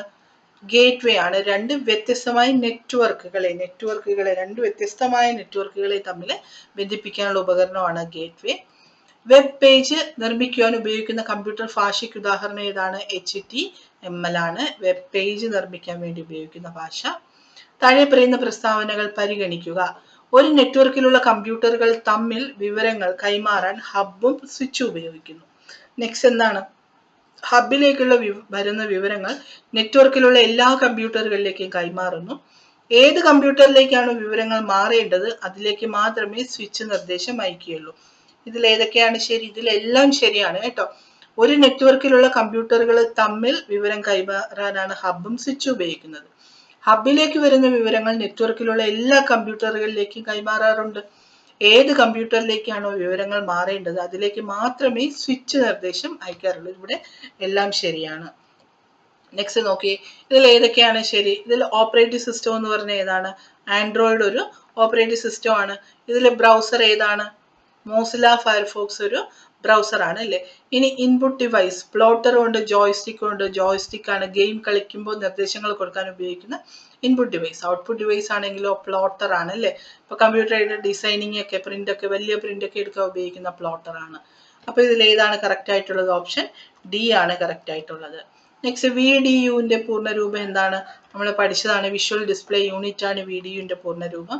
CRTയുടെ പൂർണ്ണരൂപമാണെങ്കിലോ കാഥോഡ് റേ ട്യൂബ് എന്നുള്ളതാണ്. കാഥോഡ് റേ ട്യൂബ് എന്നുള്ളതാണ് CRTയുടെ പൂർണ്ണരൂപം. നെക്സ്റ്റ്, താഴെ തന്നിരിക്കുന്നവയിൽ ഒരു ഇൻപുട്ട് ഡിവൈസ് അല്ലാത്തത് ഏതാണ്? ഇതിൽ ഇൻപുട്ട് ഡിവൈസ് അല്ലാത്ത ഏതാണ്? ടച്ച് സ്ക്രീൻ ഇൻപുട്ടും ഔട്ട്പുട്ടും ഡിവൈസ് ആണ് അല്ലേ. കീബോർഡ് ഇൻപുട്ട് ഡിവൈസ് ആണ്. ലൈപ്പൻ ഇൻപുട്ട് ഡിവൈസ് ആണ്. മോണിറ്റർ ഒരു ഔട്ട്പുട്ട് ഡിവൈസ് ആണ്. നെക്സ്റ്റ്, താഴെ തന്നിരിക്കുന്നതിൽ ഗെയിം കളിക്കാൻ ഉപയോഗിക്കുന്ന ഉപകരണം ഏതാണ്? ജോയ്സ്റ്റിക് ആണ്. നമ്മൾ മുന്നേ ഡിസ്കസ് ചെയ്തതാണ്. USB-യുടെ പൂർണ്ണരൂപം ഏതാണ്? യൂണിവേഴ്സൽ സീരിയൽ ബസ് എന്നുള്ളതാണ് USB-യുടെ പൂർണ്ണരൂപം. നെക്സ്റ്റ്, ഓക്കെ, താഴെ തന്നിരിക്കുന്നവയിൽ നിന്നും ക്യാഷ് മെമ്മറിയെ കുറിച്ച് തെറ്റായതാണ് കാണേണ്ടത്. ഓക്കെ, ക്യാഷ് മെമ്മറി ഒരു താൽക്കാലിക മെമ്മറി മാത്രമാണ്. റാമിനെ അപേക്ഷിച്ച് ഇതിൽ പ്രവർത്തിക്കാൻ കുറച്ച് സമയം മതി. ഡേറ്റ എക്സിക്യൂഷന് കുറച്ച് സമയം മതി. എല്ലാം ശരിയാണ്. ഇതിന്റെ ആൻസർ ഏതാണ്? ഇതിലെല്ലാം ശരിയാണ് അല്ലേ. ഒരു ടെമ്പററി മെമ്മറിയാണ്. ഹൈ സ്പീഡ് ആണ്, ടെമ്പററി മെമ്മറി ആണ്. റാമിനെ അപേക്ഷിച്ച് കുറച്ച് സമയം മതി ഇതിന് ഡേറ്റ പ്രോസസ് ചെയ്യാൻ, സേവ് ചെയ്യാൻ. ഡേറ്റ എക്സിക്യൂഷന് കുറച്ച് സമയം മതി. ഇവിടെ എല്ലാം ശരിയാണെന്നുള്ളതാണ് ആൻസർ. നെക്സ്റ്റ്, ഓക്കെ, പ്രോസസ് യൂണിറ്റിനും മെമ്മറിക്കും ഇടയിൽ ഡാറ്റ ട്രാൻസ്ഫർ ചെയ്യാൻ ഉപയോഗിക്കുന്നത് ഏതാണ്? രജിസ്റ്റേഴ്സ് ആണ്. രജിസ്റ്റേഴ്സ് ആണ് പ്രോസസ് യൂണിറ്റിനും മെമ്മറിക്കും ഇടയിൽ ഡേറ്റ ട്രാൻസ്ഫർ ചെയ്യാൻ ഉപയോഗിക്കുന്നത്. തുടർച്ചയായ റീഡ് റൈറ്റ് പ്രവർത്തനങ്ങൾ സാധ്യമാകുന്ന മെമ്മറി ഏതാണ്? റീഡ് ആൻഡ് റൈറ്റ് പ്രവർത്തനങ്ങൾ നമ്മൾ പറഞ്ഞു റാം ആണ് അല്ലെ. റോം ആണെങ്കിൽ റീഡ് ഓൺലി മെമ്മറിയാണ്. റാം ആണെങ്കിലോ റീഡ് ആൻഡ് റൈറ്റ് പ്രവർത്തനങ്ങൾ സാധ്യമാക്കുന്നതാണ്. റാം എന്ന് പറഞ്ഞാൽ താഴെ തന്നിരിക്കുന്നതിൽ ഏത് മെമ്മറിയിലാണ് ഒരിക്കൽ സെറ്റ് ചെയ്ത പ്രോഗ്രാമിനെ മാറ്റാൻ സാധിക്കാത്തത്? നമ്മൾ എന്താണ് റോമിനെ EEPROM എന്നും പ്രോം എന്നും EEPROM എന്നൊക്കെ ക്ലാസിഫൈ ചെയ്തിട്ടുണ്ട് എന്ന് പറഞ്ഞു. ഇതിൽ പ്രോം എന്ന് പറഞ്ഞാൽ എന്താണ്? പ്രോഗ്രാമബിൾ റീഡ് ഓൺലി മെമ്മറിയാണ്. ഒരിക്കൽ പ്രോഗ്രാം ചെയ്ത് സെറ്റ് ചെയ്ത് വെച്ചിരിക്കുകയാണ് അല്ലേ. ഇതിനെ പിന്നെ മാറ്റാൻ സാധിക്കില്ല എന്നുള്ളതാണ് EEPROMന്റെ പ്രത്യേകത. ഏതു തരം റോം മെമ്മറിയിലേക്കാണ് ഡാറ്റയെ അൾട്രാ വയലറ്റ് ലൈറ്റ് കൊണ്ട് മായ്ക്കുകയും പിന്നീട് റീപ്രോഗ്രാം ചെയ്യുന്നതും ഏതാണ്? EEPROM ആണ് അല്ലെ. Electrically erasable programmable read only മെമ്മറിയിലാണ് UV കൊണ്ട് മായ്ക്കുകയും പിന്നീട് വീണ്ടും റീപ്രോഗ്രാം ചെയ്യുകയും ചെയ്യുന്നത്. ഏതുതരം റോം മെമ്മറിയാണ് ഇറേസ് ചെയ്യാൻ മാത്രമായി ഉപയോഗിക്കുന്നത്? EEPROM ആണ് അല്ലെ. ഇറേസബിൾ പ്രോഗ്രാമബിൾ റീഡ് ഓൺലി മെമ്മറിയാണ് ഈ മെമ്മറി. EEPROM ആണ് ഇറേസ് ചെയ്യാൻ മാത്രമായി ഉപയോഗിക്കുന്നത്. നെക്സ്റ്റ്, ഓക്കെ, എത്ര തരത്തിലുള്ള റാമുകളാണുള്ളത്? 2 റാം അല്ലെ. DRAM-ഉം SRAM-ഉം. നെക്സ്റ്റ്, താഴെ തന്നിരിക്കുന്നതിൽ ഫ്ലാഷ് മെമ്മറിക്ക് ഉദാഹരണം ഏതാണ്? നമ്മൾ പറഞ്ഞു മെമ്മറി കാർഡ്സിനെയാണ് നമ്മൾ ഫ്ലാഷ് മെമ്മറി എന്ന് പറയാറുള്ളത്. ഇനി കമ്പ്യൂട്ടറിലെ പെർമനന്റ് മെമ്മറി ഏതാണ്? കമ്പ്യൂട്ടറിലെ പെർമനന്റ് മെമ്മറി എന്ന് അറിയപ്പെടുന്ന റോം ആണ് അല്ലേ. റാം ടെമ്പററി മെമ്മറിയാണ്, വോളറ്റൈൽ ആണ് നമ്മൾ പറയുന്നത്. റോം ആണ് പെർമനന്റ് മെമ്മറി. പിന്നെ ഡിജിറ്റൽ ക്യാമറയിൽ ഉപയോഗിക്കുന്ന മെമ്മറി ഏതാണ്? Flash memory. നമ്മൾ പെൻഡ്രൈവ് ഒക്കെ ആയിരിക്കും ഉപയോഗിക്കുന്നത് അല്ലേ, ഫ്ലാഷ് മെമ്മറിയാണ് ഉപയോഗിക്കുന്നത്. ഇനി താഴെ തന്നിരിക്കുന്നവയിൽ ഏതിനാണ് കൂടുതൽ മെമ്മറി ഉള്ളത്? നമുക്കറിയാം എങ്ങനെയാ വരുന്നത്? MB, GB, KB ഇതിന് മുകളിലാണ് TB. ഇതിൽ TB ആണ് ഏറ്റവും കൂടുതലുള്ളത് അല്ലേ. TB കഴിഞ്ഞു കഴിഞ്ഞാൽ നമ്മൾ എന്ത് പഠിച്ചു? പിന്നെ പെസിന്ന് പഠിച്ചു കോഡിൽ അല്ലേ. ഓക്കെ, അത് ക്ലാസ് കണ്ടപ്പോൾ നിങ്ങൾക്ക് മനസ്സിലായിട്ടുണ്ടാവും. ഇനി അടുത്ത് നോക്കി, യൂസറിനെയും കമ്പ്യൂട്ടറിനെയും തമ്മിൽ ബന്ധിപ്പിക്കുന്ന സോഫ്റ്റ്വെയറിനെ എന്ത് പറയും? യൂസറിനെയും കമ്പ്യൂട്ടറിനെയും തമ്മിൽ ബന്ധിപ്പിക്കുന്ന സോഫ്റ്റ്വെയർസ് ആണ് സിസ്റ്റം സോഫ്റ്റ്വെയർ. കമ്പ്യൂട്ടറിലെ സാധാരണ പ്രവർത്തനങ്ങൾക്ക് ഉപയോഗിക്കുന്ന സോഫ്റ്റ്വെയർ ഏതാണ്? യൂട്ടിലിറ്റി സോഫ്റ്റ്വെയർ ആണ്. യൂട്ടിലിറ്റി സോഫ്റ്റ്വെയർ നമ്മൾ എക്സ്പ്ലെയിൻ ചെയ്തപ്പോൾ പറഞ്ഞില്ല എന്ന് തോന്നുന്നു. സിസ്റ്റം സോഫ്റ്റ്വെയർ എന്താണ്? കമ്പ്യൂട്ടറിനെ വർക്ക് ചെയ്യിപ്പിക്കാൻ ആവശ്യമായിട്ടുള്ള സോഫ്റ്റ്വെയർ ആണ് സിസ്റ്റം സോഫ്റ്റ്വെയർ. ആപ്ലിക്കേഷൻ സോഫ്റ്റ്വെയർ എന്ന് പറഞ്ഞാൽ ഒരു കമ്പ്യൂട്ടറിന് ഒരു സെപ്പറേറ്റ് ആപ്ലിക്കേഷന് വേണ്ടി ഉപയോഗിക്കുന്നതാണ്. സാധാരണ പ്രവർത്തനങ്ങൾക്ക് വേണ്ടി കമ്പ്യൂട്ടറിൽ ഉപയോഗിക്കുന്നതാണ് യൂട്ടിലിറ്റി സോഫ്റ്റ്വെയർ. കമ്പ്യൂട്ടർ ഓൺ ആകുമ്പോൾ ആദ്യം ലോഡാകുന്ന എന്താണ്? ആദ്യം ലോഡാകുന്ന ഓപ്പറേറ്റിംഗ് സിസ്റ്റം ആണ്. നമ്മളത് പറഞ്ഞതാണ്. ആദ്യത്തെ വിൻഡോസ് വെർഷൻ ഏതാണ്? വിൻഡോസ് 1.0 ആണ്. വിൻഡോസിന്റെ തുടക്കക്കാരൻ ആരാണ്? ബിൽ ഗേറ്റ്സ് ആണ് അല്ലേ. വിൻഡോസ് 10ന്റെ ഡീഫോൾട്ട് ആയിട്ടുള്ള ബ്രൗസർ എഡ്ജ് ആണ്, നമ്മൾ ഡിസ്കസ് ചെയ്തതാണ്. ആൻഡ്രോയിഡിന് രൂപകൽപ്പന ചെയ്ത കമ്പനി ഏതാണ്? ഗൂഗിൾ ആണ് ആൻഡ്രോയിഡിന് രൂപകൽപ്പന ചെയ്തത്. ആൻഡ്രോയിഡിന്റെ ഏറ്റവും പുതിയ വെർഷൻ ആൻഡ്രോയിഡ് 11 ആണ്. വിൻഡോസിന്റെ ഏറ്റവും പുതിയ വെർഷൻ വിൻഡോസ് 11 ആണ്. മക്ക് എന്ന സോഫ്റ്റ്വെയർ രൂപകൽപ്പന ചെയ്ത ആപ്പിൾ ആണ്. ആപ്പിളിന്റെ ആണ് മക്ക് എന്നുള്ളത്. താഴെ തന്നിരിക്കുന്നതിൽ ഒരു ആപ്ലിക്കേഷൻ സോഫ്റ്റ്വെയറിന് ഉദാഹരണം അല്ലാത്തത് ഏതാണ്?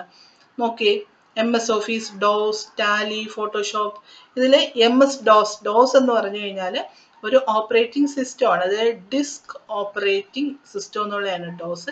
അത് പഴയ കാലത്ത് ഉപയോഗിച്ചിരുന്ന ഒരു ഓപ്പറേറ്റിംഗ് സിസ്റ്റം ആണ്. നമ്മൾ ഇന്നത്തെ ആൻഡ്രോയിഡ് പോലെ അല്ലെങ്കിൽ വിൻഡോസ് പോലുള്ള ഒരു ഓപ്പറേറ്റിംഗ് സിസ്റ്റം ആണ്. അപ്പോൾ ഇവിടെ ഒരു ആപ്ലിക്കേഷൻ സോഫ്റ്റ്വെയറിന് ഉദാഹരണം അല്ലാത്ത ഇതൊരു OS ആണ്. ബാക്കിയൊക്കെ ആപ്ലിക്കേഷൻ സോഫ്റ്റ്വെയർ ആണ്. ഓപ്ഷൻ D ആണ് ആൻസർ. ഫ്രീ സോഫ്റ്റ്വെയറിന് ഉദാഹരണം ഏതാണ്? റിച്ചാർഡ് സ്റ്റാൾമാൻ ആണ് അല്ലേ. ഫ്രീ സോഫ്റ്റ്വെയർ നമുക്ക് ഫ്രീ ആയി ഉണ്ടാക്കി എന്ത് ചെയ്തു? ഒരു സ്റ്റാളിൽ കൊണ്ട് വിൽക്കാൻ വെച്ചു എന്ന് ഓർത്തിരുന്നാൽ മതി. ഓക്കെ, അപ്പൊ ഫ്രീ സോഫ്റ്റ്വെയറിന് രൂപകൽപ്പന ചെയ്തത് റിച്ചാർഡ് സ്റ്റാൾമാൻ ആണ്. ഫ്രീ സോഫ്റ്റ്വെയറിന്റെ എംബ്ലം എന്താണ്? പെൻഗിൻ ആണ് കേട്ടോ. പെൻഗിൻ ആണ് ഫ്രീ സോഫ്റ്റ്വെയറിന്റെ emblem. Next, Malayalam keyboard design ചെയ്ത ആരാണ്? NS പണ്ടാലയാണ്. നമുക്ക് ആ പേര് കേട്ടാൽ തന്നെ അറിയാല്ലേ, പണ്ടാല. മറ്റു വാക്കുകളിൽ നിന്നും കുറച്ചുകൂടെ മലയാളീകരിച്ച ഒരു പേരൊക്കെയാണ് Pandala. NS പണ്ടാലയാണ് Malayalam keyboard design ചെയ്തത്. ആദ്യത്തെ കീബോർഡ് ഡിസൈൻ ചെയ്ത ആരാണ്? ക്രിസ്റ്റഫർ ലാദം ഷോൾസ് ആണ് കേട്ടോ. Christopher Latham shawls. താഴെ തന്നിരിക്കുന്ന ശരിയായവയിൽ നിന്നും ശരിയായ പ്രസ്താവനകൾ തിരഞ്ഞെടുക്കുക. കീബോർഡിൽ 104 കീകളുണ്ട്. യൂണിവേഴ്സൽ കീബോർഡ് ക്വർട്ടി കീബോർഡ് ആണ്. മലയാളം കീബോർഡ് ഡിസൈൻ ചെയ്തത് NS പണ്ടാലയാണ്. ആദ്യ കീബോർഡ് ഡിസൈൻ ചെയ്തത് ക്രിസ്റ്റഫർ ലാദം ഷോൾഡ് ആണ്. എന്ത് തോന്നുന്നു? എല്ലാം ശരിയാണ് അല്ലെ. ഈ എല്ലാ ഓപ്ഷൻസും കറക്റ്റ് ആണ്. നെക്സ്റ്റ് നോക്കി, ഇംഗ്ലീഷിൽ നിന്ന് മലയാളത്തിലേക്ക് ട്രാൻസ്ലേറ്റ് ചെയ്യാൻ സീഡാക്ക് വികസിപ്പിച്ച സോഫ്റ്റ്വെയർ ആണ് ISM. ഓക്കെ, ISM എന്താണ്? ഇംഗ്ലീഷിൽ നിന്ന് മലയാളത്തിലേക്ക് ഡേറ്റ ട്രാൻസ്ഫർ ചെയ്യാൻ സീഡാക്ക് വികസിപ്പിച്ചെടുത്ത സോഫ്റ്റ്വെയർ ആണ് ISM. താഴെ പറയുന്നവയിൽ നിന്നും മലയാള ഫോണ്ടുകൾ തിരഞ്ഞെടുക്കുക. ഇതില് എല്ലാം ചിലങ്ക, കല്യാണി, രേവതി, കേരളീയം ഇതെല്ലാം. ഇനി ഇംഗ്ലീഷ് കീബോർഡിന്റെ ലേഔട്ട് എന്താണ്? ക്വർട്ടിയാണ്. നമ്മൾ പറഞ്ഞാലേ ക്വർട്ടി കീബോർഡാണ് നമ്മൾ ഉപയോഗിക്കുന്നത്. ഒരു എൻകോഡറായി ആക്ട് ചെയ്യുന്നത് താഴെ തന്നിരിക്കുന്നവയിൽ ഏതാണ്? കീബോർഡാണ്. നമ്മളൊരു ഡേറ്റ കൊടുക്കുകയാണെങ്കിൽ ആ ഡേറ്റയെ കമ്പ്യൂട്ടറിന് അറിയാവുന്ന രീതിയിൽ ട്രാൻസ്ലേറ്റ് ചെയ്ത് കൊടുക്കുന്നത് ഒരു എൻകോഡറായി പ്രവർത്തിക്കുകയാണ് കീബോർഡ് ചെയ്യുന്നത്. ഇനി മൗസ് കണ്ടുപിടിച്ച ആരാണ്? ഞാൻ പറഞ്ഞു 2 ബട്ടൺ ഉണ്ടെന്നൊക്കെ പറഞ്ഞു. ബർട്ട് ഓർത്താൽ മതി. ഡഗ്ലസ് എംഗിൾ ബർട്ടാണ്. നെക്സ്റ്റ്, താഴെ തന്നിരിക്കുന്നവയിൽ നിന്നും ശരിയായ പ്രസ്താവനകൾ തിരഞ്ഞെടുക്കുക. ആധുനിക കമ്പ്യൂട്ടറിന്റെ പിതാവ് എന്നറിയപ്പെടുന്നത് അലൻ ട്യൂറിംഗ് ആണ്. ആധുനിക കമ്പ്യൂട്ടർ സയൻസിന്റെ പിതാവും അലൻ ട്യൂറിംഗ് ആണ്. ഇദ്ദേഹത്തിന്റെ പേരിൽ ഏർപ്പെടുത്തിയതാണ് ട്യൂറിംഗ് അവാർഡ്. എല്ലാം ശരിയാണ്. 3 ഓപ്ഷൻ ഇവിടെ കറക്റ്റ് ആണ്. നെക്സ്റ്റ്, ആർട്ടിഫിഷ്യൽ ഇന്റലിജൻസിന്റെ പിതാവ് ആരാണ്? എല്ലാവർക്കും അറിയാം, ജോൺ മക്കാത്തി ആണ്. ഇനി ലിബർ ഓഫീസ് റൈറ്റർ എന്ന സോഫ്റ്റ്വെയറിന് രൂപകൽപ്പന ചെയ്ത ആരാണ്? ദ ഡോക്യുമെന്റ് ഫൗണ്ടേഷൻ ആണ്. ദ ഡോക്യുമെന്റ് ഫൗണ്ടേഷൻ ആണ് ലിബർ ഓഫീസ് റൈറ്റർ എന്ന സോഫ്റ്റ്വെയറിന് രൂപകൽപ്പന ചെയ്തത്. താഴെ തന്നിരിക്കുന്നവയിൽ എക്സൽ പോലെ ഉപയോഗിക്കാൻ സഹായിക്കുന്ന സോഫ്റ്റ്വെയർ എന്താണ്? G-ന്യൂമറിക് ആണ്. G-ന്യൂമറിക് ആണ് എക്സൽ പോലെ ഉപയോഗിക്കാൻ പറ്റുന്ന മറ്റൊരു സോഫ്റ്റ്വെയർ. നോക്കി, അടുത്ത ഇമ്പോർട്ടൻ്റ് ആയിട്ടുള്ള ഒരു കാര്യമാണ്. IT ആക്ട് 2000 പറയുന്ന പ്രധാനപ്പെട്ട ആർട്ടിക്കിൾസും അത് റിലേറ്റ് ചെയ്തിട്ടുള്ള കാര്യങ്ങൾ എന്തൊക്കെയാണെന്ന് നോക്കാം. ആർട്ടിക്കിൾ 65 കമ്പ്യൂട്ടറിന്റെ ഉറവിട രേഖകളിൽ കൃത്രിമം കാണിക്കുന്നതിനെ കുറിച്ച് പറയുന്നു. 66 ഹാക്കിംഗ്. 66A കുറ്റകരമായ സന്ദേശങ്ങൾ അയക്കുന്നതിനെ കുറിച്ച് പറയുന്നു. 66B ആണെങ്കിലോ മോഷ്ടിക്കപ്പെട്ട കമ്പ്യൂട്ടറോ ആശയവിനിമയ ഉപകരണമോ സ്വീകരിക്കുന്നതിനെ കുറിച്ച് പറയുന്നു. 66C ഇലക്ട്രോണിക് ഒപ്പുകളുടെ അനധികൃത ഉപയോഗത്തെ കുറിച്ച് പറയുന്നു. 66D മറ്റൊരാളുടെ പാസ്വേഡ് ഉപയോഗിക്കുന്നതിനെ കുറിച്ച് പറയുന്നു. 66E ആണെങ്കിലോ സ്വകാര്യതയുടെ ലംഘനത്തെ കുറിച്ച് പറയുന്നു. 66F സൈബർ ഭീകരവാദ പ്രവർത്തനങ്ങളെ കുറിച്ച് പറയുന്നു. 67 ആണെങ്കിൽ അശ്ലീല വസ്തുക്കളുടെ പ്രക്ഷേപണത്തെ കുറിച്ച് പറയുന്നു. 67A അശ്ലീല സാഹിത്യം അടങ്ങിയ ചിത്രങ്ങൾ പ്രസിദ്ധീകരിക്കുന്നതിനെ കുറിച്ച് പറയുന്നു.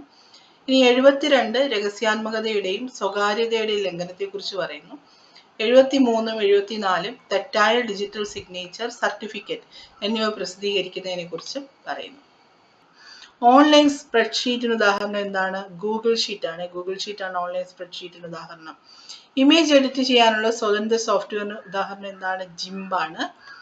ജിംബിന്റെ പൂർണ്ണരൂപം ചോദിച്ചിട്ടുള്ളതാണ് എന്താണ്? ജനറൽ ഇമേജ് മാനിപ്പുലേഷൻ പ്രോഗ്രാം എന്നുള്ളതാണ് ജിംബിന്റെ പൂർണ്ണരൂപം. ജിംബ് രൂപകൽപ്പന ചെയ്തവരാണ് സ്പെൻസർ കിംബലും പീറ്റർ മാറ്റിസും. ഇമ്പോർട്ടന്റ് ആണ്.